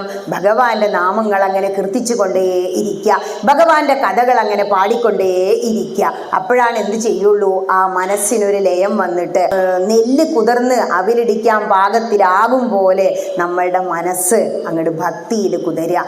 ആ ഭക്തിയിൽ കുതിർന്ന മനസ്സുള്ളവനെ ഭഗവാൻ ഏകാദശി നോറ്റി ഇവിടെ അങ്ങനെ വന്നിരിക്കാൻ അനുഗ്രഹിക്കും. ഇപ്പോൾ ഒരു മാതൃസമിതിയൊക്കെ ഉണ്ടാക്കി ഉണ്ടാക്കി. അതുകൊണ്ട് എന്താ ഒരു കൂട്ടായ്മ. എന്തിനെ ഇപ്പോൾ ഒരാൾക്ക് ഇരുന്ന് ചൊല്ലിയാൽ പോരെ? അങ്ങനെയല്ല, കൂട്ടമായിട്ട് ഒരു ക്ഷേത്ര സങ്കേതത്തിൽ വന്നിരുന്ന് നിങ്ങളങ്ങനെ ജപിക്കുമ്പോൾ ഭഗവാനെ ഒരാൾ വിളിക്കും പോലെയല്ല, പലരും ഒന്നിച്ച് വിളിക്കുമ്പോൾ ഭഗവാൻ അവിടെ ഇരിക്കാൻ കഴിയില്ല അത്രേ. അവസാനം ശ്രീലകത്തുനിന്ന് ഒരു ഇറങ്ങലുണ്ട്, ആ മഞ്ഞപ്പട്ടും ഒക്കെ ഒന്ന് മേലേക്ക് കുത്തിയിട്ട് ആ ഓടക്കുഴലും പിടിച്ചിട്ട് ഇവിടെ ഒരു ഏതെങ്കിലും ഒരു ഭാഗത്ത് വന്നിരിക്കും അത്രേ. നമ്മളെ മാതിരി സീറ്റൊന്നും വേണ്ട, ഇരിക്കേ. സ്വാമി വിവേകാനന്ദൻ എന്താ ചെയ്യാത്രേന്നോ? ഗുരുനാഥൻ പഠിപ്പിക്കുമ്പോൾ അവിടെ കിടക്കേ ഇരിക്കേ ഉറങ്ങേ ഒക്കെ. അത് ഉറങ്ങണമൊന്നുമില്ല, ധ്യാന മനന. അപ്പം മറ്റുള്ളവർ പരാതി പറയൂത്രേ. അപ്പോൾ ആചാര്യൻ പറയും അവൻ അതിനെത്തിയിട്ടുണ്ട്. ഭഗവാൻ അങ്ങനെയാ, എവിടെയെങ്കിലും ഒരു ഭാഗത്ത് ആ ഒടക്കുഴയും പിടിച്ചിരിക്കും. ഇടയ്ക്ക് ഇങ്ങോട്ടൊന്ന് നോക്കൂത്രേ, എന്തൊക്കെയാ പറയണേ, എന്നെക്കുറിച്ചല്ലേ പറയുന്നേ, ഞാനൊന്ന് കേൾക്കട്ടെ. നിങ്ങളെക്കാൾ താല്പര്യത്തോടു കൂടി ഭഗവാൻ ഇതിരുന്ന് കേൾക്കുന്ന. കാരണം കലികാലത്തില് ഏറ്റവും ശുദ്ധമായ യജ്ഞം എന്ന് പറയുന്നത് ജ്ഞാനയജ്ഞ. പണ്ട് കൃതം, ത്രേതം, ദ്വാപരം, കലി, ഈ 4 യുഗങ്ങളിലും 3 യുഗത്തിലും കൃതയുഗം എന്ന് പറഞ്ഞാൽ ധ്യായാപുനാന. കൃതത്തിൽ ധ്യാനിച്ചിട്ട് വർഷം ലക്ഷക്കണക്കിന് ആയുസ് തീരാതെ അങ്ങനെ ഇരിക്കൂത്രേ. നമുക്ക് ധ്യാനത്തിൽ ഭഗവാനെ എന്നാലും കാണില്ല അത്രേ. നാരദ മഹർഷി ഒരു തവണ ഒന്നും ഇങ്ങനെ തെളിഞ്ഞൂത്രേ മനസ്സിൻ്റെ ഉള്ളില്. അപ്പോഴേക്ക് പോയി. പിന്നെ കുറേ നേരം ധ്യാനിച്ചിട്ട് വന്നില്ല. ഒരു അശരീരി കേട്ടുത്രേ, തനിക്ക് ഈ ജന്മം എന്നെ കാണാൻ കഴിയില്ല, ധ്യാനിച്ച് ഇങ്ങനെ ജീവിച്ച് മരിച്ചു പോയിട്ട് അടുത്ത ജന്മത്തിൽ കാണാമെന്ന്. അതുപോലെയാ നമ്മൾ ധ്യാനം അത്രയും ശീലിക്കുമ്പോൾ നമ്മളുടെ മനസ്സ് എവിടെയെങ്കിലുമൊക്കെ പോവില്ലേ. ധ്യാനിക്കണം, ധ്യാനം സ്വർണത്തേക്കാൾ വിലപിടിപ്പുള്ളതാണ്. പക്ഷേ ധ്യാനം അത്രയും ചെയ്തിട്ടാണ് കൃതയുഗത്തിലുള്ളവർ മോക്ഷം നേടിയത്. യാഗങ്ങൾ ചെയ്തിട്ടാണ് ത്രേതായുഗത്തിലുള്ളവർ മോക്ഷം നേടിയത്. പൂജാതി കർമ്മങ്ങൾ ചെയ്തിട്ടാണ് ദ്വാപരയുഗത്തിലുള്ളവർ മോക്ഷം നേടിയത്. കഠിനമായ തപസ്സൊക്കെ ആയിരുന്നു അന്ന്. പക്ഷേ കലികാലത്തിൽ എന്തേ വേണ്ടൂ? എന്താ ജ്ഞാനപ്പാന പറയുന്നത്? നാമജപം മാത്രം മതി. നാമസങ്കീർത്തനം കൊണ്ടുടൻ വന്നുകൂടും പുരുഷാർത്ഥമെന്നതും. ഇതിൽ ഈ പുരുഷാർത്ഥങ്ങളിൽ ആദ്യത്തെ 3 നമുക്ക് വേണം, അവസാനത്തത് അയ്യോ വേണ്ടപ്പോൾ തന്നെ അല്ലേ. ഭഗവാൻ പണ്ട് വന്നിട്ട് പോരണോ എന്ന് ചോദിച്ചാൽ പറയും ഇതൊന്നാണ് കഴിയട്ടെ, എൻ്റെ പേരക്കുട്ടറെ കല്യാണം കഴിഞ്ഞിട്ടേ ഉള്ളൂ, കുട്ടിയായിട്ടില്ല അല്ലേ, ഇനിയും കാണണം. അത് തന്നെയല്ലേ പൂന്താനം തിരുമേനി നമ്മളോട് പറഞ്ഞുകൊണ്ടിരിക്കുന്നത്. അപ്പോൾ നമുക്ക് എന്ത് തോന്നണില്ല? മോക്ഷം കിട്ടണമെന്ന് തോന്നുന്നില്ല. ഇതൊക്കെ ഇങ്ങനെ നടന്നുകൊണ്ടിരിക്കും. എന്താ ഗീത പറഞ്ഞത്? അനിത്യമസുഖം ലോകം ഇമം പ്രാപ്യ ഭജസ്വമാം. ഈ ലോകം അനിത്യമാണ്, അസുഖകരമാണ്. അത് ആദ്യം കൊണ്ട് മനസ്സിലാക്കിയിട്ട് എന്നെ ഭജിച്ചോളൂ. എന്തിനാ? എങ്കിലേ നിങ്ങൾക്ക് എല്ലാത്തിലും ജയം കിട്ടൂ. ജയിക്കണമെങ്കിൽ കർമ്മശാസ്ത്രമായ ഗീത വേണം. പക്ഷേ നമുക്ക് 4 മടിയാണ്. കുറേ കാലമായി ഞാനിത് തുടങ്ങിയിട്ട്. ഇനി എന്ത് ചെയ്യണം? കൂട്ടമായി അവിടെ പോയിരുന്ന് ജപിക്കണം. ജപിച്ച് നാമം ചൊല്ലി എന്ത് ചെയ്യണം? മോക്ഷം നേടണം എന്നങ്ങോട്ട് ആഗ്രഹിക്കുക, ഉറച്ച് വിശ്വസിക്കുക, നമുക്കത് കിട്ടും. ഇനി നിങ്ങൾ സ്വയം ഒന്ന് വിശകലനം ചെയ്യുക. ഇന്ന് രാവിലെ വന്നപ്പോൾ നിങ്ങളുടെ മനസ്സിൽ എന്തായിരുന്നു? ടീച്ചർ എന്താ പറയാന്നൊരു ഐഡിയ ഇല്ല. എന്തേ ഉള്ളൂ? ഭക്തി പ്രഭാഷണം കഴിഞ്ഞില്ലേ? ഗ്രൂപ്പിലോ അല്ലെങ്കിൽ നോട്ടീസിലോ വന്നു, ഒരു ഐഡിയ ഇല്ല. കുചേലോപാഖ്യാനം എത്രയോ വർഷങ്ങളായി കേൾക്കുന്നു. തത്വങ്ങളിലൂടെ പോയോ എന്നറിയില്ല. എന്താണ് ഭഗവാൻ അവില് തന്നെ കൊടുത്തത്? എന്താണ് അവില്? എന്തിനാണ് ആ നെല്ല് കുതിർക്കണത്? എത്രത്തോളം നമ്മുടെ മനസ്സ് കുതിരണം എന്ന ഒരു തത്വം മനസ്സിൽ കയറിയില്ലേ? അപ്പോൾ ഇനിയും നമ്മൾ എന്ത് ചെയ്യുന്നറിയോ? കഥകൾ കേൾക്കാൻ ഇഷ്ടപ്പെടും. ഈശ്വര കഥകൾ കൂടുതൽ കേൾക്കും തോറും നമ്മുടെ ഭക്തി ഉയരും.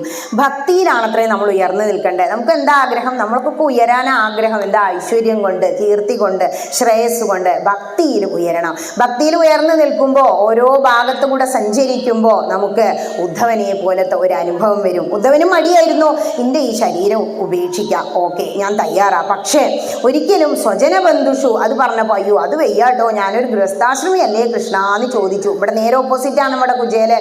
എന്താ പറഞ്ഞത്? വിഷയാസക്തിയൊന്നും ഇല്ല. പക്ഷേ പിന്നെ എന്തിനാ ഗൃഹസ്ഥാശ്രമിയായിട്ട് തുടരുന്നത്?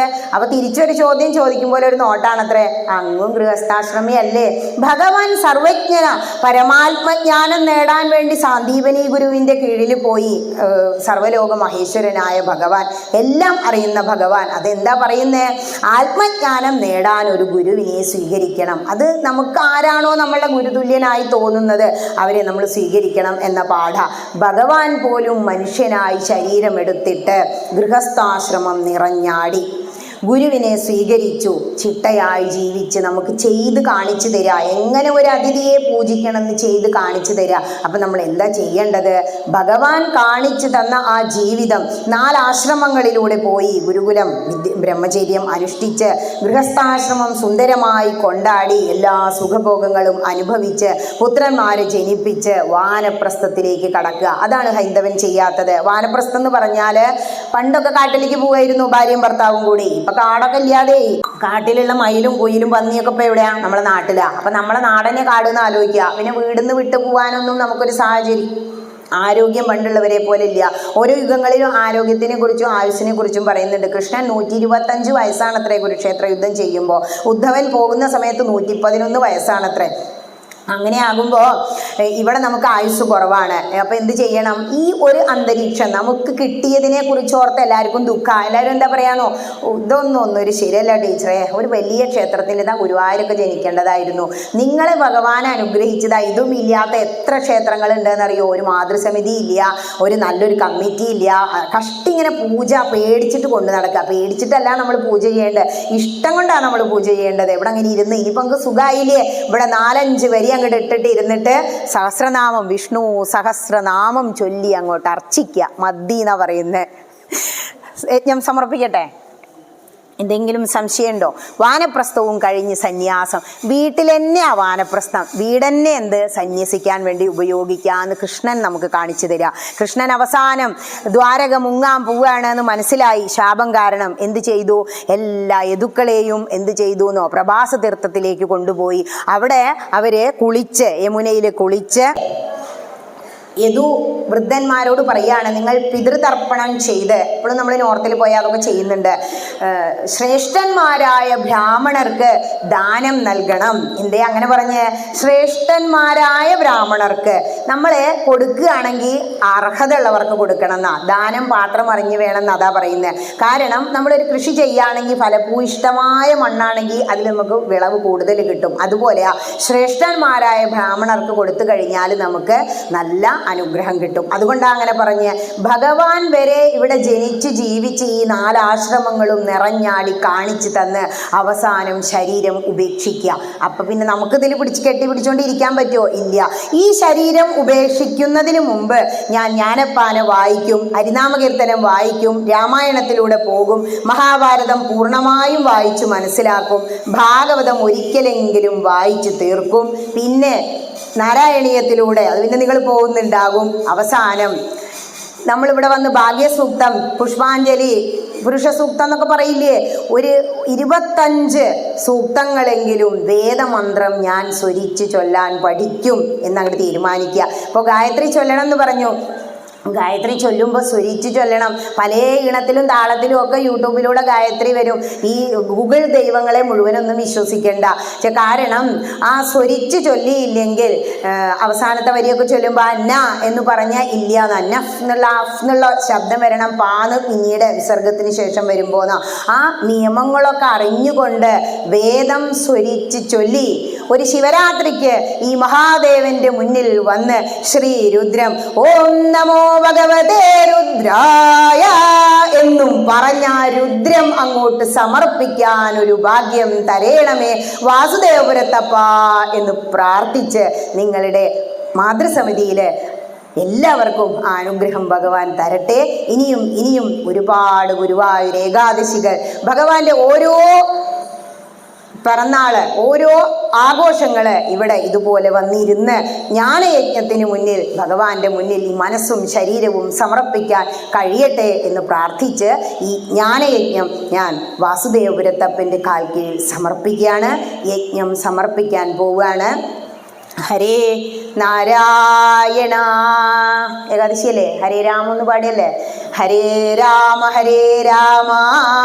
രാമ രാമ ഹരേ ഹരേ, ഹരേ കൃഷ്ണ കൃഷ്ണ കൃഷ്ണ ഹരേ ഹരേ, ഹരേ രാമ രാമ രാമ ഹരേ ഹരേ, ഹരേ കൃഷ്ണ കൃഷ്ണ കൃഷ്ണ ഹരേ ഹരേ, ഹരേ രാമ രാമ രാമ ഹരേ ഹരേ, ഹരേ കൃഷ്ണ ഹരേ കൃഷ്ണ കൃഷ്ണ കൃഷ്ണ ഹരേ ഹരേ ഹരേ രാമ രാമ രാമ ഹരേ ഹരേ ഹരേ കൃഷ്ണ കൃഷ്ണ കൃഷ്ണ ഹരേ ഹരേ കൃഷ്ണ കൃഷ്ണ ഹരേ ഹരേ കൃഷ്ണ കൃഷ്ണ ഹരേ ഹരേ കൃഷ്ണായ വാസുദേവായ ദേവകീ നന്ദനായ ച നന്ദഗോപകുമാരായ ഗോവിന്ദായ നമോ നമഃ.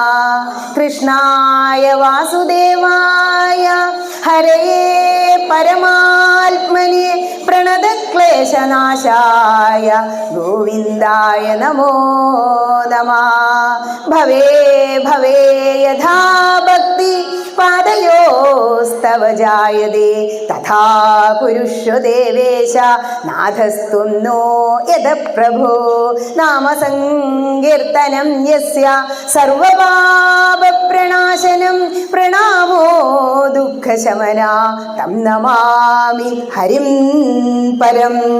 ഹരയേ നമ ഹരയേ നമ ഹരയേ നമ. ഭാഗവതം എങ്ങനെയല്ലേ സമർപ്പിക്കാറ്? തം നമാമി ഹരിം പരം. എന്താ പറഞ്ഞ്? നാമസങ്കീർത്തനം യസ്യ സർവപാപ പ്രണാശനം. അതിനാ ഹരേ രാമ ചൊല്ലിയത്. രാമ മനസ്സിനെ രമിപ്പിക്കാൻ. അത് കഴിഞ്ഞിട്ടാ കൃഷ്ണൻ. എന്തേ? കൃഷ്ണൻ പരബ്രഹ്മം തന്നെയാ. അതുകൊണ്ടാ ഇനി യജ്ഞം സമർപ്പിക്കുകയാണ്. ഓം കായേന വാചാ മനസേന്ദ്രിയൈർവാ ബുദ്ധ്യാത്മനാ വാ പ്രകൃതിർസ്വഭാവാൽ കരോമി യദ്യത് സകലം പരസ്മൈ നാരായണായേതി സമർപ്പയാമി നാരായണായേതി സമർപ്പയാമി സർവം സദാശിവായേതി സമർപ്പയാമി. ഓം സ്വസ്തി പ്രജാഭ്യഃ പരിപാലയന്താം ന്യായേന മാർഗേണ മഹിം മഹീഷ ഗോബ്രാഹ്മണേഭ്യഃ ശുഭമസ്തു നിത്യം. ലോകാഃ സമസ്താഃ സുഖിനോ ഭവന്തു ലോകാഃ സമസ്താഃ സുഖിനോ ഭവന്തു സമസ്തലോകാഃ സുഖിനോ ഭവന്തു. ഓം ശാന്തി ശാന്തി ശാന്തി. ഓം ഹരി തത്സത്. ഹരേ കൃഷ്ണ.